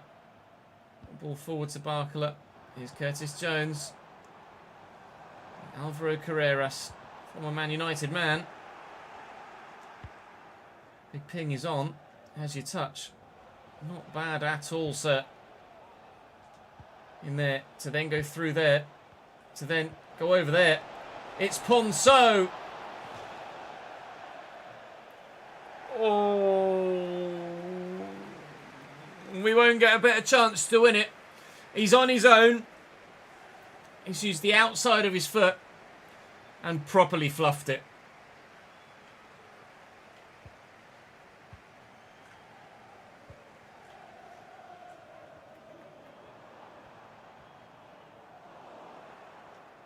Marmol, Siddiqui. We go to Ponceau first, and then first time look for Semenyo. Antoine Semenyo wins it for Sunderland at Anfield.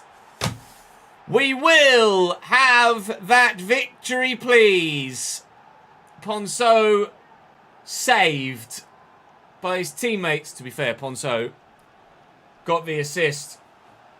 Liverpool defenders on the floor. Fairly so, rightly so. Lovely first time ball. Van Dijk beaten again. Antoine, that's the reason we started him. It's the reason we put him off the bench in the last one. He scores big goals. Yeah, I didn't react quickly enough to square it with Ponceau to the man that was just breaking free on the near side, Benji.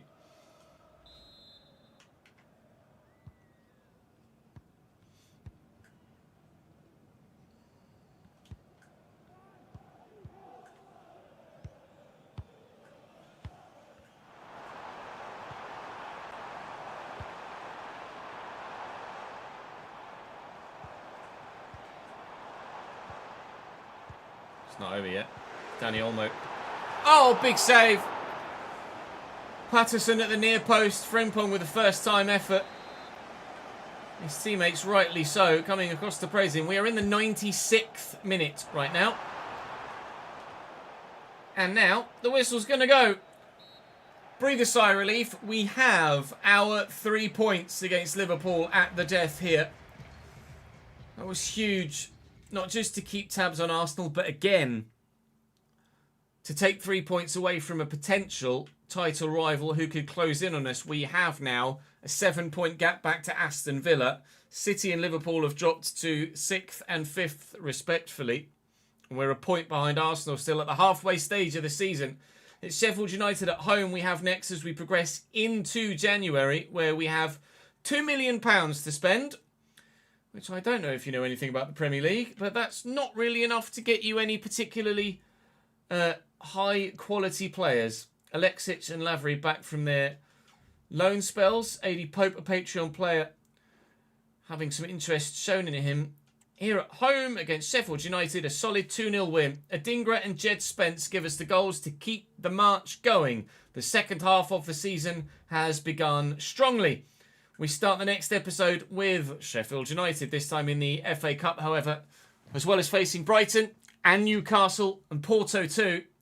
And then we'll have Manchester United, Rangers and Liverpool after that. I mean, we could go for back-to-back FA Cups. Might be nice. Or was it last year we won the FA Cup? I can't remember which season we won the FA Cup, whether it's season 1 or season 2. Regardless, we know we have won that trophy, but we'd very much like to win the other 2 that we're involved in. I think it was season 1 we won the FA Cup because we were going for the Europa League and the Premier League last season, weren't we? And failed on both fronts. Not this time. We'll win one of the Premier League or the Champions League, won't we, lads? Yeah. All right. I'll see you tomorrow. Right. Let's get that footage saved. That's Sun37.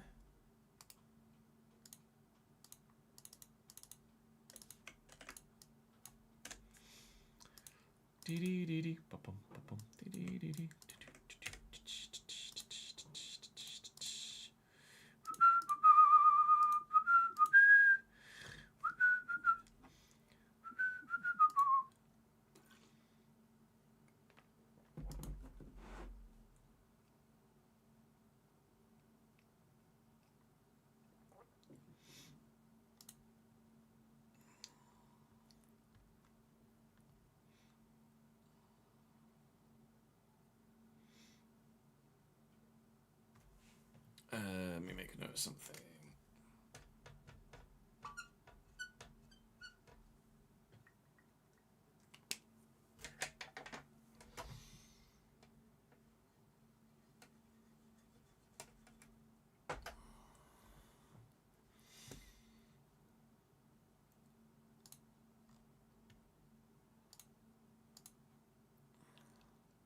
That's it, season 1 against Ipswich, wasn't it?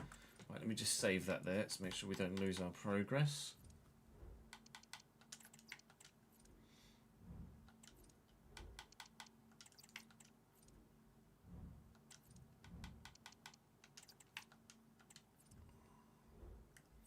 Right, we'll have a quick toilet break and then we can record another BRB.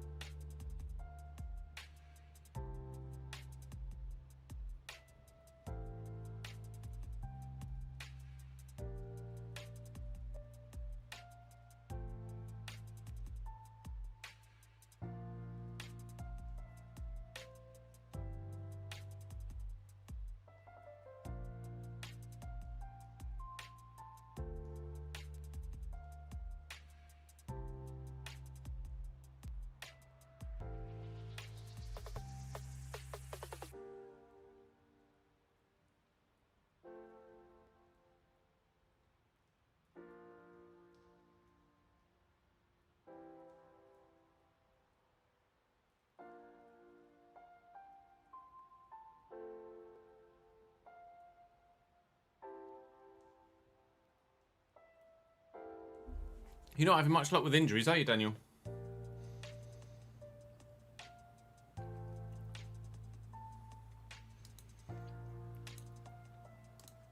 Right, we've got time to record one more, so we will. Yeah, Kimpembe's gone to Qatar.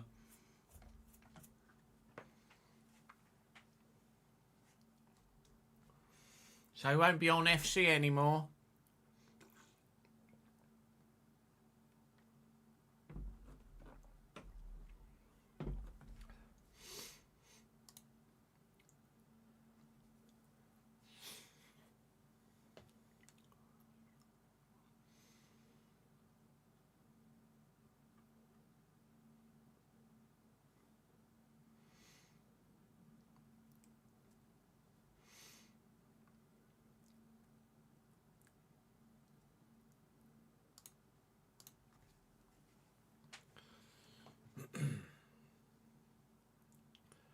We're in the January transfer window. We don't have any money to spend, so we don't really know as what's going to happen throughout the course of this particular window. 2.7 million is not going to earn us enough money to be able to bring in any real quality, is it? Not that's going to add to this squad that currently is sitting second in the Premier League, out of the Carabao Cup, about to take on Sheffield United in the FA Cup, and in the Champions League we finished fourth. I say we finished fourth. We still have 2 games left in the league phase that come later in the month of January. Just used to the old format where you were finished by the time you reached the January transfer window. So Man United lead the way at the minute with 5 wins from 6 Champions League games. Ourselves, Inter Milan, Man United, Juventus and Atletico Madrid are all undefeated, as well as Real Madrid, to be fair, although they've won 2 and drawn 4, which is not particularly great for them. Commiserations, Lech Poznan. I think you're going out of the Champions League, lads. I'm sorry. We've got Porto and Rangers to come in the Champions League, but today we've got Sheffield United, Brighton and Newcastle. We may well have the Porto game as well. I'm probably going to sim the Porto Champions League game, I think. We're likely of going through there regardless of what happens in that game. We'll be playing Rangers tomorrow, and I want to make sure that we play Sheffield United and stand a chance of winning the FA Cup again for the second time in 3 seasons if we can. So I'm going to go and play this one to start, whilst I ask you guys to drop the video a like if you're continually enjoying this save. Of course, make sure you're subscribed to the channel so you don't miss out on any more moving forward. And of course, FC26 really isn't that long away at all now. It comes out next week. Let's get this save finished, shall we? We want everything we possibly can. You're going to do Coventry. Go for it, Fungi.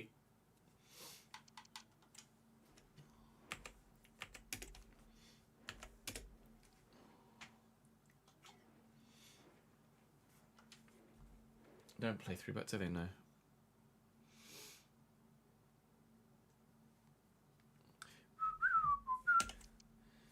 Cannon.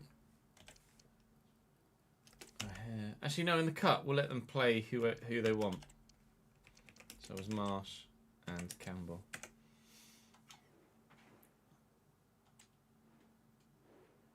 I think we said for cup games we were going to not, weren't we?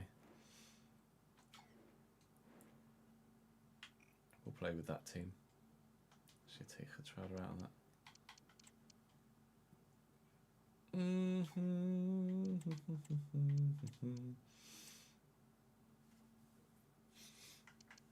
Yeah, go on then. I'll do. Hello, Reese.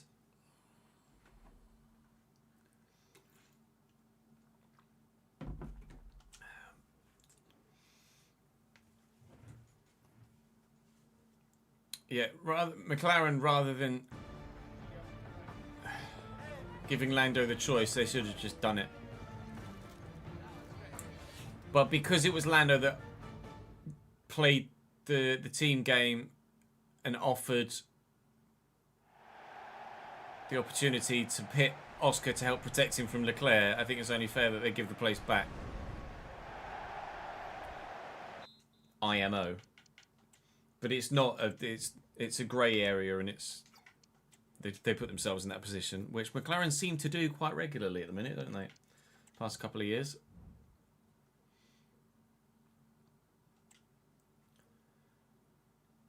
Gerbich in goal for Sheffield United here at Bramall Lane. It's Shackleton, Freckleton, Baptiste and Hurrows, Janelt Matos, Chong Martinez, Marsh and Campbell.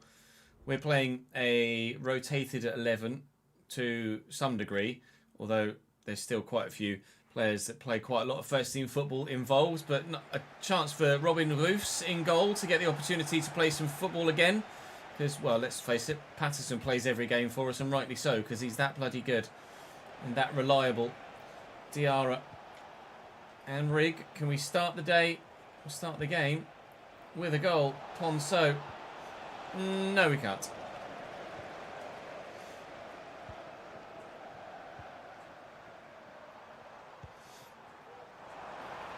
Here's Marsh through the gap. Thank you. Rigg. Diarra. Ponceau. Semenyo. Oh, he's completely sent the defender. Antoine, you're too good, mate. Semenyo's footwork is just a delight to play with. Sunderland 1, Sheffield United 0, 9th minute.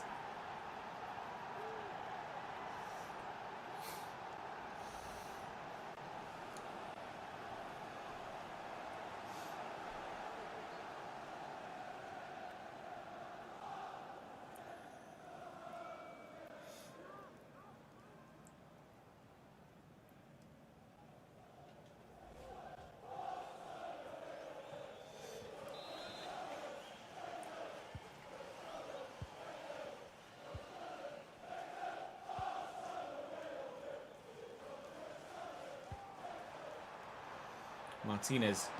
Sheffield United looking for a way back in. It's Alderete that got underneath that.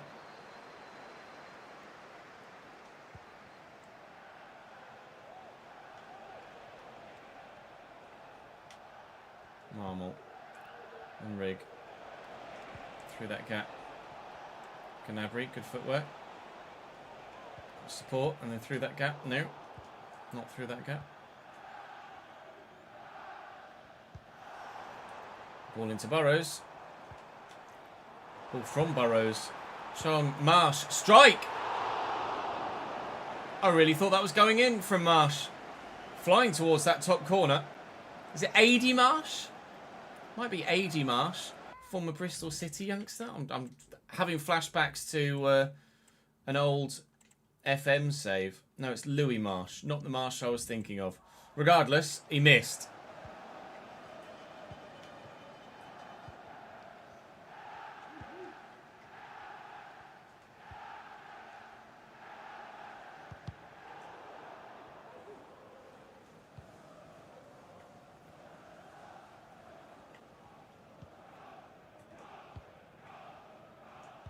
Diarra.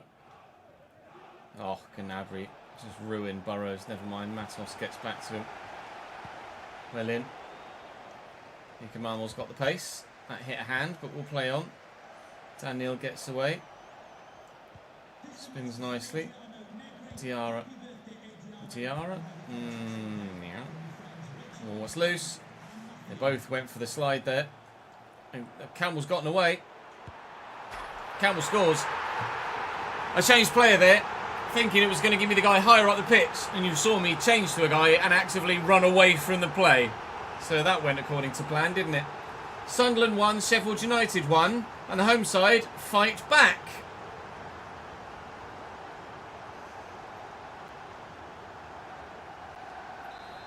Okay.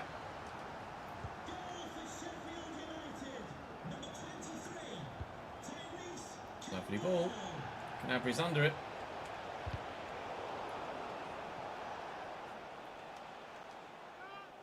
Ponceau with the throw. Diarra.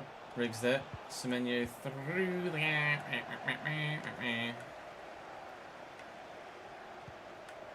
Well read by Alderete. And quickly forward. And out wide. And Rigg round the corner. Chris Rigg. Tucking it back. Semenyo near post. 2-1. Keeper probably should have done better with that. Semenyo just kind of ran at him there. Just taking the mickey out of him. I think the keeper definitely should have done better with that. It's not like Semenyo put masses of power behind it. It's not like it was right in the corner. Unless maybe he was just set thinking... No, really wasn't right in the corner. It's a bit poor from Gerbich there. Probably should have done better with it. Regardless, Semenyo at the double. We lead.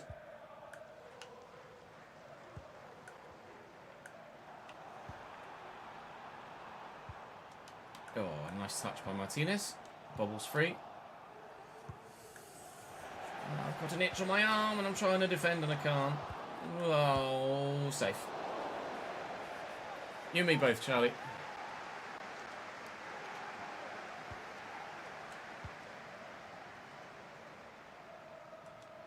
Marmol.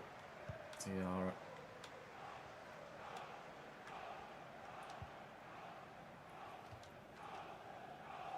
Marmol with the throw. Tiara. Martinez. Simple for Todibo. Just leant on him and he caved. Gnabry. Drive inside. Through the gap for the nice run from Gnabry. Oh, that was Gnabry. Who was that then? It was Ponceau out there. It's on the opposite side of the pitch. What are you doing, Julien? You're not going to run through the middle of everybody, mate. I might do, he says. I have. Get out.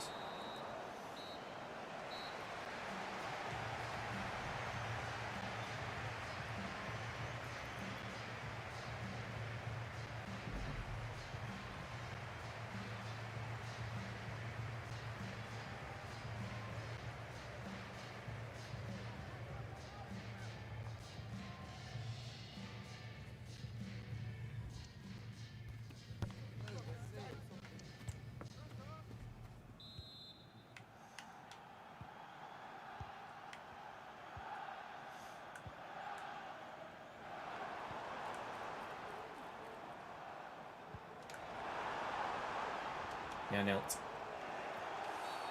Well, I was going to say forcefully removed from the ball, but I didn't feel like it was unfairly removed from the ball. It's Burrows. Oh. All right. Who's this guy? Burrows berries. Brilliantly. Bollocks. 71 free kick accuracy, 72 shot power. Not on that evidence, mate. That was 99.99.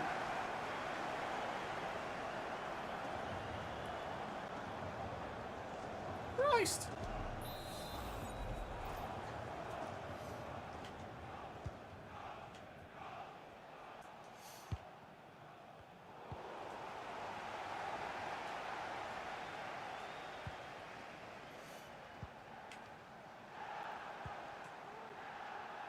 Chong. Oh, brilliant reading of the play from Alderete. And Semenyo and Gnabry's just on sides here. Semenyo hat-trick. Oh! No! Nearly, but no. Nearly, but no. Might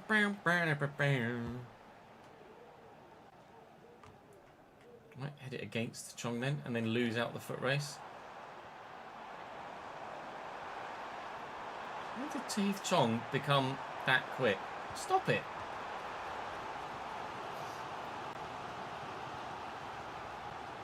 I don't know, Sid.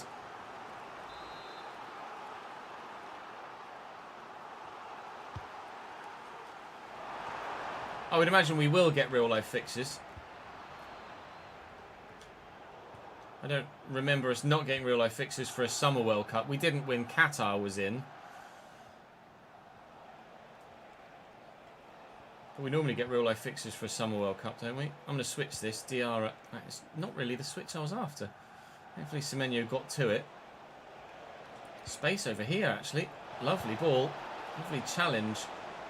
Why are Ponceau and Gnabry on the opposite wings now? Ponceau's actually hurt from that. That's annoying. Adingra.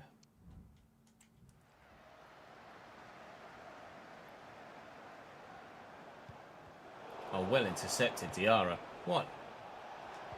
Vision to step in there. Ponceau's hurt and he's about to come off. And he's going to come off as a goal scorer and maybe a match winner. Almost limping away in celebration before the cutscene cuts in and then he sprints off. We lead by 3-2. This has been quite the fixture, hasn't it? Certainly expected it to be a bit more straightforward than this.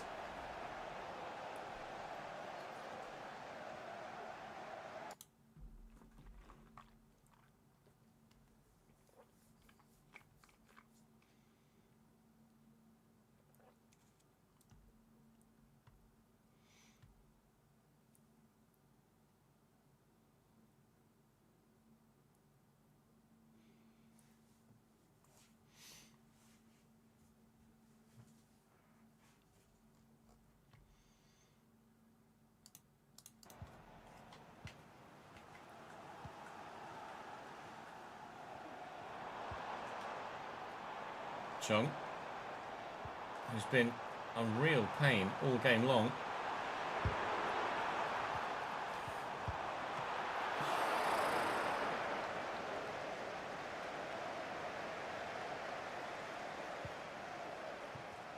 Neil. Rig. What a challenge. Teeth Chong is disgusting. So was that challenge. That was going to be a straight red card, isn't it? Dennis, you're going to get your marching orders here, pal, I think. Yeah. I went for it was Dan Neil. Sorry, I thought it was Dennis Serkin. I went for the ball. I may have missed it. And got the man on the heel instead. Okay, well, we're down a central midfielder. Not ideal from Neil. But we're going to clear that away and we'll just try and hold on to the lead that we've got thus far. I mean, might be able to build on it. Adingra looking to get played in behind. He might have been offside there. Play continues. He wasn't offside there. Nearly fought. Nearly, but no. Thank you. Tiara.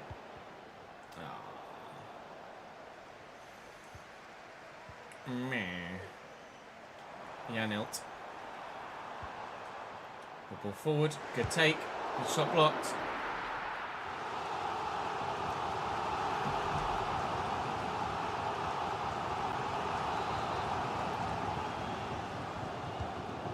Cross comes in.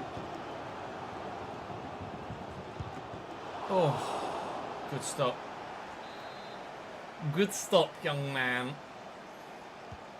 Burrows, Matos, Ibrahimovic. Alright. Stay on side. Oh, the ball is so bad. Adingra is just away there. Now Barisha's in. That ball's better from Dennis Serkin.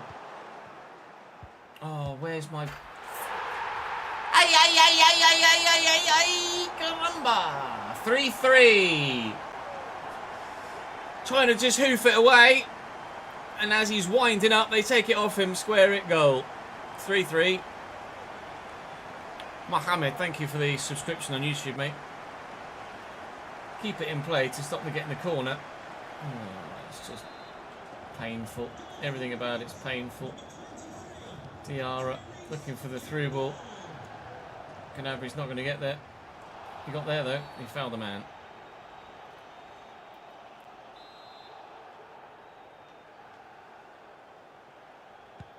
Baptiste away. Okay. Everybody left him on his own. Now I'm a bit worried. Barisha. Todibo steps in. 5 minutes. Really? Right. Well, Burrows at the double? Or Barisha? Looks like it's going to be Burrows. Oh my Christ. Wow. Very nearly was Burrows at the double. They're going to get another free kick here as well. And it's basically the exact same spot as before. Burrows at the double.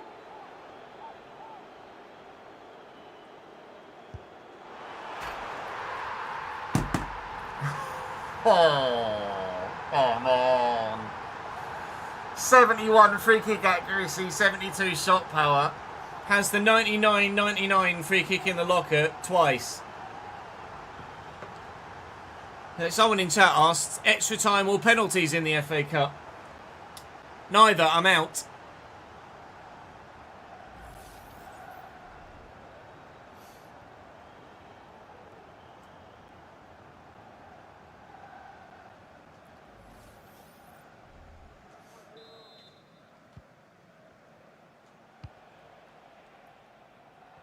Dingra up against the fullback. Beats him. We are in the 96th minute now. And I've not got the ball anymore. Well, we don't have to concentrate on the FA Cup anymore. That was quite the entertaining cup tie, wasn't it? I'm glad we've already won that trophy. Otherwise, I'd be pretty disappointed. Well, not disappointed, but you know what I mean. Burrow's better than Beckham, apparently. Burrow's better than bloody Ward-Prowse, apparently. Wrexham 4, Manchester United 2. Right, I don't feel quite so bad anymore. Christ alive. Some shocks in the FA Cup third round, that's for sure. We top the Premier League at the minute. Let's not throw that one away, shall we?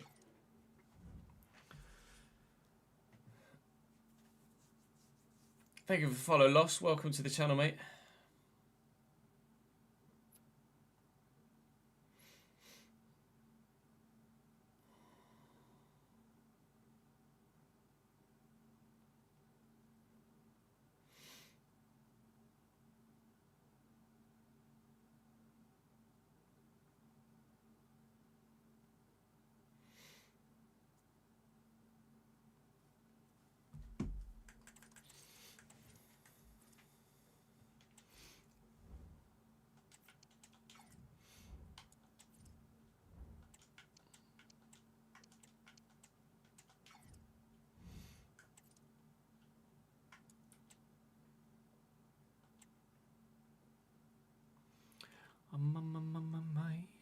You just joined and that happened. Yeah. You might be a bad luck charm already. Loss. Spurs have offered me 33.9 for Getrauda. Spurs can get fucked. No, I'm pretty sure Burrows is a real player.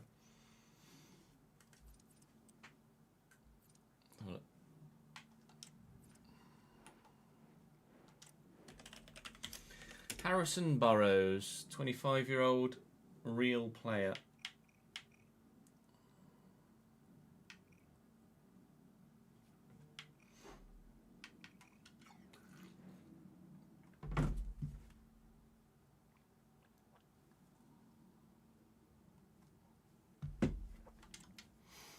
Yeah, now we can focus on the league and Champions League. He has a dead ball play style. Did he actually?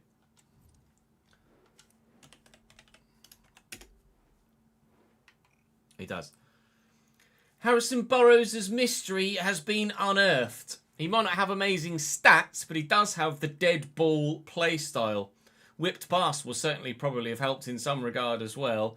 Yeah, okay. Fair enough. Sometimes you just have to hold your hands up and say, GG's. Fair play, well done. Onwards and hopefully upwards as we face Brighton away from home.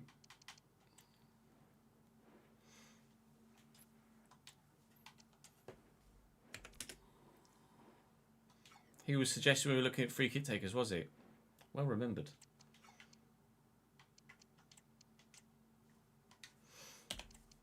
Misha starts for Brighton. Please don't. Riente, Minter. Gomez is centre mid CDM. De Kuiper, Hinshelwood, Caliolo, Tapsoba, Bashali.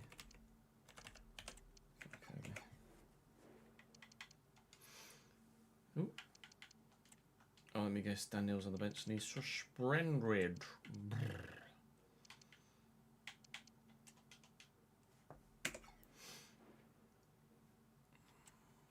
Yeah, good, thank you, Liam. How are you, mate? Hunt, thank you for the subscription on YouTube, pal.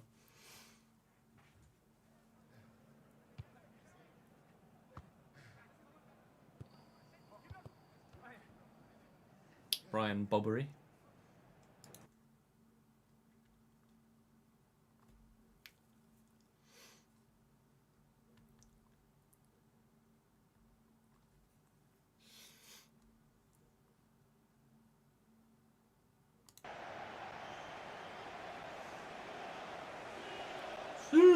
Seagulls.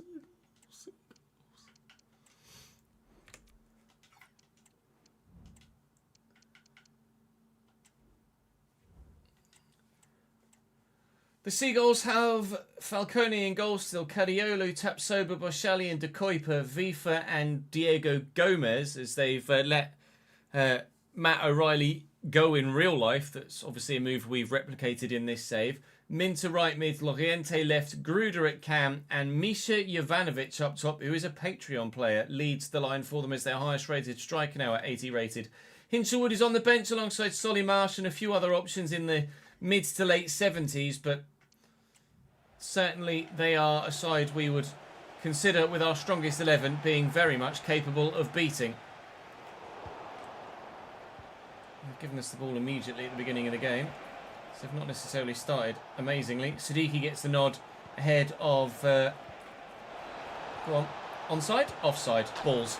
Siddiqui gets the nod ahead of Chris Rigg for this one. We very nearly took a particularly impressive 1-0 lead. We put it in the back of the net particularly impressively. It just wasn't legal. By a toe.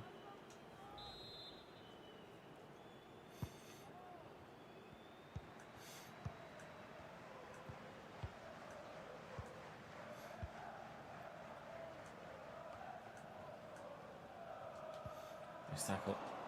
Spence forward to Siddiqui, away. Through the gap nicely. Taylor turns one way then the other. Jalanolu. Siddiqui. Jalanolu again. It's that low shot again. I want these long range smashes from Jalanolu that I just don't get. Alright. Jan Kuba's away.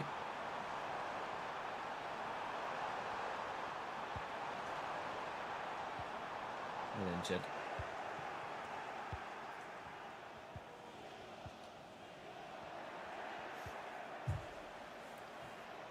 Spence into Taylor in the middle. See the run that Talby's making, and he's found brilliantly. And Adingra's going to split their defence there, and Simon Adingra surely from here. Bosh. 1-0. Brighton's defence at 6s and 7s, and if they keep playing like that, they'll concede 6 or 7. Adingra makes it 1-0.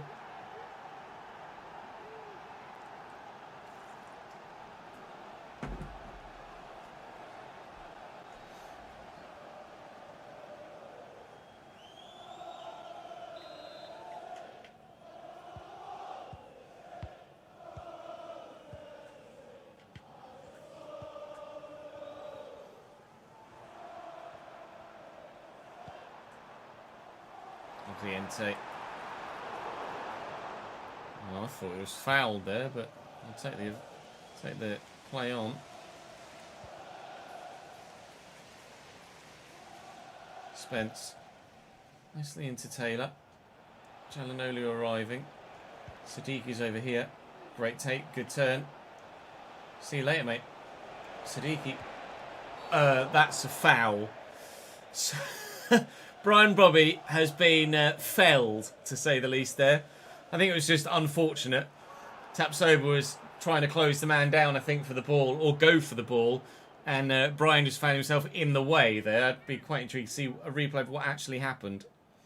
Yeah, he's gone to try and block the shot that he thought was coming, and Bobby was just there. Right, well, can you channel your inner Harrison Burrows, please, Hakan? Because that's what I need right now. It's not what I've gotten. Wall in the way. Jalanolu. Oh, and he can't finesse shot from outside the box either.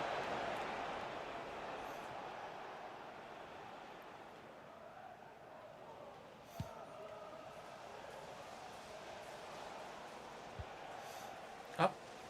Down.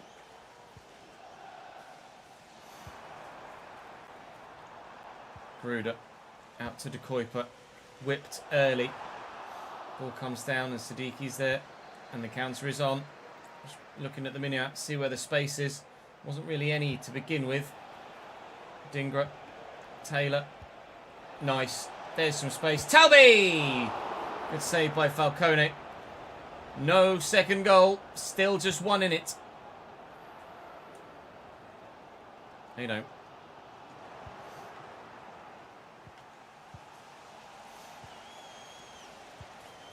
Nice. Spreading the ball about really well here.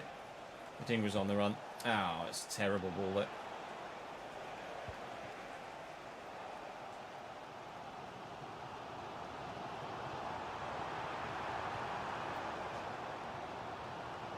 I hadn't seen that, Liam, no.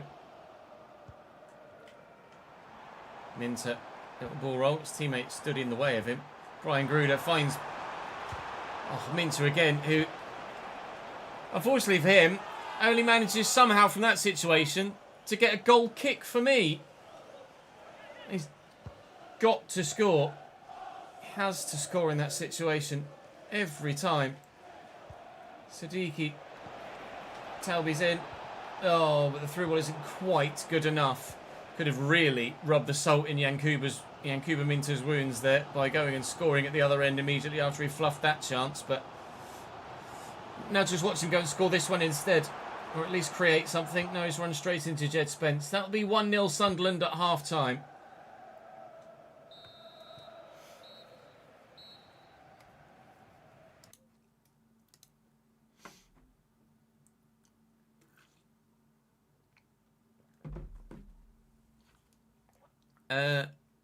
No. I think so. I can't remember where the last split was. I think it's just because I've got a lot of hair. I need a haircut. Where was the last split on the other one? Can you remember? I can't even remember where it was now. It looks very much intact.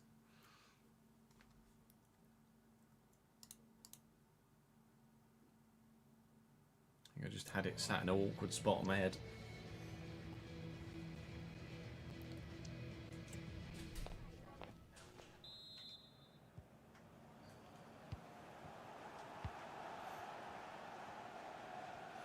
Jalanolu. Taylor.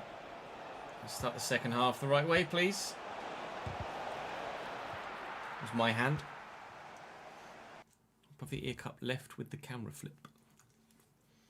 That's all good. All gravy. One is higher than the other in terms of where they are positioned, so maybe that's why it looks slightly odd. Is that better? I don't necessarily have the most symmetrical of heads. Slotted into Kenneth Taylor. And slips away from his man. Talby. Taylor again. Talby. Oh, if that finds its way through. It's Brian Brobby here now. There's Siddiqui through the gap. Trying to pick them apart. Got runners all over shot, just trying to find a way through. Oh my god, Yankuba Minter literally just runs around me every single time. And every time I feel like I'm ready for it, but I can't deal with it every time. And it's quite the tactic from Brighton. It feels like I'm playing foot champions, the way they just keep abusing Yankuba Minter's pace. Brobby can't get past the defender. And we have ourselves still a 1-0 scoreline here. That at the moment doesn't look likely of changing.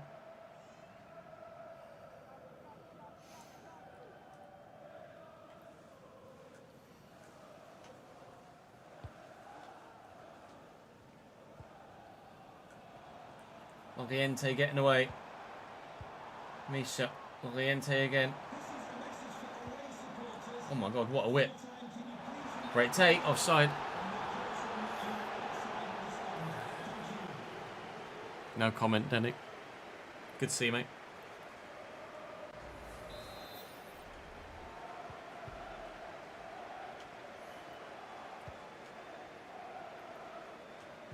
Little dink in there to Kenneth Taylor. Then Brobby. Talby. Make the right run, lad. Thank you. Quickly.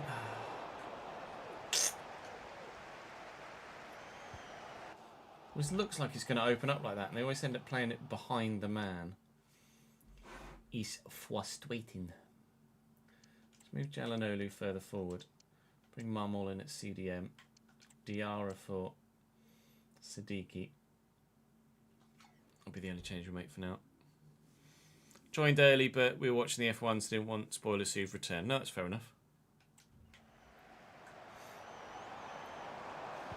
We didn't want spoilers because my TV was ahead of your stream, or just that you weren't able to watch the race? Taylor, we'll switch that. Or at least get a big diag on. Minter, ready? Wait for it. Oh, he actually tried to pass the ball. I am surprised. He's tried it twice. It's worked. Bloody hell, Yankuba. You are more than the one-dimensional player. You have me surprised. Taylor. Oh, God. Kenneth Taylor, that is really poor.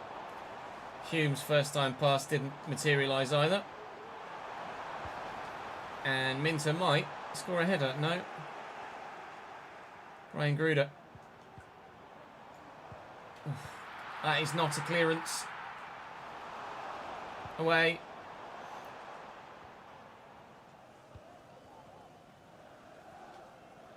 Spence and Siddiqui quickly to Taylor. Through that gap well to Brobby. We could just try and see through the 1-0, but I'm not particularly good at seeing through leads, am I? Lucy Ivanovic. Give me fucking Jalanolu. I can't. Oh my God. I must have changed player about 7 times there, and not once did it give me Hakan. In the middle. Still can't get it to Hakan. Fuck me. Player changing fucking thing in this game is so shit. No.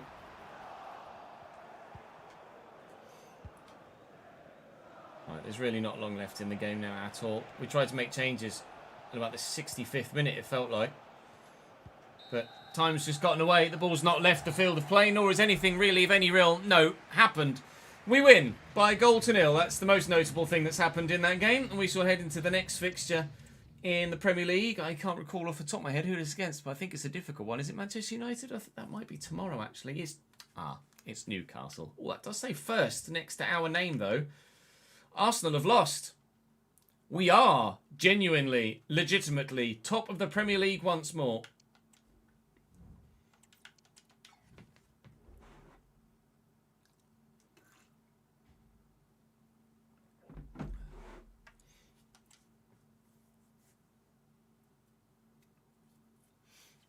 Oh, you weren't able to watch the race, that's fair enough. Stade Rennais bid for Mukiele. Nay. Not having him.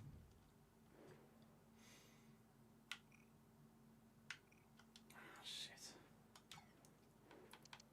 Front three just don't recover stamina. It's so annoying.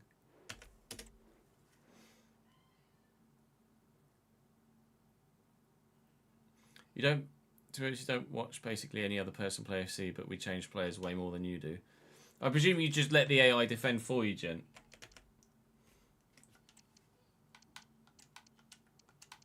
You just like run around with your CDM and let the AI do it. Whereas I actively just kind of attack the ball.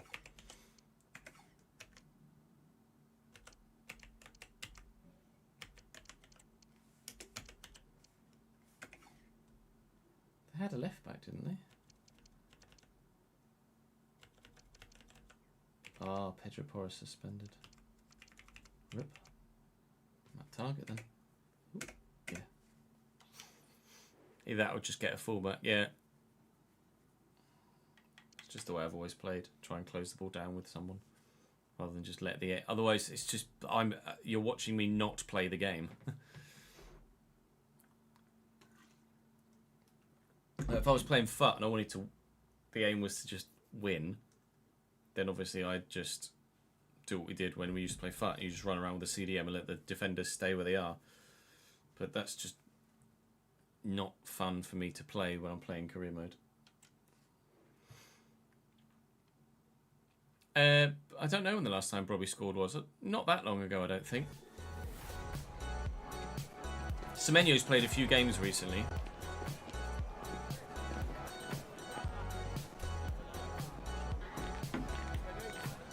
We'll probably be mid-save, Danny, to be fair. So it won't matter.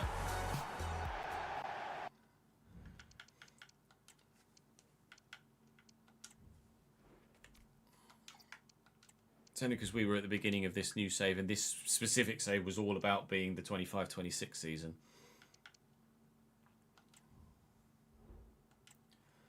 Diogo Costa in goal for Newcastle still. Kimmich, Botman, Thiaw and Matt Target as Pedro Porro is suspended for this fixture. Caicedo, Willock, Benacer, Ramsey, Voltemada and Gordon. Voltemada started the last one and was substituted off for Johan Wissa very quickly indeed when Joe Willock got himself sent off last time we played Newcastle. They'll be hoping it doesn't happen again. I'll be hoping that it does happen again. Hoping... Easy for you to say, not for me. Front three rotated for this one again, purely because of stamina. For some reason, my front three players are just always tired in the busy fixture list sections of the season, which is annoying, but just have to deal with what you got, don't you? What we've got is not a 1-0 lead, but it is a corner. So we'll try. Çalhanoğlu in. Botman up. And Benacer away. Oh, that's a nice point. Jacob Ramsey doing his best Jan Cuban Minter impression. It's not worked. Oh, what a take. That was gorgeous by Kenneth Taylor. Semenyo, not so much.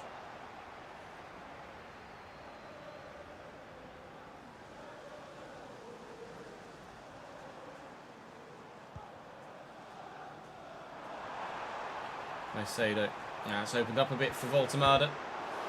Strike from Joe Willock wasn't good enough. Riggs ball not good enough. Malik Thiaw reads it brilliantly. Could have split them open. We got a really, really good 3-0 win back at the Stadium of Light. Well, it was certainly assisted, that hit a hand. Was certainly assisted by the red card. I can't deny that. Is Anthony Gordon going to go for goal? No, he's going to put it in the middle. Anywhere but there, and that's a goal. But it wasn't. It was straight at the keeper, so it's not. What a ball. As you take. Oh, Podso, it's gorgeous. Ahead of Semenyo, who's going to have the legs just together ahead of Malik Thiaw. Oh, I tried to just rifle it into the roof of the net. Didn't quite get it right. Oh, absolutely, Davidenki.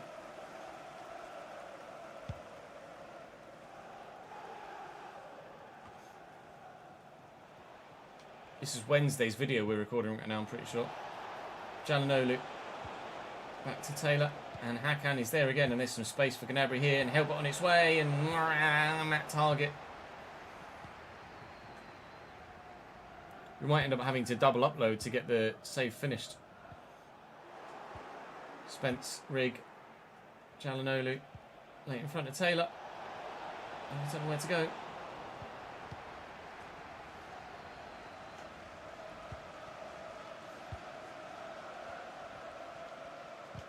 Good block. It's not going to fall for me.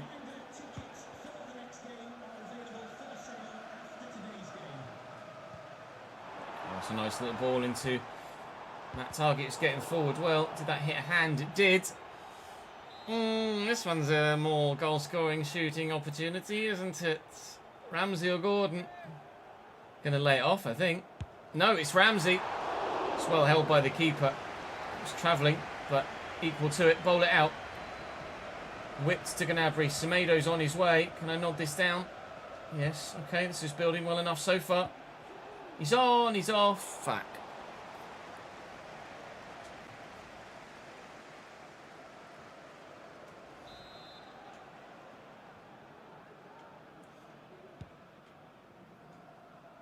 Well up. Well in. Nice. First time. Not first time. Alright, cheers. Gnabry. Oh, what I wanted, but it worked in keeping possession. And now Gnabry could be in again. He's beating his man. Says Gnabry. Oh, edge of the box. Oh, fucking hell. Gordon's beaten me. Challenge. I had to go to ground there. It was man or ball, but not both. Willock. Caicedo just in the way. Actually working quite well. Voltemada. Willock could go for the 1-2. Jed Spence. Jacob Ramsey. Kubasi to Chelsea. Oh. Very nice. Piss. It's not gone well at all, is it?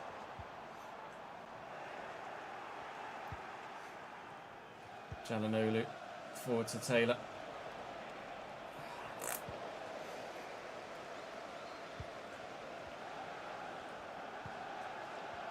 Caicedo spinning on it. Newcastle looking for a late first half lead.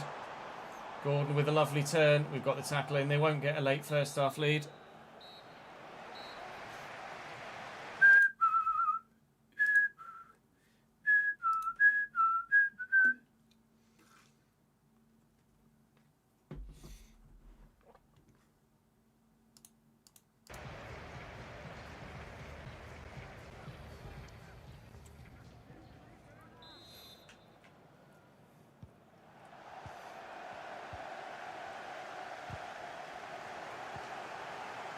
Rig. Canabry. Semenyo's going. Oh, okay.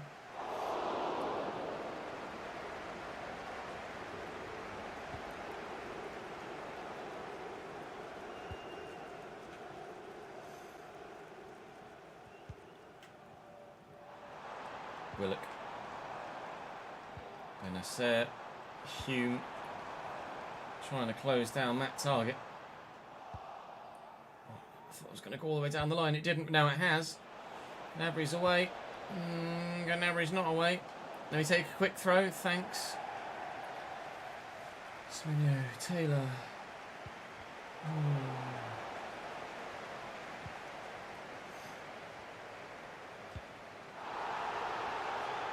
That was tasty. That was another man or ball, but not both.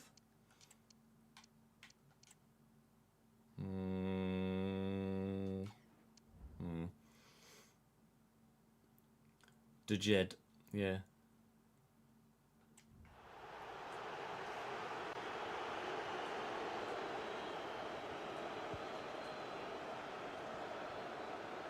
And that's hopeful, to say the least.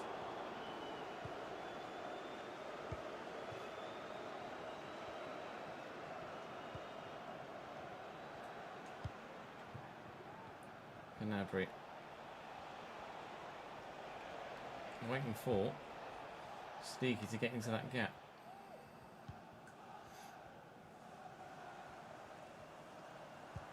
And that's Gordon. This gone again. Well in, Trey. That's a brilliant interception. And Ponceau's gotten to that superbly, and he's gotten away from two as well, and he's still going. Sven Botman's coming, but can we get that back inside to Semenyo? Within a couple of inches of doing so, but we're trundling towards a scoreless draw here against Newcastle that doesn't really do either side any favours. Newcastle trying to get themselves back towards the upper reaches of the table, currently languishing down in 7th, hoping for at least a Champions League spot for next season, whilst obviously we have ambitions, winning the whole bloody league this year. Siddiqui looking for Semenyo.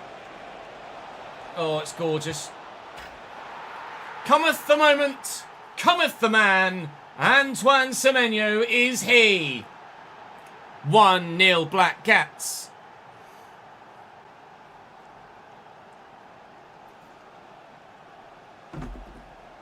You were saying, Sid?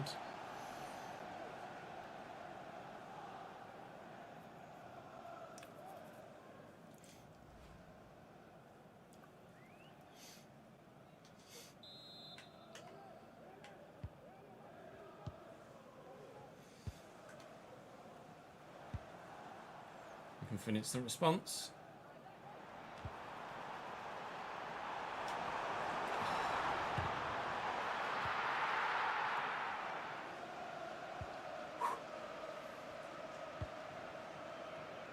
Spence. Also, no. I tried. Oh, I tried there and all. Share. Was that Share? Surely it wasn't Fabian Share in there. Trey's giving that straight back to Gordon. Trey Hughes won it back. It is Fabian Share in there. Here's Anthony Gordon. Patterson with the save. Jed Spence. Calm it down, lads. To do the double over Newcastle would be huge. But to do the double over Newcastle, ensuring we stay top of the Premier League in January, would be even bigger. That is not very nice. That's the politest way I can phrase that. Ah, it's not very good is the politest way I can phrase that.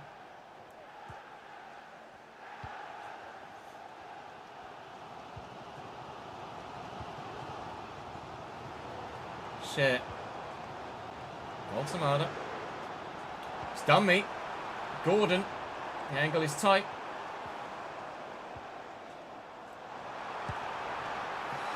Just had to hold my breath there and hope for the best. Couldn't get near the man that was winding up to have the shot.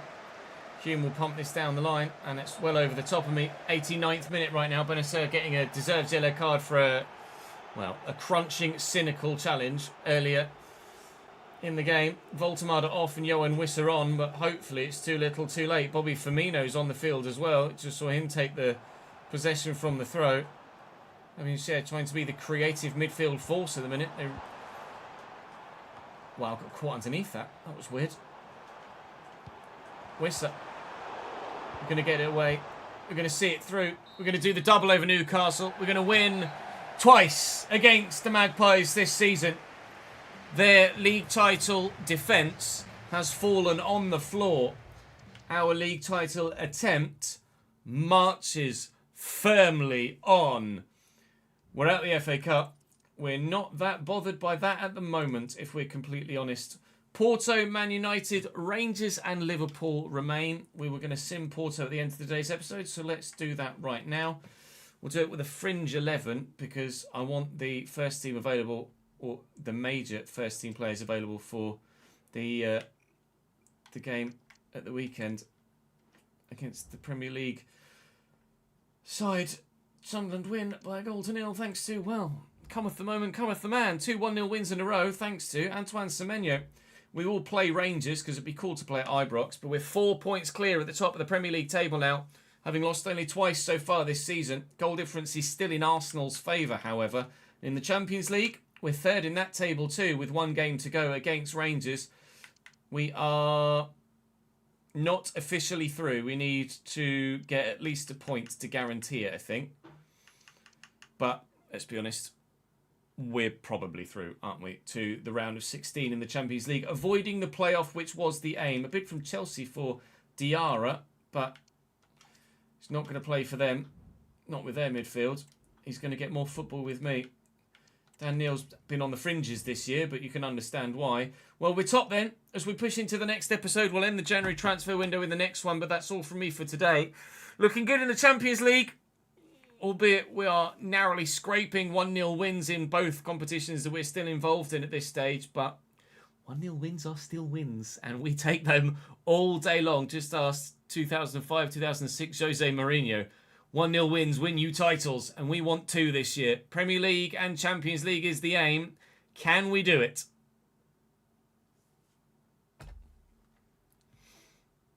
Right. Let me save that footage.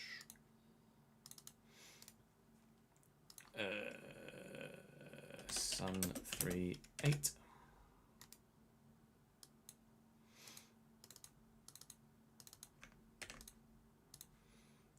There we go.